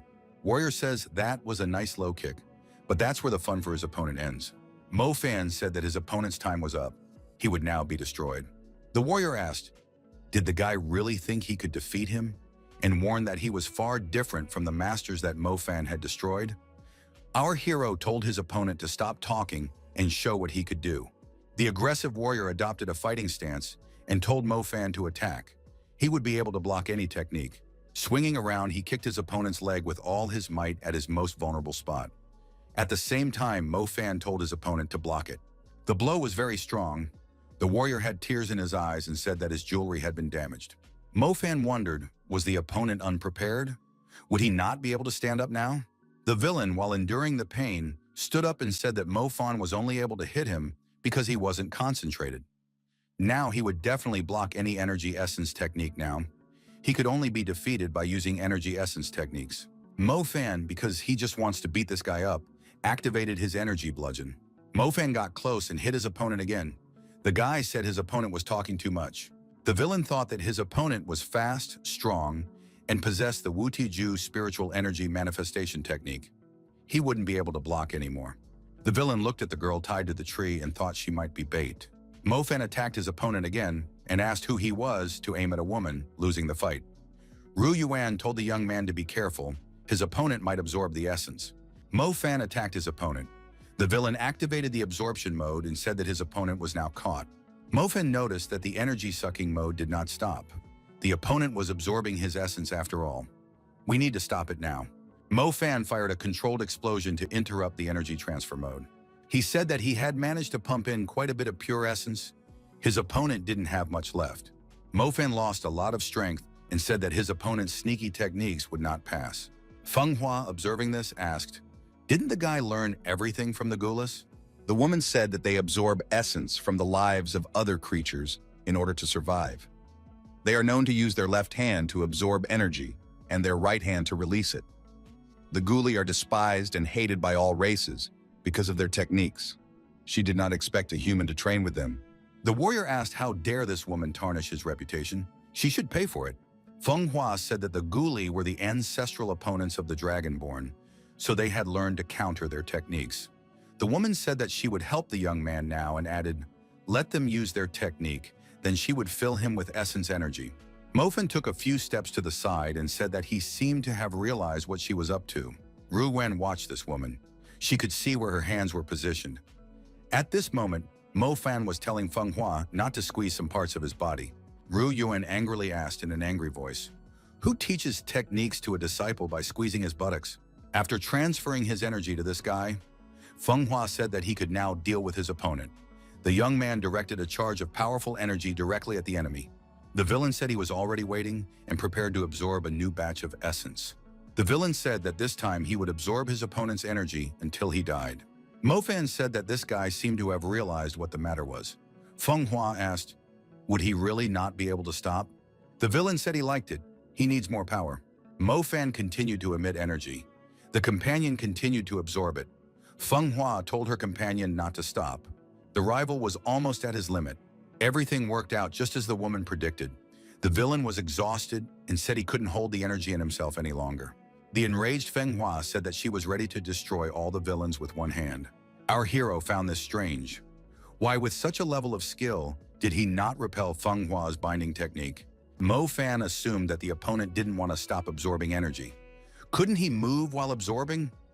Our hero understood everything and, introducing adjustments, continued his attack. Mo Fan once again directed a stream of energy at his opponent and said that he knew everything. His opponent couldn't move. The villain realized that he had been figured out and shouted that he wouldn't do it again. Mo Fan got close to the motionless opponent in the process of transferring energy and gave him a staggering kick to the jaw. The guy said that even against such a powerful technique, there was a method. Mo Fan showed his fist and said that next time he would use this fist to send his opponent to the other world. The opponent rose to his feet and said that it was illogical. Did Mo Fan really think that he could win in this way? Mo Fan said that this was how she was going to win, and added that he began to suspect that his rival had reached such heights by cheating. Others said that he still hadn't used the energy essence. With another strike, Mo Fan was unable to break through his opponent's defense and flew to the wall. Our hero didn't understand. Had his opponent covered himself with energy essence? The villain asked, was Mo Fan really scared? After all, he had covered himself with an explosive essence of energy. With every time he touched him, his opponent would receive a blast wave directly into his face. Feng Hua wondered, didn't that mean that the villain would die before slaying the opponent? Mo Fan thought that in that case, he just needed to keep his distance. In the place where the battle was taking place, there were regular explosions and energy was released abundantly. Mo Fan wondered, how did the opponent think of using such a defensive technique? Is he really that smart? The villain was very effectively deactivated. The woman asked if he was dead. Mo Fan replied that he wasn't dead yet, but he wouldn't be able to get up. Feng Hua, smiling, said that she met Ghoul right after her release. This is a good gift. Ru Yuan told this woman to stop. After all, this guy had only learned a few techniques from them. The woman didn't listen to anyone and activated the devour mode. She was really hungry. Feng Hua paused and turned around to Ru Yuan and inquired, "What was she saying?" Ru Yuan asked in horror, "Did this woman really eat his soul?" Mo Fan said, "Only so she wouldn't choke on it." Mo Fan, turning to the general, asked, "Where is Master Gu Wei? Where did he hide him?" Luo Xiaoqian said that the old man had been taken away by Zhao Mu. Mo Fan thought, is Zhao Mu really here too? Ru Yuan confirmed and said that Qing Yang was also here. They left before he came. She said that something had happened to the Demon Emperor's blade. Mo Fan thought, so they knew he was alive all this time. Mo Fan thought that he needed to become stronger. If he could take this sword, he would have a chance against them. Mo Fan asked Feng Hua if his queen would be willing to accompany him on a trip to Yu Feng sect. He was very interested in the Tushan sword. The mayor said it was a bad idea. Those people wish the young man dead. Does he really want to come to them? Suddenly, Lu Yue walked up to the city head and told him not to move. The girl, seeing this, rushed to her father. Mo Fan thought, had the guy completely fallen out of love with life? After all, he would finish him off before he could even touch the hostage's neck. He should immediately lower his blade. Lu Yue said that this is not a simple blade. All he has to do is think about it and the hostage's life will end. He's not going to give in. Lu Yue activated the flight talisman and escaped with the hostage, telling Mo Fan to come to Lunxiang Mountain if he had the courage. Mo Fan thought that the enemies must have recognized his plan. The Yu Feng sect will prepare a defense. The battle promises to be epic. Our hero barely saved the nearly shattered spiritual core of the Qiliao. It will take at least half a year to rebuild it. Mo Fan gathered his team together. He told them to keep their heads down. The Taoists won't find them here. Feng Hua looked at the guy and thought, how did he achieve such respect? These demons are like he has a leash on him. Ru Yuan said that he was just stronger than them. Feng Hua said that it was not about strength. After safely hiding his crew, our hero told the girls it was time for them to hit the road. Ru Yuan asked, what was their plan? Would they go for a frontal attack towards Mount Lunxian? Mo Fan replied that they wouldn't do that. Feng Hua said that the first item in their plan would be to find a restaurant. She is very hungry. Next, our narrative moves to the Yu Feng sect. Tushan's sword had been crackling with tension for days now. Zhao Mu said that it was because he sensed his master, the demon god. He is very sensitive to his actions. But Dishu Tian died. It must be all true sword energy. This should stop soon. The head of the Yu Feng sect, Lin Yu, said that if he hadn't personally seen the head of the demons being knocked off his head, he would have thought that he had been reborn. A messenger came to the head of the sect and said there was important news. The messenger turned out to be Lu Yue. He said that Mo Fan was very dangerous. Not only did he brutally destroy the Hall Master, but he also threatened to come to Lunxian Mountain to steal Tushan's sword. Risking his life, the messenger immediately went here and brought this news. The sect leader was surprised. Did Mo Fan really intend to come here? The messenger said that he had heard with his own ears. There could be no mistake. Ling Yu said that guy's a scoundrel. How dare he destroy his innocent servant? He added that he was ready to strangle him with his own hands. He needs the exact coordinates of this rascal's whereabouts. Zhao Mu was surprised. Was that guy really able to destroy the Hall Master? He told the sect master that he needed to be patient and take care of himself. At the hands of that guy, there were 3 masters in a row. You can't take any chances. The head of all the sects asked, is Zhao Mu saying that he has to wait for Mo Fan to knock on the door? His sect got spit in the face from the demons. He can't just sit still. Zhao Mu said that Mo Fan is very cunning. Even if they try to finish him off, he can take advantage of the fact that they left the hall. Maybe we should warn the 9 halls to keep a close eye on him. The head of the sect agreed. He said that this was what they would do. He gave Lu Yue a special task to inform all the halls and give them the order. Zhao Mu told his assistant that the halls are widely scattered. You have to report one by one. There is no margin for error. Lu Yue said that he would execute everything to the highest level. Zhao Mu turned around and walked away. His assistant thought that he was a special envoy of the sect head himself. The special envoy decided to act differently. He decided to have this news reported to Hongji Hall. Let them inform the other halls themselves. In Hongji Hall, a warrior brought a scroll and said that the villain Mo Fan had gone to Yu Feng's sect to steal Tushan's sword. Each hall is obliged to report the slightest trace of him, and it is forbidden to act alone. A message was passed from sect to sect. Mo Fan wants to steal the sword. Every hall needs to be attentive. Don't fight him, but report him at once. As it passed from mouth to mouth, the information became distorted. It ended up sounding like this. Whoever sees Mo Fan must catch him and will be rewarded with the Tushan sword. An elder of one of the sects was surprised after reading the information. Would the sect master really reward Tushan with a sword for capturing this young man? The master of the mail hall, Wuju, said that this was great and ordered all his disciples to send out to find Mo Fan. In the city of Weiyan, the clerk on duty suggests that people walking by visit their establishment. Following the first point of the plan, Mo Fan and the girls visited the restaurant. The guy and his companion were surprised at the speed of Feng Hua's food absorption. A woman set a world record for the fastest time eating food. Mo Fan remarked that the food wouldn't run anywhere, and there was no need to be in such a hurry. Feng Hua didn't let the waiter go far and kept placing a new order. The waiter told the lady that they were out of meat and offered to come back some other time. Feng Hua said that she is being mercilessly cheated. There are at least 20 chickens in the backyard. She can smell them. The waiter apologized and said it was a reserve. They are reserved for the master of the Manhwa Hall. Weiyang City belongs to the Manhwa Hall. They can't be offended. A disciple of the sect showed up at this restaurant and said that everyone should pay attention to him. He showed a portrait and said that this man was wanted. Whoever helps catch him will be rewarded. The waiter thought he'd seen this man somewhere. The administrator of the restaurant offered the disciples of the sect a rest and tea. The disciples only snapped back. The comprehension of these sect disciples attracted Feng Hua, who was appetizingly eating another portion of chicken. Ru Yuan asked her companion, "What would they do? Shouldn't it be time for them to leave?" Mo Fan replied that he wasn't full yet. The administrator motioned for the two warriors to sit down. One of the warriors put his hand on Mo Fan's shoulder and told him to get up from his seat. Mo Fan looked around and asked, "What kind of problems do these young people have?" The warrior who was looking for Mo Fan told him to get out of here immediately and added that the men wanted to talk to the beauties. Mo Fan looked indignantly at these insolent people, but he didn't say anything in response. The next moment, Mo Fan jumped up from his seat and said that he was inviting these people to sit down. The warriors laughed and said that he was a smart kid. One of them asked the girls where they were going, adding that there are a lot of bad guys around here. They can take the girls where they need to go. The two brazen men tried to court the girls in a rude manner, but the girls did not react in any way. The waiter told our hero to run away quickly before those two recognized him. Mo Fan said that now the most interesting part would begin. One of the insolent men looked at Feng Hua and said that she was in great shape. When he saw her empty plates on the table, he added that she had a great appetite. Rude said if the girl was already full, they could take a walk. Mo Fan, watching this scene, thought that Feng Hua had great stamina. He didn't think she would last this long. The rude man didn't calm down and offered Feng Hua to take a walk with him, saying that she wouldn't regret it because he could be trusted because he was a good guy and this city was under his care. Ru Yuan's patience ran out, and the rude man received a powerful punch in the face with an empty plate thrown at him. After such a powerful blow, the hapless bow fell under the table.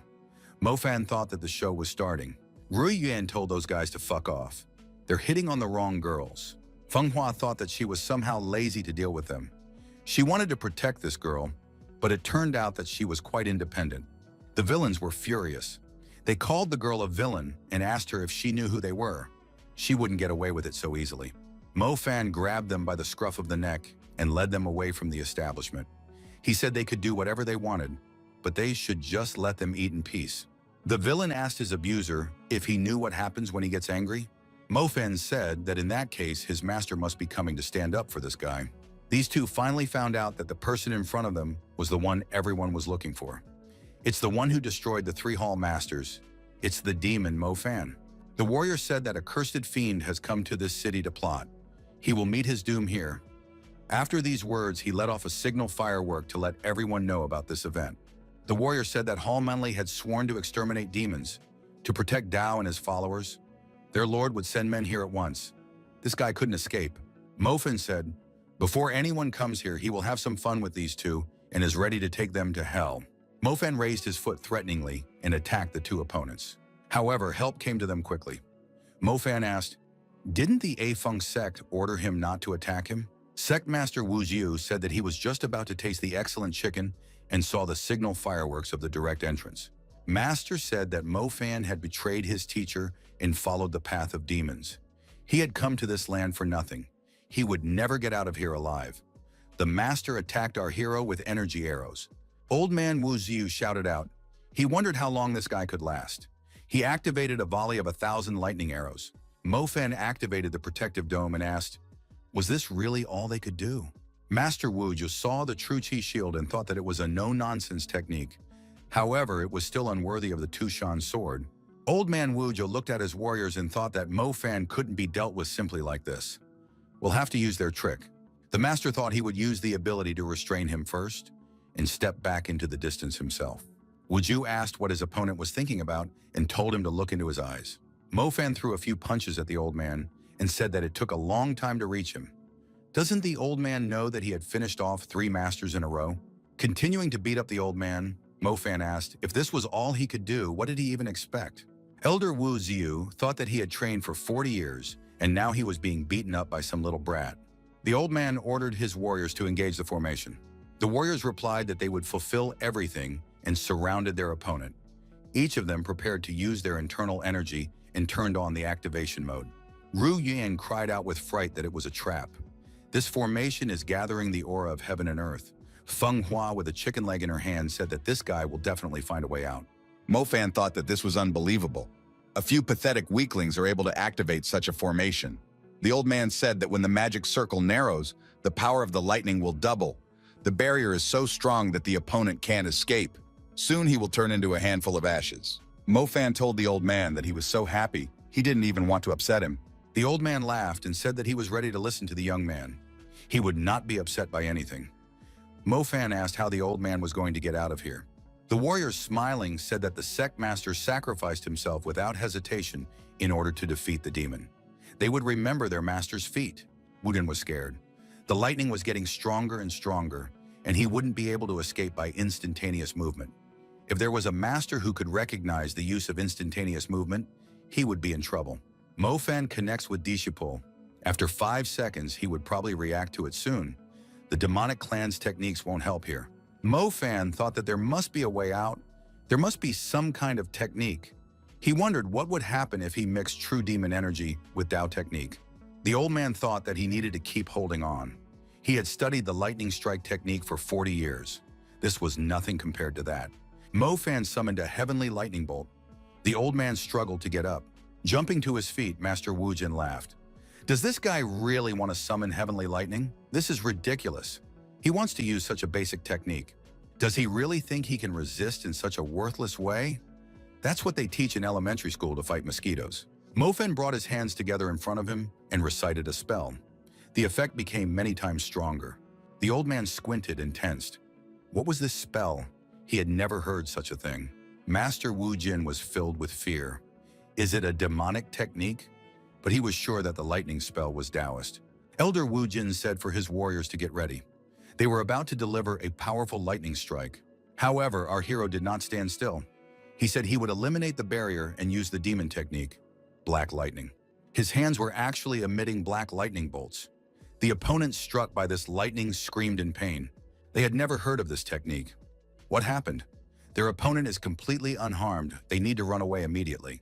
The warriors began to urge their elder to retreat immediately. They did not want to leave him, so he must follow them. The old man said that no one would run away. They must return and fight shoulder to shoulder. But the disciples said that their master was a wonderful man and they would honor him forever. And no one went back. There were 2 people left in the square, Mo Fan and Wu Jin, each with his own lightning bolt. The old man thought that until now he had been surrounded by a gathering of cowards. Could he really die? Frightened, the old man told his rival that death by his hand was an honor, but he asked for mercy. Ru Yuan was surprised. Did they really win? Feng Hua said that she had warned her that it would be fine and warned the waiter to cook her all the chickens that were in the backyard. The advance reservation is canceled. Mo Fan approached the old man and said that he knew how to adjust to circumstances. The old man thanked the young man. Mo Fan understood that the old man wanted to live, but he needed something in return. Mo Fan started asking questions. Is there a barrier by the Lunxian mountain? How do they usually pass through it? Where is the entrance located? The old man replied that the entrance is through the cloud ball path in the backyard. The old man once again thanked his rival and said that showing generosity to those who admitted their guilt was his favorite saying. Ru Yuan asked if Mo Fan expected to get to the mountain through the cloud sword path. The young man replied that he had an idea, but he wasn't sure if it would work. The girl said she had a plan too, but it could be risky.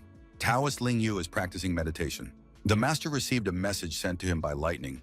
It came right through the window.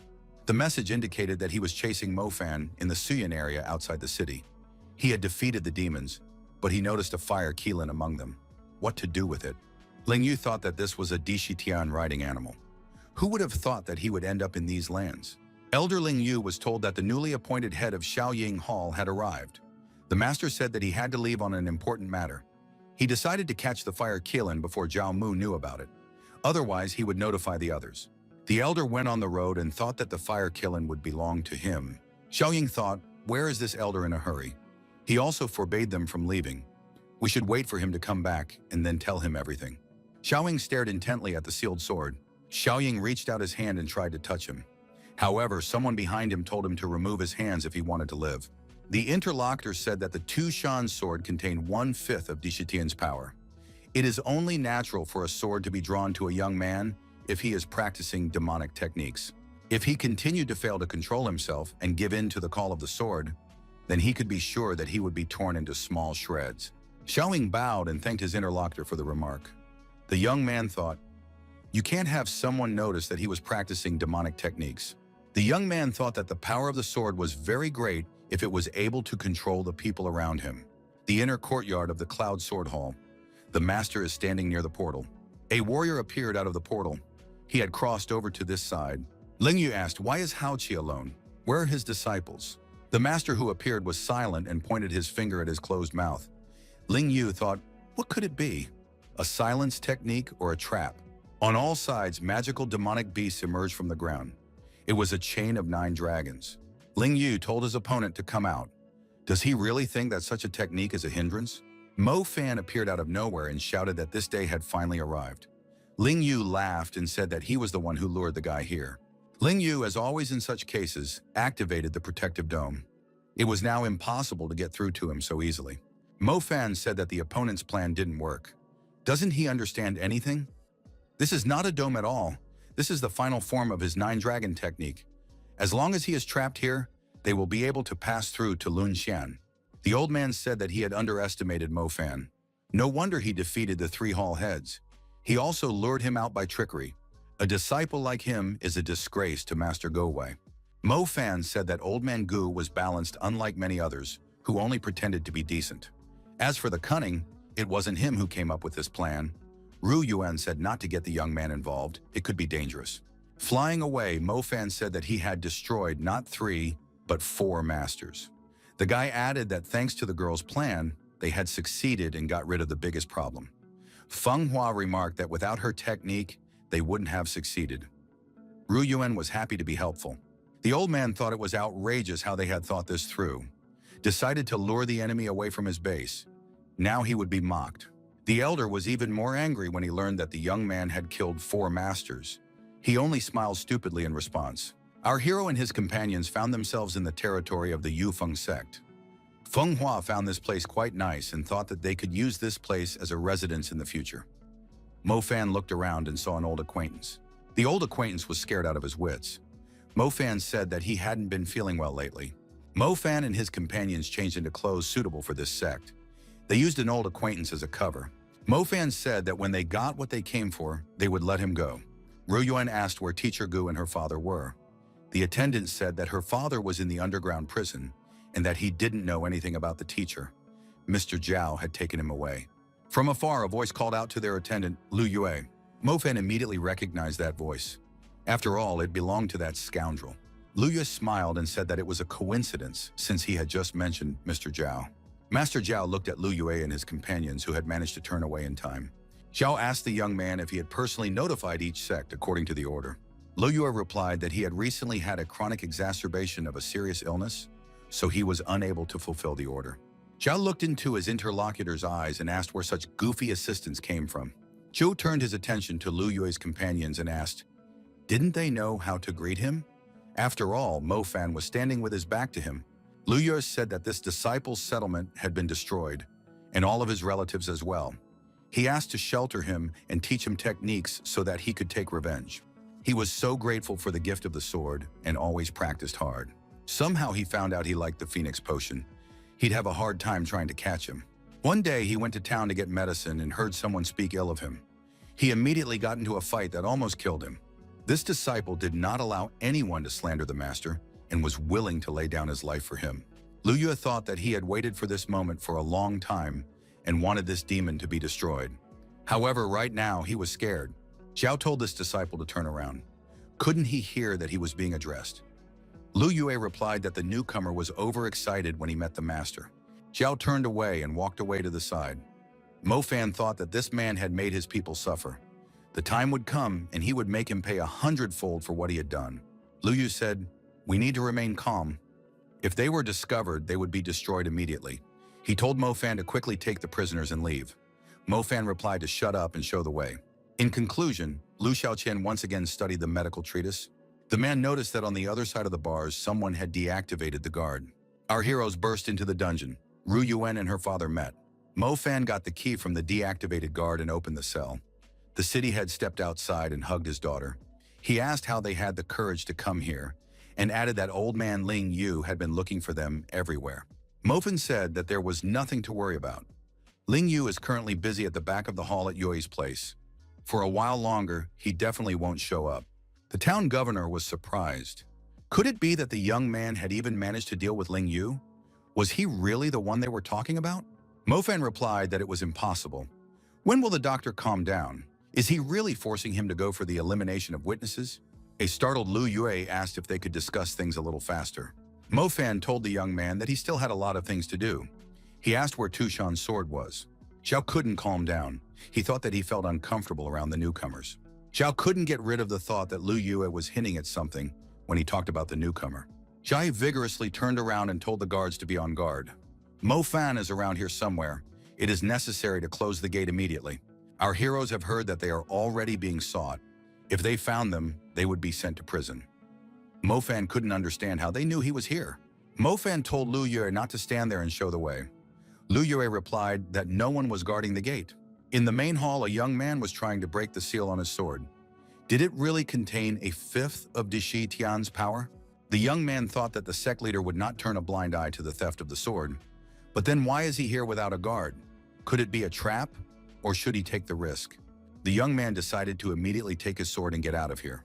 Lu Yuk told Mo Fan to deactivate it for the sake of appearances, as if he was being forced.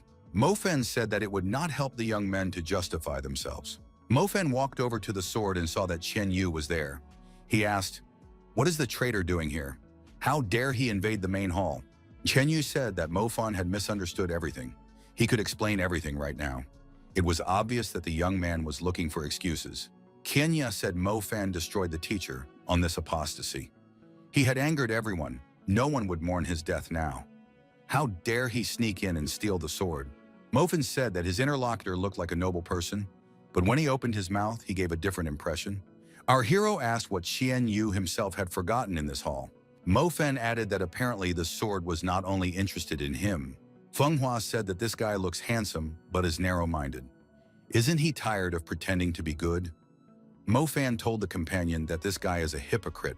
Quen Yu shouted for his opponent to shut up and directed his internal energy in the form of a sword at him. Mo Fan repelled his opponent's attack and said that this sword had turned into gas, and added that although Qian Yu was strong, his level was much higher. Chen Yu was puzzled. How did this rascal dare? He thought that he had also studied demon techniques, but why was he not as strong as his opponent? Zhenu noticed that the sword was responding to his wish. Then he wasn't here for nothing. Mo Fan knew that the sword was actually calling out to him. It must have sensed its energy. In his soul, he is still the same, and the sword recognized that. He was now confident that he could retrieve the remaining 4 demonic vessels. Qian Yu grabbed the chain that held the sword and told his opponent not to dare to underestimate him. Qian Yu touched the sword and received a severe burn on his hand and cried out in pain. Mo Fan thought that it was now clear why no sword guards had been set up. A protective field was created beforehand. Suddenly, guardian spirits appeared to protect this sword. Mo Fan asked why Qian Yu had escaped so quickly. Feng Hua said that these guardian spirits were extremely strong. With his current level, it would be difficult for the young man to deal with them. Mo Fan thought that there were 2 guards, so the chances of victory were slim. Besides, their battle would attract Zhao Mu's attention, so he could come here at any time. Mo Fan thought it wasn't easy to get here. What was the point of stopping halfway? He decided to proceed to retrieve the sword.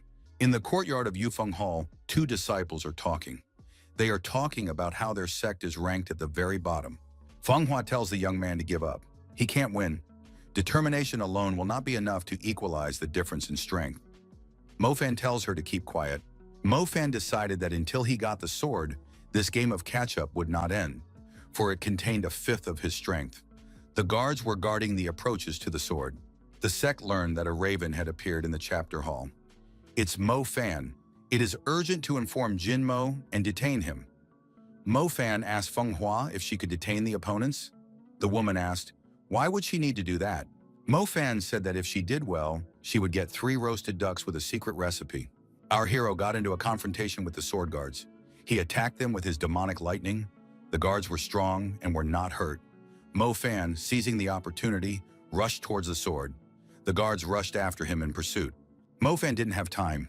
One of the guards preceded him and blocked the way with his sharp sword. Our hero bounced to the side and attacked the other guardian with an air stab. The arrow hit the opponent in the head. However, the injured guardian's head began to recover. Mo Fan thought that it wasn't fair. Guardians could regenerate. Would one really have to risk using that very technique? So we have to revive the demon within us. At the back of the hall, the master who appeared was extremely angry. Where were the sect guards looking? Why is there a spy inside? The wounded old man said for the master not to worry. Jiao Mo would personally take care of everything. The master grabbed the old man by the throat and said that it was all his fault. He must pay with his life to make amends. The master attacked the old man and began to absorb his energy, all the while harping that he was his master. The master who had done away with the old man said that his orders were always perfect. Wiping the blood from his face, he said that he would only use the dragon's sickle technique as a last resort, but he needed to break this barrier. The man added that after that, he'd be off to something more flavorful. Xian Yu tried to hide. He could hear the leadership outside cursing at those warriors who allowed the enemies to enter the chapter hall. The order came in that the chapter should be contacted and let other chapters know of the need for support. Ru Yuan saw the injured Xian Yu crouch down to rest in a secluded place from cover. The girl recognized the guy, not paying attention to his injured arm. The guy thought that the infection of the hand doesn't stop. Old man Ling Yu is a cruel person after all. What kind of inhuman technique was this? His techniques don't work. If you don't stop the infection, you could be burned alive. The guy tried using the demonic technique, hoping it would help. The father and daughter watching the young man thought that this guy was a hypocrite. He too was secretly studying demon techniques. The young man realized that he was being watched, and after wondering who was there, he directed his energy at the lurkers. Qian Yu saw who was following him and asked the girl, did she really see everything? The ambushed Ru Yuan stated that this guy has always been on the side of justice and hates evil, but he is actually a hypocrite. Unlike him, Mo Fan isn't afraid to be himself and doesn't go against his principles. Qian Yu said that the girl didn't understand him. She had lived in luxury since childhood. He paid a big price to be where he is now. In this world, power decides everything. The young man told them to leave. In her eyes, he is no longer the same. The boy added that he would have mercy on them today and asked that they not stop thinking of him as before, or if they could, as a friend. The girl asked if he thought they were still friends. Qian Yu struggled with his demonic beginning. The demon inside him didn't want to let the girl go. After all, she might tell others that he was learning demonic techniques. He would have no place among the 5 sects. Qian Yu thought that only he could take care of himself and rushed towards the girl. Mo Fan thought that the outcome of the battle was the most important thing. He is not afraid that everyone will find out who he really is. Our hero prepared to repel the guard's attack. Mo Fan thought that if he lost, he would admit his defeat. If he won, he would get what he deserved. Mo Fan raised his hands up and activated the heavenly lightning. Feng Hua angrily asked, was he really thinking of sending everyone to the other world? Countless lightning bolts rained down on the ground. The guy thought that if it didn't work, he had lost. Mo Fan tensed up with all his might and thought that he couldn't die here. After all, he is Di Shitian. Lo Shouqian brought Chen Yuan to him and told him not to even think of hurting his daughter. He told Ru Yuan to use the technique he taught her. Ru Yuan put her hand forward to use the technique and said that Chen Yu was a real monster. And her father left the place through the hole in the wall. Chen Yu stayed inside and lamented that he was having trouble seeing. The man said that they might be discovered. They should look for Mo Fan as soon as possible. Chen Yu cried with bloodshot eyes and said that this girl would still regret it. The father and daughter asked Feng Hua where Mofen had gone. The woman replied that he had used lightning strikes to defeat the two spirits and did not know if he was still alive. Everyone saw that our hero had struck himself with lightning. This is madness. Does he really think he's immortalized himself? Mofen appeared with a sword in his hands and shouted for everyone to disperse to the sides. The young man was blazing with flames. Feng Hua said that guy had changed. What kind of appearance has he taken? It's just a horror. Ru Yuan was very happy that the guy was alive. Her father realized who was in front of them. Qian Yu said that it couldn't be. After all, he had seen him die. How did he do that? Mofen said the sword also recognized him. It had finally regained its former power. Mofen swung his sword and said that now everyone would see the power of this weapon. The guards were still trying to attack him. Feng Hua thought that this guy defeated opponents with a single blow. His strength is terrifying. But how does he manage to use his sword so skillfully? Suddenly, an elder appeared out of nowhere and angrily asked how this rascal dared to touch his weapon. He must hand it over immediately. The opponents used a technique called Dragon Sickle. Qian Yu thought, did he really want to flatten the whole place? The old man angrily asked how the guy was able to control the power of the sword. Who is he? Mofen asked the evil old man what he himself thought who was in front of him. The elder said it was impossible. He can't be Di Shitian because he's been dead for a long time. The elder looked around and saw that the heads of the other sects had arrived to support him. Each of them made their presence known. They were responding to the call and would help protect their foundations by eradicating the demon. The elder laughed and said, "That's great. Now they would see who dared to invade his domain." The old man thought that he was sure to win. Jin Mo thought that fortunately, the demonic techniques had healed the wound. If he had been away for a few days, the head would have noticed. Xiaomu asked what he was doing here. Jin Mo replied that as the head of the Xiaoying Hall, he wanted to help in the battle. Xiaomu said, "There is no point in rashly going to your doom. We should first see what was going on there." The elder said that Mo Fan is a fool. All the heads of the halls are here. He only has one last word before his death. Mo Fan replied that it was fine. He would behead each of them one by one, and not only them. He also needs to destroy the 5 sects. In the meantime, the old man should prepare to sacrifice his famous sect. One of the helpers who arrived asked the elder to single-handedly deal with this guy. The elder said that caution must be exercised. The best tactic is to join forces. Someone present said that unfortunately they had used up all their energy and would be incapacitated for the next year. Therefore, it would not be possible to use their construction for the light spell. The elder wondered if they didn't understand. If they didn't win today, the demons would go back to their old ways. Then everything they'd created would be meaningless. The masters present said that in that case, they would continue the fight and took their places for a coordinated strike. Mo Fan watched his opponents and asked, did they really think that he would let them complete the formation? The young man decided to be proactive, because he knew where to expect an attack from. To the one who wished to act alone, our hero said that it could not be thought of better. After all, he had long been waiting for an opportunity to destroy him himself. The enemy's attack was unsuccessful for our hero. Mo Fan received a strong blow to his chest and was forced to fall to his knees. Leaning on his sword, he began to cough up blood. One of the attackers said it was a great opportunity to grab him. The elder said that we should be careful. This guy is sneaky and can fake it. We should continue to focus on the formation. Dr. Luo Xiaotian said that the power of the sword was very strong. The young man absorbed it too sharply. Now almost all the arteries are damaged. Mo Fan replied that he couldn't lose here. Feng Hua asked, was there no other way out? The doctor said that he could temporarily cure the young man with acupuncture. It would give him an extra 2 hours. But right now he was badly injured and couldn't help. Feng Hua asked if he could teach her how to do it, or if she could transfer some of her energy to him. The doctor said that acupuncture requires skill. Without experience, it won't work. The elder with the sect heads told his opponent that the heavens had missed him. Heaven's order could not be disobeyed. Mo Fan said he's getting excited early. There's enough strength to get even with him. The doctor said no way. At this rate, the guy would just fry. Mo Fan thought, do I have to give up? But would the demons be able to regain their greatness then? Ru Yun said that she used to train by repeating after her father. She has experience as a healer and knows how to use energy. She was also taught how to do mouth-to-mouth CPR. She is willing to try it. The old man told his daughter to slowly inject her energy through needles into the 8 main acupuncture points. Through these points, one should direct one's energy through the circle of internal chi energy. The doctor thought that although his daughter was not trained in a specialty, Her level of knowledge was higher than that of an ordinary person. She is his worthy follower. The elder thought that he had fallen for his opponent's trick last time, but now no matter how he pretended, he would not repeat his mistakes. The elder said that the preparations were complete. Feng Hua excitedly said that if Ruiyuan Guy didn't cure Ruiyuan, they would all die. The doctor remarked that now would be the most important moment. One of the attackers said for everyone to get ready to strike and destroy this demon. The attackers went on the attack and used Yu Fei's 10,000 June technique. It seemed that defeat could not be avoided. Feng Hua said as she finished her treatment, and immediately activated the protective dome. The woman said they were a little late.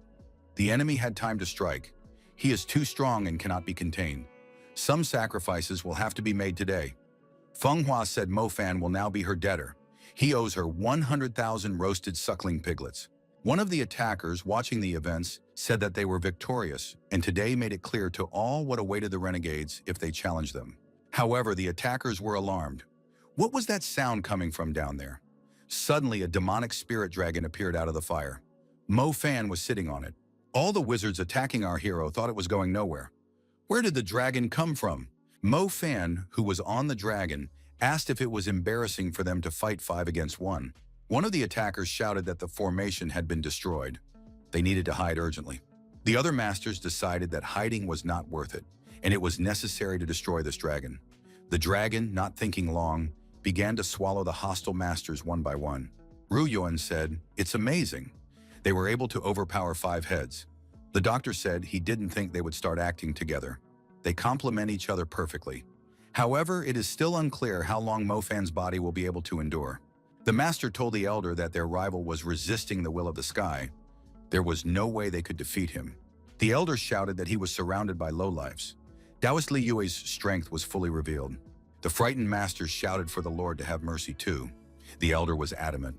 Xiaomu told the young man that if he hadn't stopped him, the same fate would have awaited him. Mo Fan stated that just now, his interlocutor had fought so courageously, and now he had gotten to this point. Was he really scared? The elder asked why his rival should live if he was useless.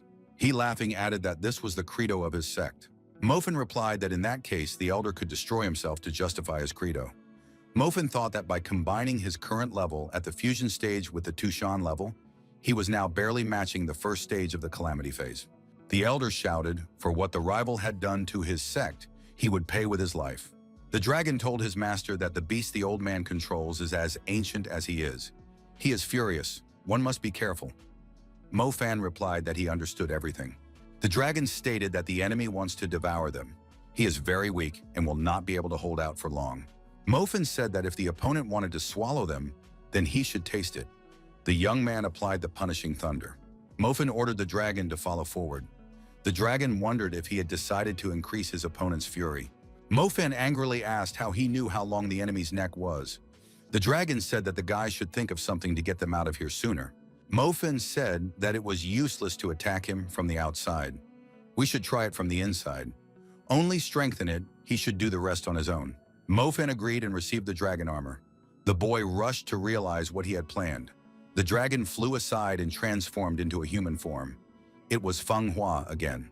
The woman said that this was the last straw of her strength. Our hero asked, did his opponent really want to swallow him? He agreed and said, let's see what happens. Mo Fan snapped at the old man. He wondered what else Li Yue was up to, and it was unclear how long Feng Hua's armor would last. Li Yue said that this guy was not a bad guy. He was able to reach him unharmed. Mo Fan shouted to his opponent that the debt of blood was covered with blood. Mo Fan struck the old man with his demonic sword. However, the old man blocked this attack. Elder Li Yue said that the opponent was able to overcome his dragon barrier, but that was the end of his luck. However, our hero performed a unique technique that was characteristic of only one creature. Li Yue realized that this jerk was a Dishi Tian technique. Could it really be him? The opponent confirmed that this is exactly the case. He is Dishi Tian.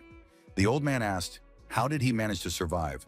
No wonder it was impossible to create a demonic elixir from his remains. The sword sensed its master.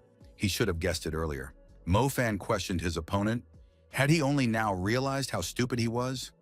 It had been a long time since his sword had tasted the blood of his enemies.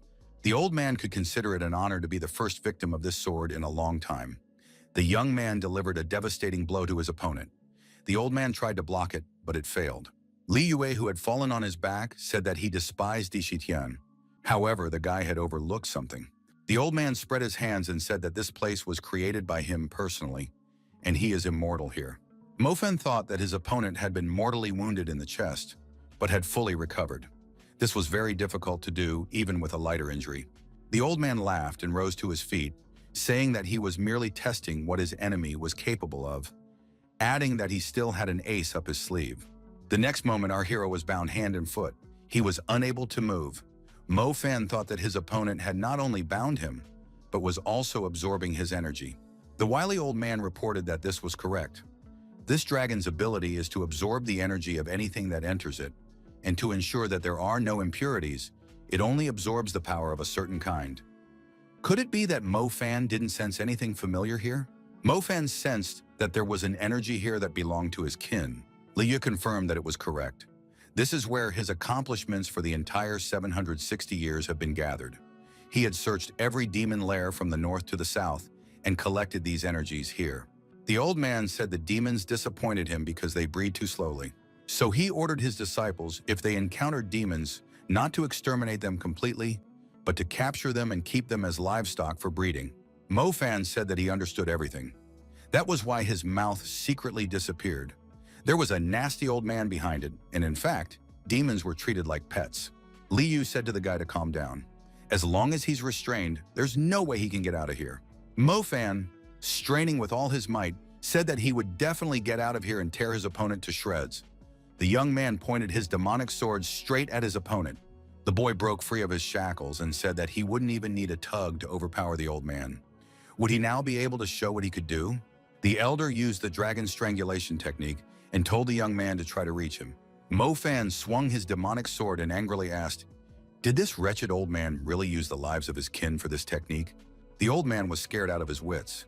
Why didn't Mo Fan dodge and continue to dash forward? The old man called Mo Fan a fool. After all, he had warned that he was invincible here. Even if it's cut in half, it can still recover. Mo Fan said that if the old man was immortal, he would make him feel all the torment he brought to his people. Over and over again, double in size. Mo Fan continued to chase the unfortunate old man from one place to another, hitting him with his sword and driving him around like a hockey stick. Even if the old man's body recovers, his mental strength is depleted. The old man thought he had only one option left to save himself: use compression. Our hero noticed that the space began to shrink. The old man realized that his opponent was still able to move. Liu said that the young man recovered his sword and had to go to extreme measures. Di Shitian is indeed very strong, but his demise is near. The elder added that his opponent's energy would soon be completely absorbed. Mo Fan asked if the old man knew that this demonic sword was made of sacred heavenly gold. In addition to its indestructibility, it also has the effect of storing energy. That's why he has the nickname Unrestrained Sword. Mo Fan thanked his opponent for bringing back the energy of his people, and now he won't stand on ceremony. An endless amount of lightning bolts rained down on Elder Li Yue. The old man shouted that he was losing his strength. There was an uncontrollable explosion. The young man lost his balance and fell to the ground. The barrier was shattered and the explosion caused him to let the sword out of his hands. The sword had absorbed a lot of energy, but under no circumstances could it be used as the arteries were damaged again. Elder Li Yue pounced on the lying guy and started kicking him in the head. He said that this rascal had destroyed what he had so carefully created for hundreds of years. Mo Fan said that these were the lives of his kin, and the old man didn't deserve them. The old man said that Mo Fan would pay for it. He wouldn't let him go so easily this time. Ru Yuan shouted in fright. The old man ordered her to stay out of the way and threw her back with his hand. Mo Fan shouted for the girl to be careful. The girl lost her balance, flew backwards, and fell on her back. She immediately jumped to her feet. Ru Yuan thought that the old man was injured. He couldn't destroy her, apparently because he didn't have much strength left. The old man kept beating his rival and saying that no one dared to cross him. This boy's life is in his hands. Our hero said, "It all depends.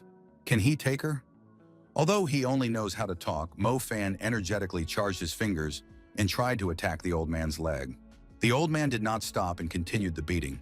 He shouted that he would make the young man suffer for what he had done to the dragon sickle. If he wanted to die quickly, he should beg him.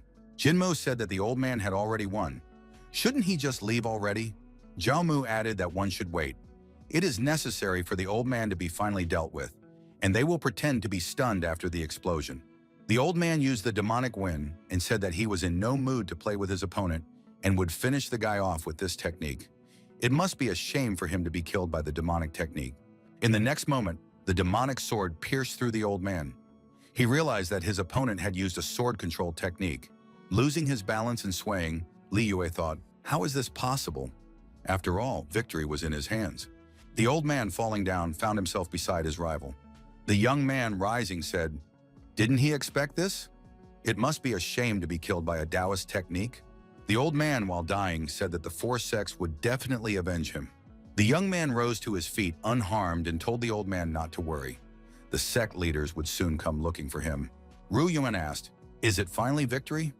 She had been on pins and needles for a long time. Her father said that Li Yue had crumbled into ashes. This is an unconditional victory. Mo Fan is amazing. The girl threw herself on her idol's chest and said that he had defeated one of the 5 sect heads. Ru Yuan apologized and stepped aside. She said that she had been worried for a long time. She would treat the guy now. Mo Fan replied that there was no need for that. The effects of the acupuncture had just ended. He could no longer feel the torn muscles and arteries. Jinmo thought that this was his chance. The opponent had no strength left at all. He would now get closer and avenge the sect head Yufeng. The guy shouted that he was about to destroy Mo Fan, and from that, he would become a level higher. Following Jinmo, the sect disciples moved and shouted that they were about to destroy the demon. Ru Yuan said that as long as she was alive, no one would touch this guy. The girl decided to put up a dignified resistance. Jinmo asked, is she still unwilling to admit her mistake? If she is stubborn and wishes to be among those rascals, he will have nothing left but to forget everything that bound them together. Mo Fan asked his sword, could he stop pretending to be dead already? Did he really need to be called out to shift? Sword said he hid so he wouldn't be found. Sword didn't want to be considered alive. Jinmo was surprised. Can a sword really talk? This is some kind of magic.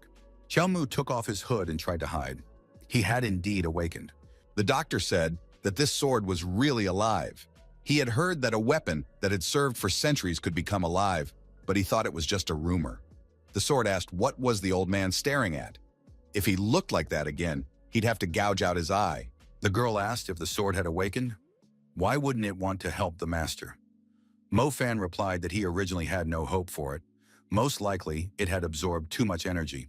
The sword said that he was counting on Mo Fan dying to be in Li Yue's hands again, and the trickster decided to use him for a dirty trick. He has no conscience. Jinmo urged his companions to remain calm. This is all a hoax. The demon must be destroyed. He must be faking it. Ru Yuan asked what should they do. Mo Fan told the exemplary one to do what he had to do and not force him to be angry. The sword did its job and attacked the opponents. Afterward, he told the young man that he had saved his life. Why didn't the man thank him by kneeling down? Mo Fan replied that if the sword misbehaved again, he would get hit on the head. The girl and her father said that the destructive power of the sword was amazing. After its attack, a huge funnel formed in front of them. Ru Yuan said that it is necessary to look into that pit. She thinks that Feng Hua has fallen and is lying there somewhere. Ru Yuan asked his father if he felt better. The old man said that he felt much better. Mo Fan said that Feng Hua must be in that pit. Everyone saw that this woman had gotten younger. Why is she so small? Mo Fan went down into the pit and took the girl in his arms. He told her to wake up. He felt something with strong energy approaching them. We have to leave. Mo Fan said that the opponent's backup came too quickly. They had not found Master Gu Wei yet. All 4 of us climbed onto the magic sword and tried to carry our heroes to safety. A young man sitting under a tree in the forest watching the flight said that the show looked dynamic. Judging from the direction, they went to treat their wounds to the Jiu Yugi spring. A man appeared and said he was the sect leader of the Shangda sect. He came to the rescue at the call of his heart. Another master said that Mentor Bai, the head of the Yufeng sect, had called them for help. They arrived as soon as they could. What happened here? Why was there only ruins left? Could it be the work of a demon? We need to find Li Yue immediately. The apple guy sitting under the tree said, Elder Li Yue has already died. The sect master who arrived said, no matter who their enemy is, it's likely that Li Yue has been seriously injured. We need to catch up with the enemy immediately. He asked the mentor if he knew where the enemies were headed. The deputy sect head of the Shingda sect, Wairu, said he, like his colleagues, had arrived here not long ago. After flying non-stop on the demonic sword, Mo Fan was unconscious for a while. After he woke up, his brain was not thinking clearly. The guy jumped to his feet and tossed the Fenghua lying beside him into the nearby reservoir. Mofan wondered where the enemies were. In response, our hero heard his sword laughing. The guy didn't even recognize Fenghua. He had been here for 3 days and 3 nights. Mofan thought that this was a bad thing. He had been unconscious for a long time and could have died. Fenghua climbed out of the water and said that this man was the worst kind of person. Why did he choose to drown her? Was this really his way of repaying a good deed? Mofan closed his eyes and said that he was wrong. The woman screamed that she shouldn't have messed with this guy. Mofan told his companion that she shrinks every time after turning into a dragon. Is there anything he can do to help her return to her former state? Fenghua replied that transforming into a dragon uses up her energy, so she turns into a child. If the guy doesn't treat her negligently, then when her energy is restored, she will destroy him. Instead of talking a lot, he'd rather check on Ru Yuan and her father. The old man is very unwell. Mofan walked up to the girl and asked what happened. She was glad that the guy had finally woken up and asked him to save her father. Mofan said that the demonic energy had already corroded the old man's entire body. Who injured him? The girl replied that it was Yun Qing. They met by chance when he healed his wounds with the demonic technique. He wanted to destroy the witnesses. Mofan realized that that villain had decided to go for extreme cruelty. The old man can't be helped now. His pulse is getting weaker. Ruya Yuan said that Mofan knows demonic techniques, so he can save her father. The old man said he doesn't need to. He understands the point. After all, he's a doctor. It's not even worth trying. The old man took a book out of his pocket and said that he had nothing to leave to his daughter. This book contains his knowledge of healing accumulated throughout his life. He hoped it would be useful to her. The old man continued that although he didn't train her, the girl was able to cure Mofan. Obviously, she has the ability. She should continue to study. The old man said that he had one request for Mofan. Mofan thought that this doctor had once helped his people, and now he was in debt. The guy said that he would definitely fulfill any request. A man stated that he could no longer be a support for his daughter. Could the young man take care of her in the future? The boy promised to do his best to protect her. Wasting his strength, the old man said that he had one more question. He wondered if Mofan was the one. Mofan replied that he was indeed a demon Dishitian. Due to an unfortunate set of circumstances, he was reborn in this body and had to hide it, for which he apologized. The old man breathed a sigh of relief. That meant he wasn't crazy yet. He was right. Ruyuan cried. Her father closed his eyes and didn't move again. Mofan felt that someone was approaching very quickly. Could it really be the pursuers? Fenghua turned into a little girl and said that she immediately realized who this guy was. Sword noticed that not only had she herself shrunk, but her character had also become childlike. Fenghua got angry and turned to the sword. The sword asked, "Does she really want to destroy it?" Fenghua said, "Who would have thought that an ugly monster like him would end up here?" Fenghua climbed onto her sword and attacked the enemy that had snuck up. She sent her negatively charged energy to him and said that she could still smell his stench even from a distance. After that, Fenghua rushed towards the villain and engaged in battle with him. After the resulting explosion, the stranger flew far back. Fenghua said that he can't even hide. He only knows how to eat carrion. All he has left in his head are worms. The monster got to his feet and, holding onto his wounded arm, began to growl. The monster opened its jaws and a jet of green poisonous liquid came out, which it directed at its opponent. The sword told her not to stand like a pillar and dodge. Mofan, who suddenly appeared, grabbed the girl in his arms and ran away with her to the side. A puddle of green liquid was left at the site of the attack. Ru Yuan said that this liquid is toxic. It even eats away at the ground. Mofan asked the girl why she couldn't hide. Fenghua replied that just because she was small, it didn't mean she needed his protection. Sword said that her own reaction time was bad, her energy was at 0, so she could keep quiet. Fenghua told them both to keep quiet or they would both go to the cesspool. Fenghua said that once the dead invaded her land, hundreds died, they were just eaten. Therefore, she hates them and will not be able to forgive them. She swore long ago that if she saw a dead person, she would not be ceremonious. Mofan thought that now he understood why she didn't like them. Her ancestors were eaten after all. Dead people only eat carrion. This was their unfortunate fate. The girl continued to energetically attack the monster. Mofan asked why she was doing this since she wasn't even aiming. The monster ran from bush to bush, hiding and avoiding attacks. Fenghua said that she was experiencing the same feeling. Blood everywhere, even her heart felt better. The monster looked out from behind a bush and shouted that his kin had insulted her ancestors. He was sorry, but he never left this forest and never harmed anyone. So he asked for mercy. Mofan was surprised that monsters could talk, because he thought they were wild beasts. Feng Hua said that she couldn't be fooled. Ru Yuan assumed that this monster was guarding something. Mofan asked why she thought so. The monster turned out to be a woman. She said these men might destroy her to avenge her ancestors. But the child in her arms was innocent. Her village was suddenly attacked by the men. Only the two of them managed to escape. The child was badly wounded. He needs to heal. Ru Yuan said that the monster wasn't trying to escape, but was protecting the child. Does Feng Hua still want to destroy her? Feng Hua said that she did not care about the fate of the widow and the baby. Let her go wherever she wants. The monster thanked and ran away. Mofan said that the girl was very delicate. Another person would be frightened out of his mind if he saw a dead person. She wasn't scared at all. Ru Yuan said that everything was fine and added that she was going to bury her father. Mofan hadn't noticed that the girl was like this before. She seemed to be angry. The guy didn't know how to behave with the girl. Ru Yuan buried her father and set up a tombstone with an inscription. Mofan walked up to the girl and said that he was sorry. It is inherent for people to die. Sooner or later, the result is the same.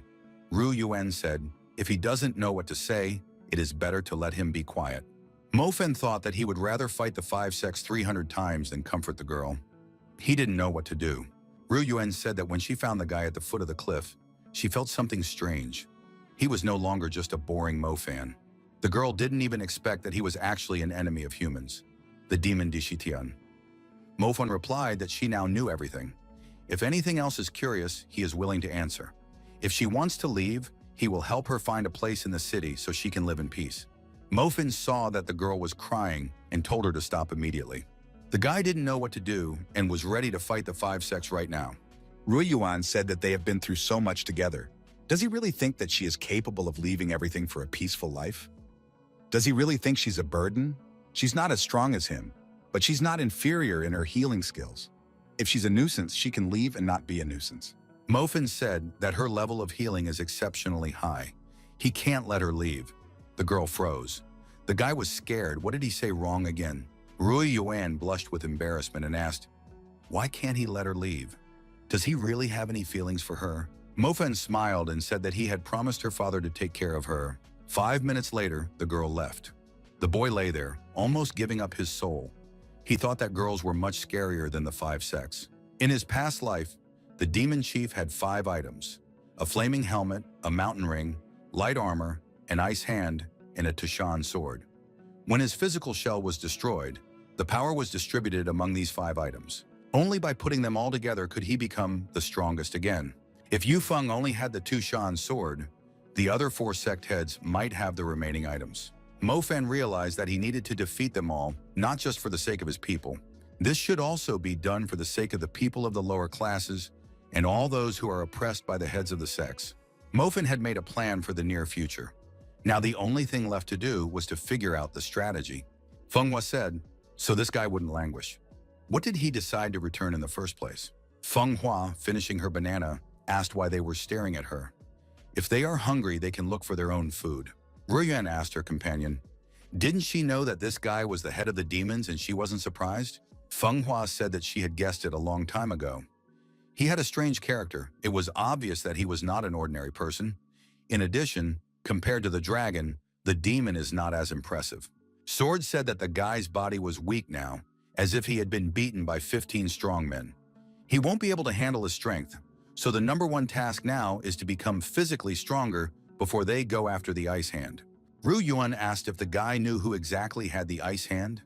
Mofan replied that the first thing to do is to get the information. However, this is only known to high-ranking people. Where in this wild, mountainous region would he find such a person? The monster appeared and said that the land of Juhuafen City belonged to the Guiyuan sect. Mofan said that when he was still a demon, these lands were within his sphere of influence. No one dared to enter this forest, no matter how brave they were. Our heroes heard a voice from far away. Someone was saying that he had found an unpunished criminal. The monster asked, why is she being treated so cruelly? Why not let her go? After all, it's the only chance for salvation. Commander-in-Chief Chao, the son of the chief of Juhuafen City, said that these monsters have ugly eyes. The other foul beasts in the mountains also think they are unhealthy, so it is a collective decision that he will fulfill without stopping in front of any difficulties. A monster with a baby in her arms tried to break free of the cordon and ran away to the side. Commander-in-Chief Chao ordered his subordinates to apprehend the monster. The subordinate used the Raging Flame technique and attacked the monster and tried to hold it back. Mo Fan, watching from afar, thought, "Can this monster handle it alone?" Feng Hua, finishing her banana, said that it was an extraordinary place in such a backwater. Commander-in-Chief Chao turned to our heroes and asked where this family was from and what they were doing here. Mo Fan, smiling, said that they came here to have a barbecue and called Feng Hua his niece. Commander-in-Chief Chao looked at Ru Yuan and thought that she had the right figure. The man turned to his subordinates and said that he would not turn down a young married girl. The Commander-in-Chief has ordered this family to be brought to him. They are surely not good people and are up to no good. It is his duty as a junior town chief to protect these lands and the inhabitants. He will personally interrogate these prisoners later. Mo Fan turned to Feng Hua and asked if she wanted to be an official's child. The girl replied that if they continued to mock her appearance, she would make their lives hell. The Commander-in-Chief asked his subordinate why he didn't stop the monster with the child and let it escape. The subordinate replied that he was afraid of accidentally hurting the monster. Mr. Chao said that he understood everything, but this distance was not a hindrance to him. He took out a bow and arrow and prepared to shoot. The monster shrieked. The arrow hit the woman in the leg. She fell and could not run any further. Commander-in-Chief Chao laughed and said that it was amazing. He hit right on target. The subordinates said their boss was a genius marksman. The woman was still trying to evade the pursuit. She could barely crawl. The Commander-in-Chief shouted that no one would help her now. Ruya Yuan said that these rascals are catching monsters for fun. She can't just stand by and watch. Mo Fan said for her to take her time. First, it's better for her to tell what she knows about the Gui Yuan sect. How is this Commander-in-Chief related to the sect? Ru Yuan said that the territory of the Yuan sect is small, but the land of the Dragon Veins mountain range has fallen into its sphere of influence. It is a sacred place that is full of supernatural powers. In addition to humans, various mystical creatures live there. There are 3 important cities in the sect's territory. Mo Fan assumed that Commander-in-Chief Chao didn't know much. Besides, the number of monsters in this region is not decreasing. They could be lured to his side. The monster woman continued to scream in pain and crawl away. The baby in her arms was crying. Commander-in-Chief Chao said it was too noisy. How can one enjoy shooting under such conditions? The next arrow flew at the child. However, with a quick hand, Mo Fan intercepted this arrow. Mr. Chao was indignant. Mo Fan, tossing the arrow aside, told the Commander-in-Chief that the 2 monsters were under his protection. The outraged gunman asked what the man thought he was doing and shouted that he was going to finish him off. The warriors at the command of the commander who attacked our hero were instantly decapitated by him. Mr. Chao shouted, "Who dares to touch his men?" He added that he was about to give a lesson and those insolent people would know who they were messing with. Mo Fan didn't even want to use his sword. He said that he could handle such warriors with 2 fingers. He didn't even need to exert himself. The warriors under Commander-in-Chief Chao's orders attacking Mo Fan were deactivated and destroyed by him. They scattered in different directions. The Commander-in-Chief asked in awe, "What is it?" Sword Tishan told Commander-in-Chief Wu Chao that he had seen nothing in his life yet and was a pitiful sight. Mr. Chao was surprised to see a talking sword in front of him. The sword, speeding up, tried to attack Mr. Chao. He said that he was about to shred this man. However, Commander-in-Chief Chao was able to repel the sword attack, and his opponent activated a protective barrier. The assistant commander-in-chief who created the protective barrier told his master not to worry. This sword won't be able to break through the barrier. Sword Tai Shan wondered, why couldn't he break this barrier? Maybe it was because he didn't attack at full strength. Mo Fan told the sword that it had used up all the energy that master was going to use. "What to do now?" he asked. The sword replied that the young man's body wouldn't be able to withstand such a load anyway. Mo Fan told the sword that if he did that again, he would have to seal it, and then we wouldn't have to listen to his grumbling from morning to night. Mo Fan got closer to his opponent. Commander-in-Chief Chao said that his father is the city chief and the founder of the Gui Yuan sect. Therefore, he must not be touched even with a finger. Mo Fan didn't agree with his opponent's arguments and punched him in the jaw. The guy said he had touched him. Tied to a tree, Mr. Chao began to tell the truth. He said that the Gui Yuan sect has an ice hand. His father had talked about it. It is located in a deep gorge. Otherwise, his father would not have paid so much attention to the safety of the Juhua Feng Stone Core. The 3 cities are connected by a mountain chain, and in the center of each is a stone core where spiritual energy is collected. It travels along the mountain chain to the sect gate, the Deep Gorge. Other than Father, no one is capable of destroying all 3 stone cores. If they are destroyed, it will lose its spiritual power and open automatically. Mr. Chow said that the secret passage to the stone core is known only to his father. He won't tell without a fight. Besides the town chief, there is one other person who knows about the secret passageway. This man is an elder of the sect. He is now on death row in the city. He will be sentenced to death in 3 days. There has been an emergency in the Shenda sect. Someone is approaching the main hall. It is necessary to protect the chapter. The one who was approaching the main hall punched a hole in the roof and went straight into the main hall. There was no way to avoid the collision. In the inner hall, the sect head asked the deputy Bai how much his skills had improved. For this time, he had been practicing for more than half a year. Everyone realized that Deputy Bai was the one who was approaching the main hall. Deputy Bai said that his skills had improved greatly. The sect head released his spiritual beast and said he wanted proof from the Deputy Bai. The spirit beast transformed into a huge monkey that was at the peak of strength. The monkey stood over Mr. Bai and roared loudly. The warriors who saw this said that the sect leader had put a monkey on his deputy.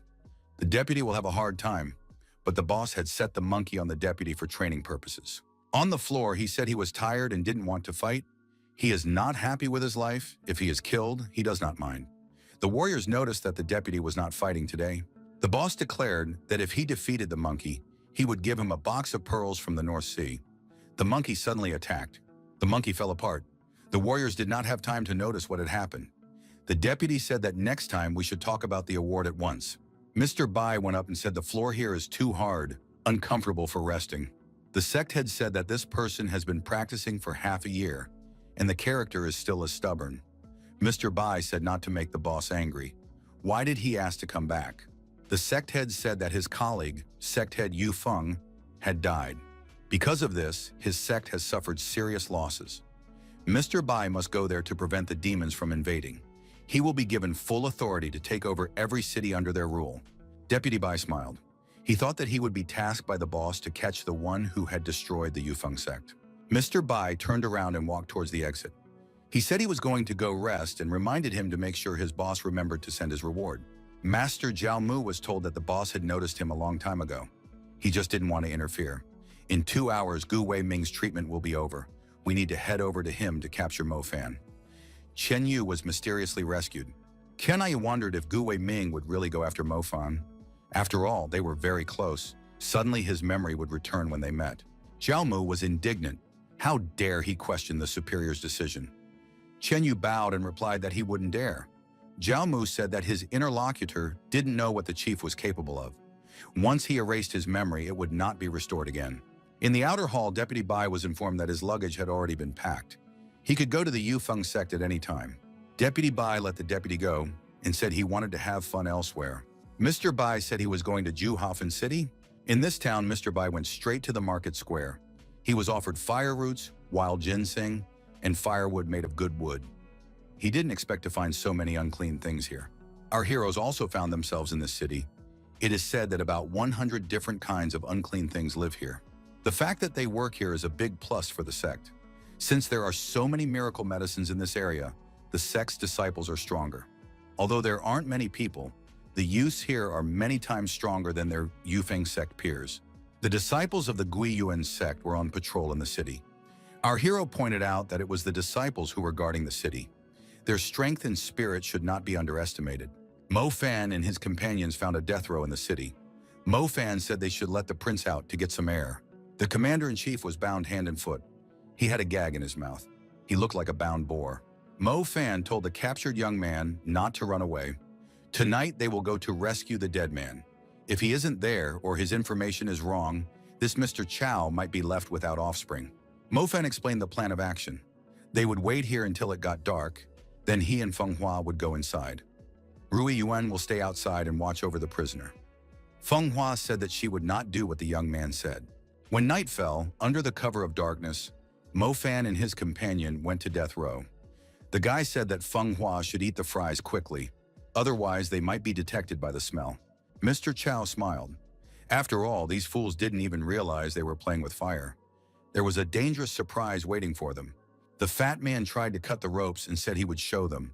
They would realize what it was like to be in a torturous position. 2 guards guarded the entrance to death row. This was no barrier for Mo Fan, and he found himself inside the prison with his companion after a short while. There were some arrested civilians in the jail. Mo Fan thought that Mr. Chow had lied to them. Where are the dead people located? Feng Hua suggested that they might be downstairs.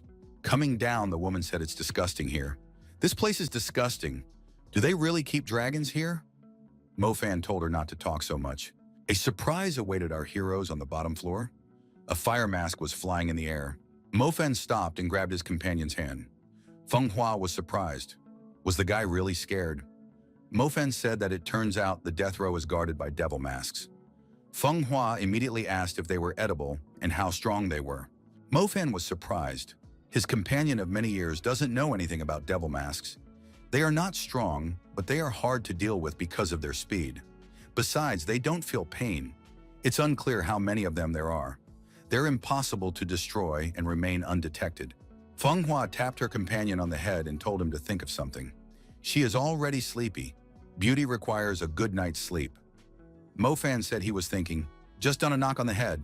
Our hero said he had an idea, only the girl would have to be the bait. There were many devil masks in the dungeon. They saw a confused girl. She shyly said that she had heard about these masks chasing girls. Is it really true? Feng Hua waved the mask's finger towards her. The girl heading for the exit told the masks to grab her completely if they wanted to. The masks all rushed after the girl as one. The guard outside wondered what the masks were doing there. Is something wrong? The other guard replied that they must be making mischief again. Feng Hua opened the trap door and sent all the masks into the dungeon. In the same instant, the hatch was closed and the masks sealed. The danger was over. The guard said the masks were quiet. Maybe we shouldn't pay attention to them. The masks tried to make sounds, but the barrier muffled them. Feng Hua said that these masks were inattentive. Did they still want to chase after her? Mo Fan noticed that these masks were not intelligent. They had thoughtlessly chased after a girl, and this was the result. Have they never met a girl before? Feng Hua noticed that there was a crazy temperament lurking within her. Our heroes descended to the underground floor. Mo Fan sealed the stairway behind him. They needed to finish what they had started. Apparently, the first floor held people of criminals. The underground part was where the unclean things were. There were a lot of them, and they were of different kinds. Mo Fan looked around the cells with the prisoners and concluded that indeed, there were many kinds of these foul things. After examining all the cages, the boy scratched the back of his head. They still hadn't found the dead man. Were they too late? Suddenly, one of the prisoners asked, "Are they really looking for the head of the dead?" He added that he knew where he was. This prisoner was a deputy BAE. He said he had one condition. He had to let him out. Mo Fan was surprised. What in the world is there to see? There are even people who look like humans. Feng Hua asked what kind of person he would be. The prisoner said that he was the most ordinary person. The girl inquired what he had done if he had ended up here with the fiends. The prisoner said that he had stolen from the treasury of the chief of the city. Mo Fan directed his energy charge at the cell bars and said that he could release this guy. However, he would not be responsible for his safety. Mo Fan pointed his sword straight at the grate. Tai Shan's sword cut through that grate like butter. Mr. Bai was surprised. He asked what was the name of this sword. Mo Fan hid the sword and said that it was none of the guy's business. Now he has to confess where the elder is. The prisoner said that there was a secret chamber behind the wall. They should tear it down, and then they would find the dead man. Then they must get out of here as soon as possible, or they might be captured. Feng Hua noticed that releasing a prisoner from the prison was the easiest thing to do. Mo Fan said that we should deal with the wall first. After destroying the wall with the devil's sword, our hero said what he found. There was a prisoner behind the wall. It was an elder of a race of the dead. In a relaxed voice, he asked who they were. Mo Fan said that they came to rescue the elder. The rest will be discussed later. The elder said that he didn't mind. The mask banged into the defense and tried to overcome the seal. There was a cracking sound. The seal was about to go. The demonic mask released and flew to restore order. Mo Fan was surprised at how these masks did it. An elder of the family of the dead. Feng Hua said that the guy could rely on her. Feng Hua, using her energy charges, attacked the mask. Mr. Bai bounced to the side out of fear. However, the mask flew through the girl's energy charges without getting hurt. Feng Hua wondered why there was no reaction. Mo Fan explained that masks don't feel pain. The guards heard the noise and would be here soon. It was necessary to get out quickly. The dead clan elder was released from the ropes. Our heroes tried to leave the dead men's cell as quickly as possible. The freed Mr. Bai asked to go with Mo Fan. Mo Fan replied that he wasn't going to be a babysitter. Running outside, Mo Fan saw that Commander-in-Chief Chao had broken free from the ropes and attacked Rui Yuan. Our hero asked the fat man if he realized what he was doing. He'd better stay out of the way. Swinging the knife at the girl, he told the guy to stop talking. This is his father's property. They can't escape from here. Strange that the devil's mask didn't destroy them. Mo Fan put the dead clan elder on his feet and turned to the fatty. After all, he had time to hide and let the others know what they were doing here. Did he have sawdust for brains? There were shouts in the distance. Someone reported that a prisoner had been released. The warden must be informed. Mr. Chow shouted that he needed help. The next moment, his mouth was sealed. Mo Fan hit Mr. Chow's forehead with all his might with his fist. He said that he had sworn to protect Rui Yuan. This guy brought trouble on himself. Mr. Bai thought that this guy was very frisky. Feng Hua wondered why he was still here. The guard reported to the chief that the elder of the dead family had been released, but his son was missing. The head of the city said he knew and ordered the entire city shut down. The town chief, Mr. Hu Tai, said he'd sent this scoundrel. Our heroes were trying to leave the city. Mo Fan took a hostage, Mr. with him. From all sides, they could hear shouts of shutting down the city. Mr. Bai asked why they had to run on their own feet. Couldn't Mo Fan move them? Mo Fan replied that the whole city is in a panic. What will they do if they teleport directly to the enemy? Suddenly, a fireball appeared in the path of the fugitives. Mo Fan said to be careful and called his demonic sword to help. The sword tried to deactivate the fireball, but there were many fireballs. After the fireball attack, Mr. Chow shouted, "Did they really decide to threaten their master at the same time?" It was the fire hail of stones fire magic. Mo Fan assumed that the opponents were throwing stones with a catapult. Mr. Bai assumed the fireballs were coming from a tower on the city wall, so it's not a catapult. The freed elder said that it is the city chief Hu Tai, nicknamed Iron Hand. He is very powerful, so we must be careful. The observers reported to the chief that his son was also being held hostage by the enemy. The chief stopped throwing firestones. One of the aides suggested to the chief to send people there to rescue his son, otherwise he might get hurt. The head of the city told the aide to set another stone on fire. If his son is there, then he is willing to die to protect his city. In that case, a monument will be erected to the young man afterward for his services. Rui Yuan said that this man is different from their previous enemies. He is terrifyingly strong. Mr. Chow called his father a cursed old man, for he is not the only child in the family. Feng Hua said that one such stone weighs 250 kilograms. Mo Fan said that compared to the sect head Yu Feng, the chief of this city is impressive. We will have to finish him off if they meet. The companions asked our hero to hide them in a safe place. Mo Fan, dodging another firestone, thought that it wouldn't be easy. The city head shouted, "Do the enemies really expect to escape?" Our hero's team scattered in different directions and dodged the attack of the firestones. Feng Hua suggested using the houses as cover to escape. Mo Fan saw destroyed houses and crying children who were homeless. They were begging for help. The assistant supervisor told his supervisor that he could not see anything because of the houses blocking the view. The head of the city said that in that case, these houses should be razed to the ground. Mo Fan got angry and shouted for this boss to calm down. He swung and launched the fire spear straight at the opponents. The spear flew with great speed into the enemy camp and plunged into the chest of the head of the city. The protective armor on his body shattered in all directions, but his body was unharmed. Mo Fan thought that the strength of the opponent's body was extraordinary. This person can't even be injured. After these arrows, the subordinates tried to defend the head of the city. The man told them to piss off, he didn't need their protection. Mo Fan sent the next arrow straight into the fortress wall. However, the subordinates of the city chief were able to escape through the western wall of the city. The subordinates were puzzled. Had the chief lost to this unknown boy? One of the warriors noticed his boss, the head of the city, emerge from the ruins. He was unharmed. The head of the city said angrily that it was necessary to gather people. He would go to the end of the world to find them and tear them apart. Our hero's team was retreating. Fatty Chow shouted for someone to help him. Feng Hua told him to shut up or she would cut off his tongue. The elder of the dead family said that he could no longer escape. Mo Fan suggested a break. The pursuers would not soon catch up with them. Chow said that he had already been tortured. He had never traveled so far from home in his life. Feng Hua said that man is only in the way. Mr. Chow said he was joking. The elder of the dead people told our hero that they hadn't met before and asked why the guy saved him despite all the risk. Mofan said that the elder had information about the location of the secret passage to the stone core of the city. The monster wondered, is this guy really going to destroy it? Chow asked in surprise, do they have any idea what will happen in such a case?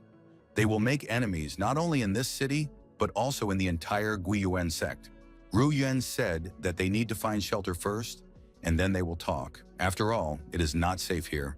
Mr. Bai said they might be overheard here. They don't take any trouble afterward. Mo Fan, Ru Yuan, and Feng Hua didn't hesitate to kick this guy at the same time, and said that he was just the right person to eavesdrop on them. Why did he discreetly attach himself to them? Ru Yuan said this guy's a weirdo. We need to get rid of him as soon as possible. Feng Hua added that if he found out their secret, we need to get rid of the witness. Bai said that he's in on it with them, since he stole from the head of the city. Mo Fan said that now that he and this guy are getting to know each other better, it seems like they used to date before. An elder of the dead family said that if these people saved him, he would tell the stone core about the secret passage. But first they must get to his village and rest.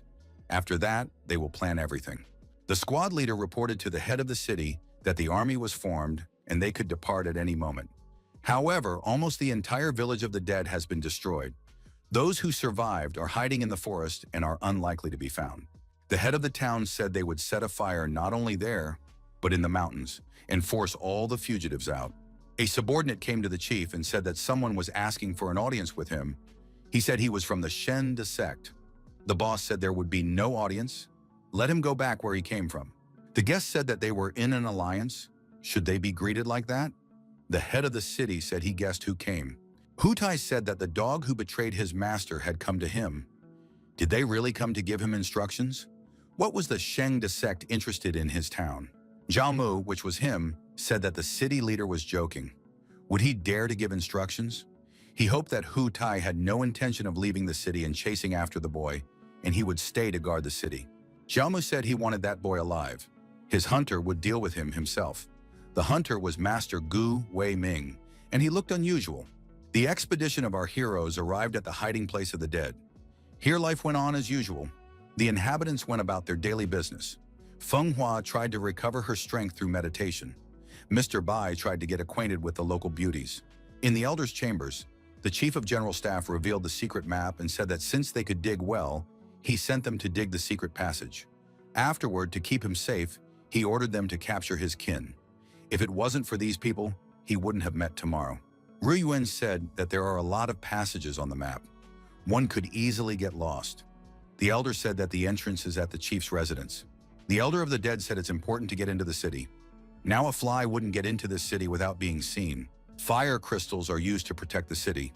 If there is not enough spiritual energy in them, the necessary energy is obtained in the warehouse. Because of this energy, the crystals cannot be raised by beginners. The crystals are very powerful, so you can't get past them. But I should have no trouble tonight. The elder said the saboteurs might not be visible at night, but their scent might give them away. The city guards have wolves that can smell spies, and then both arrows and wolves will rain down on them. There's no way to get to the city walls alive. In the air, Mo Fan will be a live target. Feng Hua, having recovered some of her energy, said that if they all went together, the wolves wouldn't realize which one was Mo Fan. Taking advantage of the commotion, the young man would be able to pass. Mo Fan, looking at Feng Hua, said that she had grown considerably. Ru Yuan remarked that the problem is that there aren't many of them. It won't throw the wolves off the trail. Feng Hua said that there might not be many of them, but there are plenty of dead people here. You just have to keep them out of the enemy's sight. Mo Fan remarked that monsters can't be attracted. This matter only concerned them. Is it possible to force the dead to risk their lives? Feng Hua started the debate. She said that if the monsters didn't fight back, they would still be slowly slaughtered. Mo Fan replied that maybe the dead people's lineage were all willless rags who couldn't fight back. An elder of the dead men's clan said that they weren't so gutless. One of the warriors went up to the elder and brought Mr. Bai with him. He said that the man they brought was doing something incomprehensible. Mr. Bai said he was just lost. The enraged warrior said the type was in the bathhouse, peeking at his wife, washing herself. Mo Fan looked into Bayu's eyes and said, "Does he even peep at dead people?" Bai said, "These women's figures are good." The enraged warrior became even more enraged. He lifted Mr. Bai above his head and said he was going to smash his head on the ground. The elder told this warrior to stop, for this fight had saved his life. The enraged warrior didn't listen to anyone and threw the insolent man to the ground. Mofan was able to intercept him and said that he could still use this man. Bai thanked our hero for saving him. Movan asked, "Were dead people always cowards? The people from this city robbed and killed them, and they did nothing. This man was just a peeping Tom, and for that, the warrior wants to destroy him." The warrior shouted, challenging Mofan to a fight. He wasn't willing to tolerate the insults. The elder said to this monster not to be so rude after all. This person is his savior. Feng Hua was surprised. Does anyone here really have spirit power? Now was the opportunity to find out what the dead were capable of. The dead began to flock to see this spectacle. Their warrior Da-man would fight a man. The warrior told his rival not to forget their agreement. If he loses, he will kneel down and bow 3 times. Mo Fan said that if the monster lost, he would have to give up his wife. The dead man agreed and added that the man could not defeat him. His beautiful wife would not be given to dirty people. When the beautiful woman heard this, she cried. Bai said he couldn't see the beauty's face because of the lighting. Feng Hua noticed that this woman was not wiping tears but drooling. Daman said that they would fight as equals, so the opponent should pull out his weapon. He said his weapon of choice is his finger. Mr. Bai shouted for Demand to finish off his rival and protect his lover. Ru Yuan wondered, whose side was Bai on? Demand threw the first punch and told his opponent not to dare to underestimate him. He would now turn the opponent into a flatbread. Mo Fan bounced to the side and asked if the guy had enough strength. The elder thought it was a bad thing. His warrior is like a buffalo in rage. Ru Yuan thought that this dead man wasn't that strong, and Mo Fan shouldn't fear anything. The elder said that his warrior might not be that strong, but his body is amazingly strong. His full strength punch is equal to half the strength of the head of Hutai City. Mo Fan thought that both Daman and Hutai were good at close combat, so it meant that they could practice. Mo Fan said that in that case, he would try to use 30% of his strength and concentrate the energy in the form of defense. Da-man swung his weapon and said he would destroy his opponent. However, after hitting his opponent, he was surprised why his stone hammer cracked. Da-man said that even without weapons, he could handle it, and clenching his fists, moved towards his opponent again. Mo Fan stabbed his finger into the monster's forehead. The dead man shrieked and flew far back. The monster tribe was surprised. This man had defeated their best warrior with one finger. Mo Fan approached his opponent and said that he must now fulfill the contract, kneel down and bow. Da-man bowed and admitted that he had lost. He added that he would obey the young man in everything. Mo Fan said he would change his mind in that case. He would not get his wife. Mo Fan added that Da-man should then destroy his wife. The losing warrior could not believe his ears. Must he really destroy his wife? An elder intervened in the conversation and said that out of respect for him, he was asking to stop. The man admitted his mistake. We should show him some leniency. Mo Fan was surprised. What respect should he show to the elder? He had saved the elder to find out about the secret passage to the stone core. Now the elder is of no value, no more useful than the other dead. Mo Fan laughed and said that he would now destroy this entire vile clan. Feng Hua rejoiced. Finally, this guy remembered. She didn't have the strength to bear it anymore. Mo Fan walked up to the defeated opponent with furious eyes and asked, wasn't he just now so majestic? Now he didn't even dare to look at him. Mo Fan pushed the warrior away and said that he must obey the order and destroy his wife. Daman knelt down and begged for his wife to be spared. Mo Fan wondered, why was this warrior crying? Did he not have the courage to destroy a woman? So he's a wimp. The boy said that everyone here is a coward. There are so many of them, and his kin are oppressed, and they endure. They are waiting for their heads to be chopped off. They have no dignity left to continue to exist. All these dead people are trash. The woman and her child cried and said that all they wanted was a quiet life. Why did this man come here to push them around? Mo Fan replied that there was no place for weaklings in this world. The angry monsters said they were not weak. A guy can destroy them, but he has no right to insult them. Their kind has a long and great history. The elder asked, does this guy really think they're spineless? They're about to prove otherwise. The monsters shouted and said they would no longer be slaves. The fire of their souls will not be extinguished. They will attack the city for the glory of their kind and wash away their shame. They need to restore their name. Mo Fan was frightened and said that the sense of importance of these monsters was much stronger than he had anticipated. The monsters kept shouting that they were about to attack the city. Bai also started shouting. He was saying that it was necessary to attack the city and wash away the shame of the city of the dead. Feng Hua couldn't understand how everything happened. Ru Yuan whispered that Mo Fan and the elder were playing along. Mo Fan shook hands with the elder and said that the elder had played along masterfully. The elder thanked the guy for being able to pretend like that. Be that as it may, they had managed to inspire these people. Bai walked over to Feng Hua and told her not to get angry. He didn't realize that they were being pranked either. Ru Yuan stated that it would now be very easy to attack the city with the help of the dead. The elder said, "It's not that simple. Do they know why their clan came to what they have now?" Mo Fan wondered if it was because of the devil masks. The elder nodded affirmatively. Their clan and the mask clan are the two oldest in the Katayama forest. They have been feuding for hundreds of years. Because of this long, uninterrupted enmity, they cannot coexist peacefully. The Guiyuan sect drew the masks to their side, and the extermination of the dead clan began. Devil masks are naturally ferocious.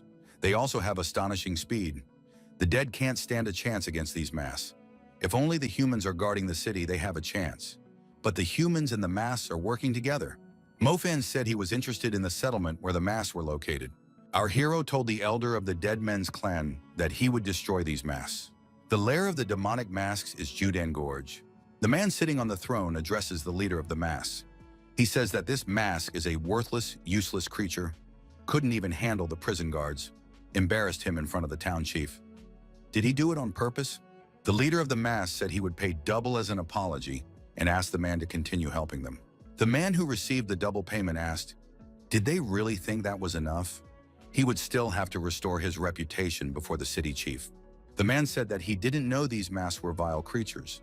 Without him, they would have died out long ago. The subordinates told the masked leader that the Guiyuan sect was treating them worse and worse. What should they do? The masked leader said that they were powerless for now and would have to endure. The leader of the mask said that it was good that the elder of the dead had escaped. As long as the clan of the dead lived, the city would not dare to turn its back on them. The leader of the mask said that we need the dead to riot. Then the town can count on them.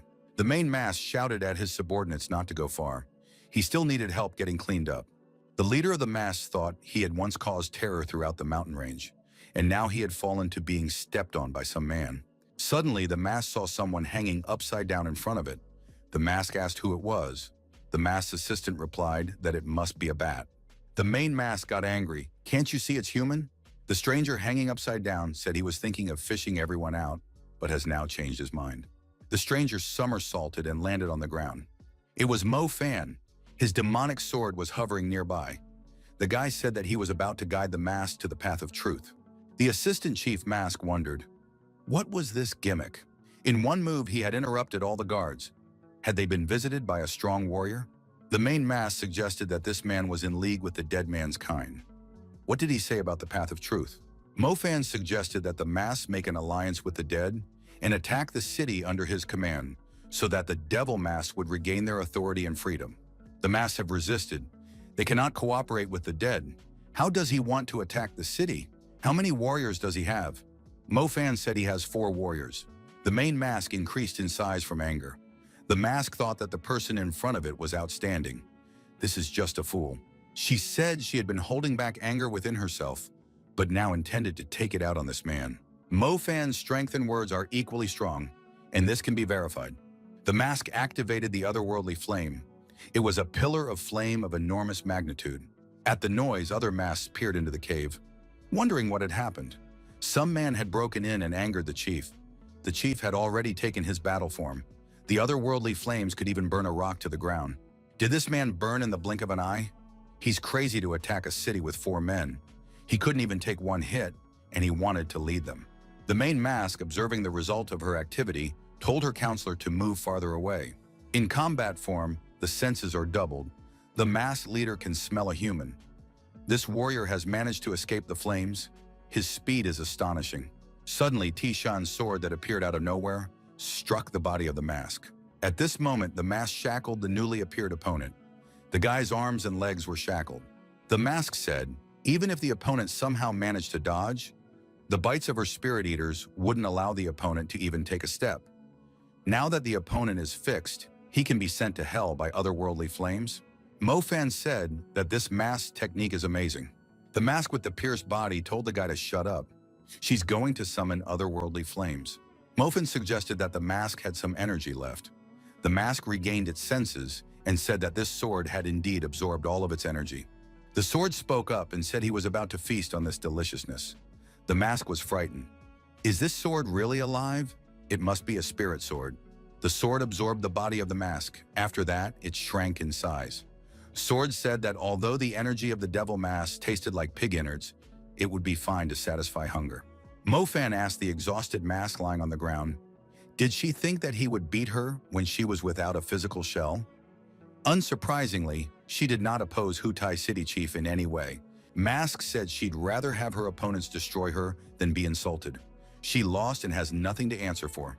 The guy has to do what he has to do. Just don't touch her people. It's not their fault. Mofan said that he would ask again. Would the mask obey him? Mask replied that he recognizes his power. But does he know how the fight against the city will end? Even if they defeat the city, the Gui Yuan sect is behind it. And behind it, there are 4 other sects.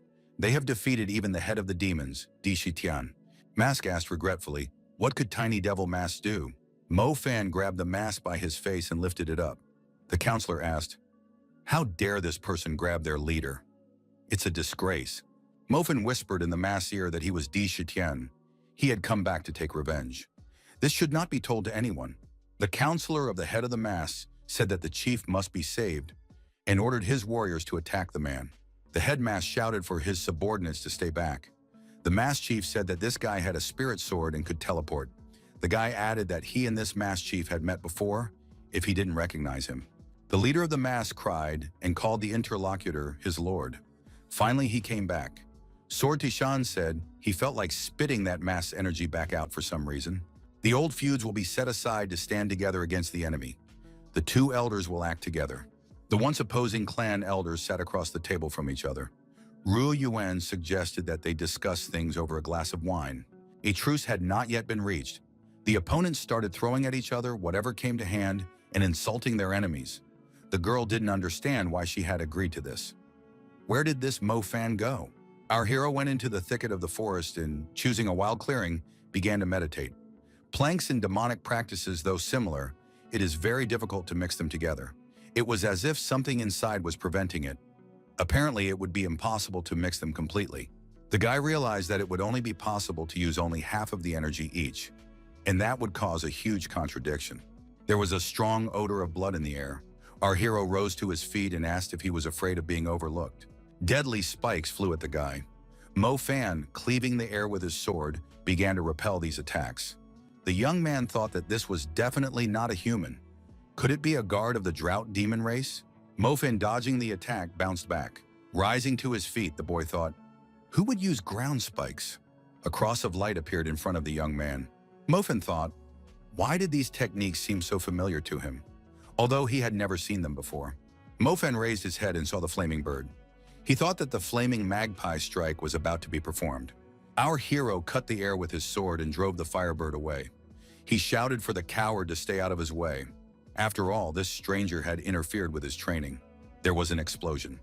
When the smoke cleared, Mofan saw a person with a familiar shape in front of him. He realized that it was Gu Wei Ming. Master Gu Wei was not alone. He was accompanied by Yun Qing. The young man said that the master was no longer the same as Mofan remembered him to be. Sect Master Shende had applied his technique. Gu Wei was now his master's lethal weapon, a rabid beast. Mofan said that Yun Qing was a rascal, and in his eyes, he would always remain so. This was his way of thanking the person who took care of him. Yun Qing asked Mofan, who was he to say such a thing? Today he would do what all the sects had failed to do. Master Gu Wei rushed towards our hero to attack. The old man shouted that he was about to destroy Di Shitian. Mofan, using the demonic sword, repelled the old man's attack. The sword asked, why did the guy become a weakling? Mofan told the sword to shut up. Old man Gu doesn't know what he's doing. Besides, he's much stronger than before. What did they do to him? Yun Qing can control him, probably with the whip he's holding. Mofan started circling around him, swinging his sword to prevent Master Gu Wei from getting close to him. Yun Qing noticed that his opponent had disappeared. The next moment, our hero appeared behind him and said that today he would rid Zifeng Monastery of the chaff. Yun Qing jumped aside and swung his whip. At the same second, Gu Wei appeared and gave Mofan a stabbing blow. Blood came out of the guy's mouth. Mofan thought that this old man was too fast. Looks like he needs to deal with Yunqing first. Mo Fan thought about how to do it. He would use his own weapon. First, using ground spikes would make him jump up. Once he was in the air, he wouldn't be able to dodge the light cross. Mo Fan tried to carry out what he had planned. Yunqing thought that his opponent used the exact same techniques. This old man Gu Wei had taught the demon the techniques he had mastered all his life. Yunqing was surprised. Did his opponent really have a Tushan sword in his hands? In the same second, the sword developed great speed and pierced through Yunqing. Mo Fan jumped up following his sword to Yunqing and kicked him in the jaw. He added that a lowly person like this opponent would not be able to defeat him. Our hero threw Yunqing far back. In doing so, he intercepted his whip. Old man Gu Wei was approaching the guy. Mo Fan extended his whip hand forward. Master Gu Wei stopped and froze in front of him. The guy said, "That's better." Mo Fan told the old man to obey him first and then he would give him back his mind. However, the old man struck the young man's chest with a powerful fist. Mo Fan wondered, why did this happen? After all, no one had forced the old man to attack him. Suddenly, a loud laughter rang out. An elder appeared in front of Master Gu Wei and said that he hadn't seen Dishitian for a long time. The Shenda sect was unremarkable, but its current master, Zhuan Huang, inherited a great treasure, after which his strength increased and he became the strongest in the celestial realm. The training methods of this sect are kept secret. They are partially made up of demonic techniques. The elder said that the 5 sects couldn't get rid of Dishitian, but it was for the best. The elder added that this guy would now be his alone. At the same time, Master Gu grew to an incredible size. It came from the large amount of energy. The young man thought his body might not be able to take it. Master Gui opened his mouth, and a powerful, deadly flame emerged from it. It was jasper fire. Mo Fan dodged those flames and jumped up to the old man from the other side. He thought that the old man might die if he wasted so much energy. Our hero put his arms around the old man's neck and covered his mouth, thus stopping the flow of flames. He squeezed his hands and told the master to rest. Master Gue began to gasp for breath. Guy told him not to resist or he was about to faint. There would be time to think about how to save him. The old man twisted around and wrapped his opponent around his waist. The elder said that he didn't think Dishitian was so naive. Mo Fan grabbed the old man's neck again and continued choking him. The guy realized that the master might explode. The elder told the opponent to give up his demonic core. Suddenly, a powerful energy wave appeared. After the energy passed, Master Gue lost consciousness and slumped to the ground. Mo Fan looked at the old man. What happened? There was no way this energy wave could harm them. The elder was enraged. Who dared to dispel his connection to the puppet? The elder thought, is this really the work of Master Gu Yuan? How dare he dare to rebel against him?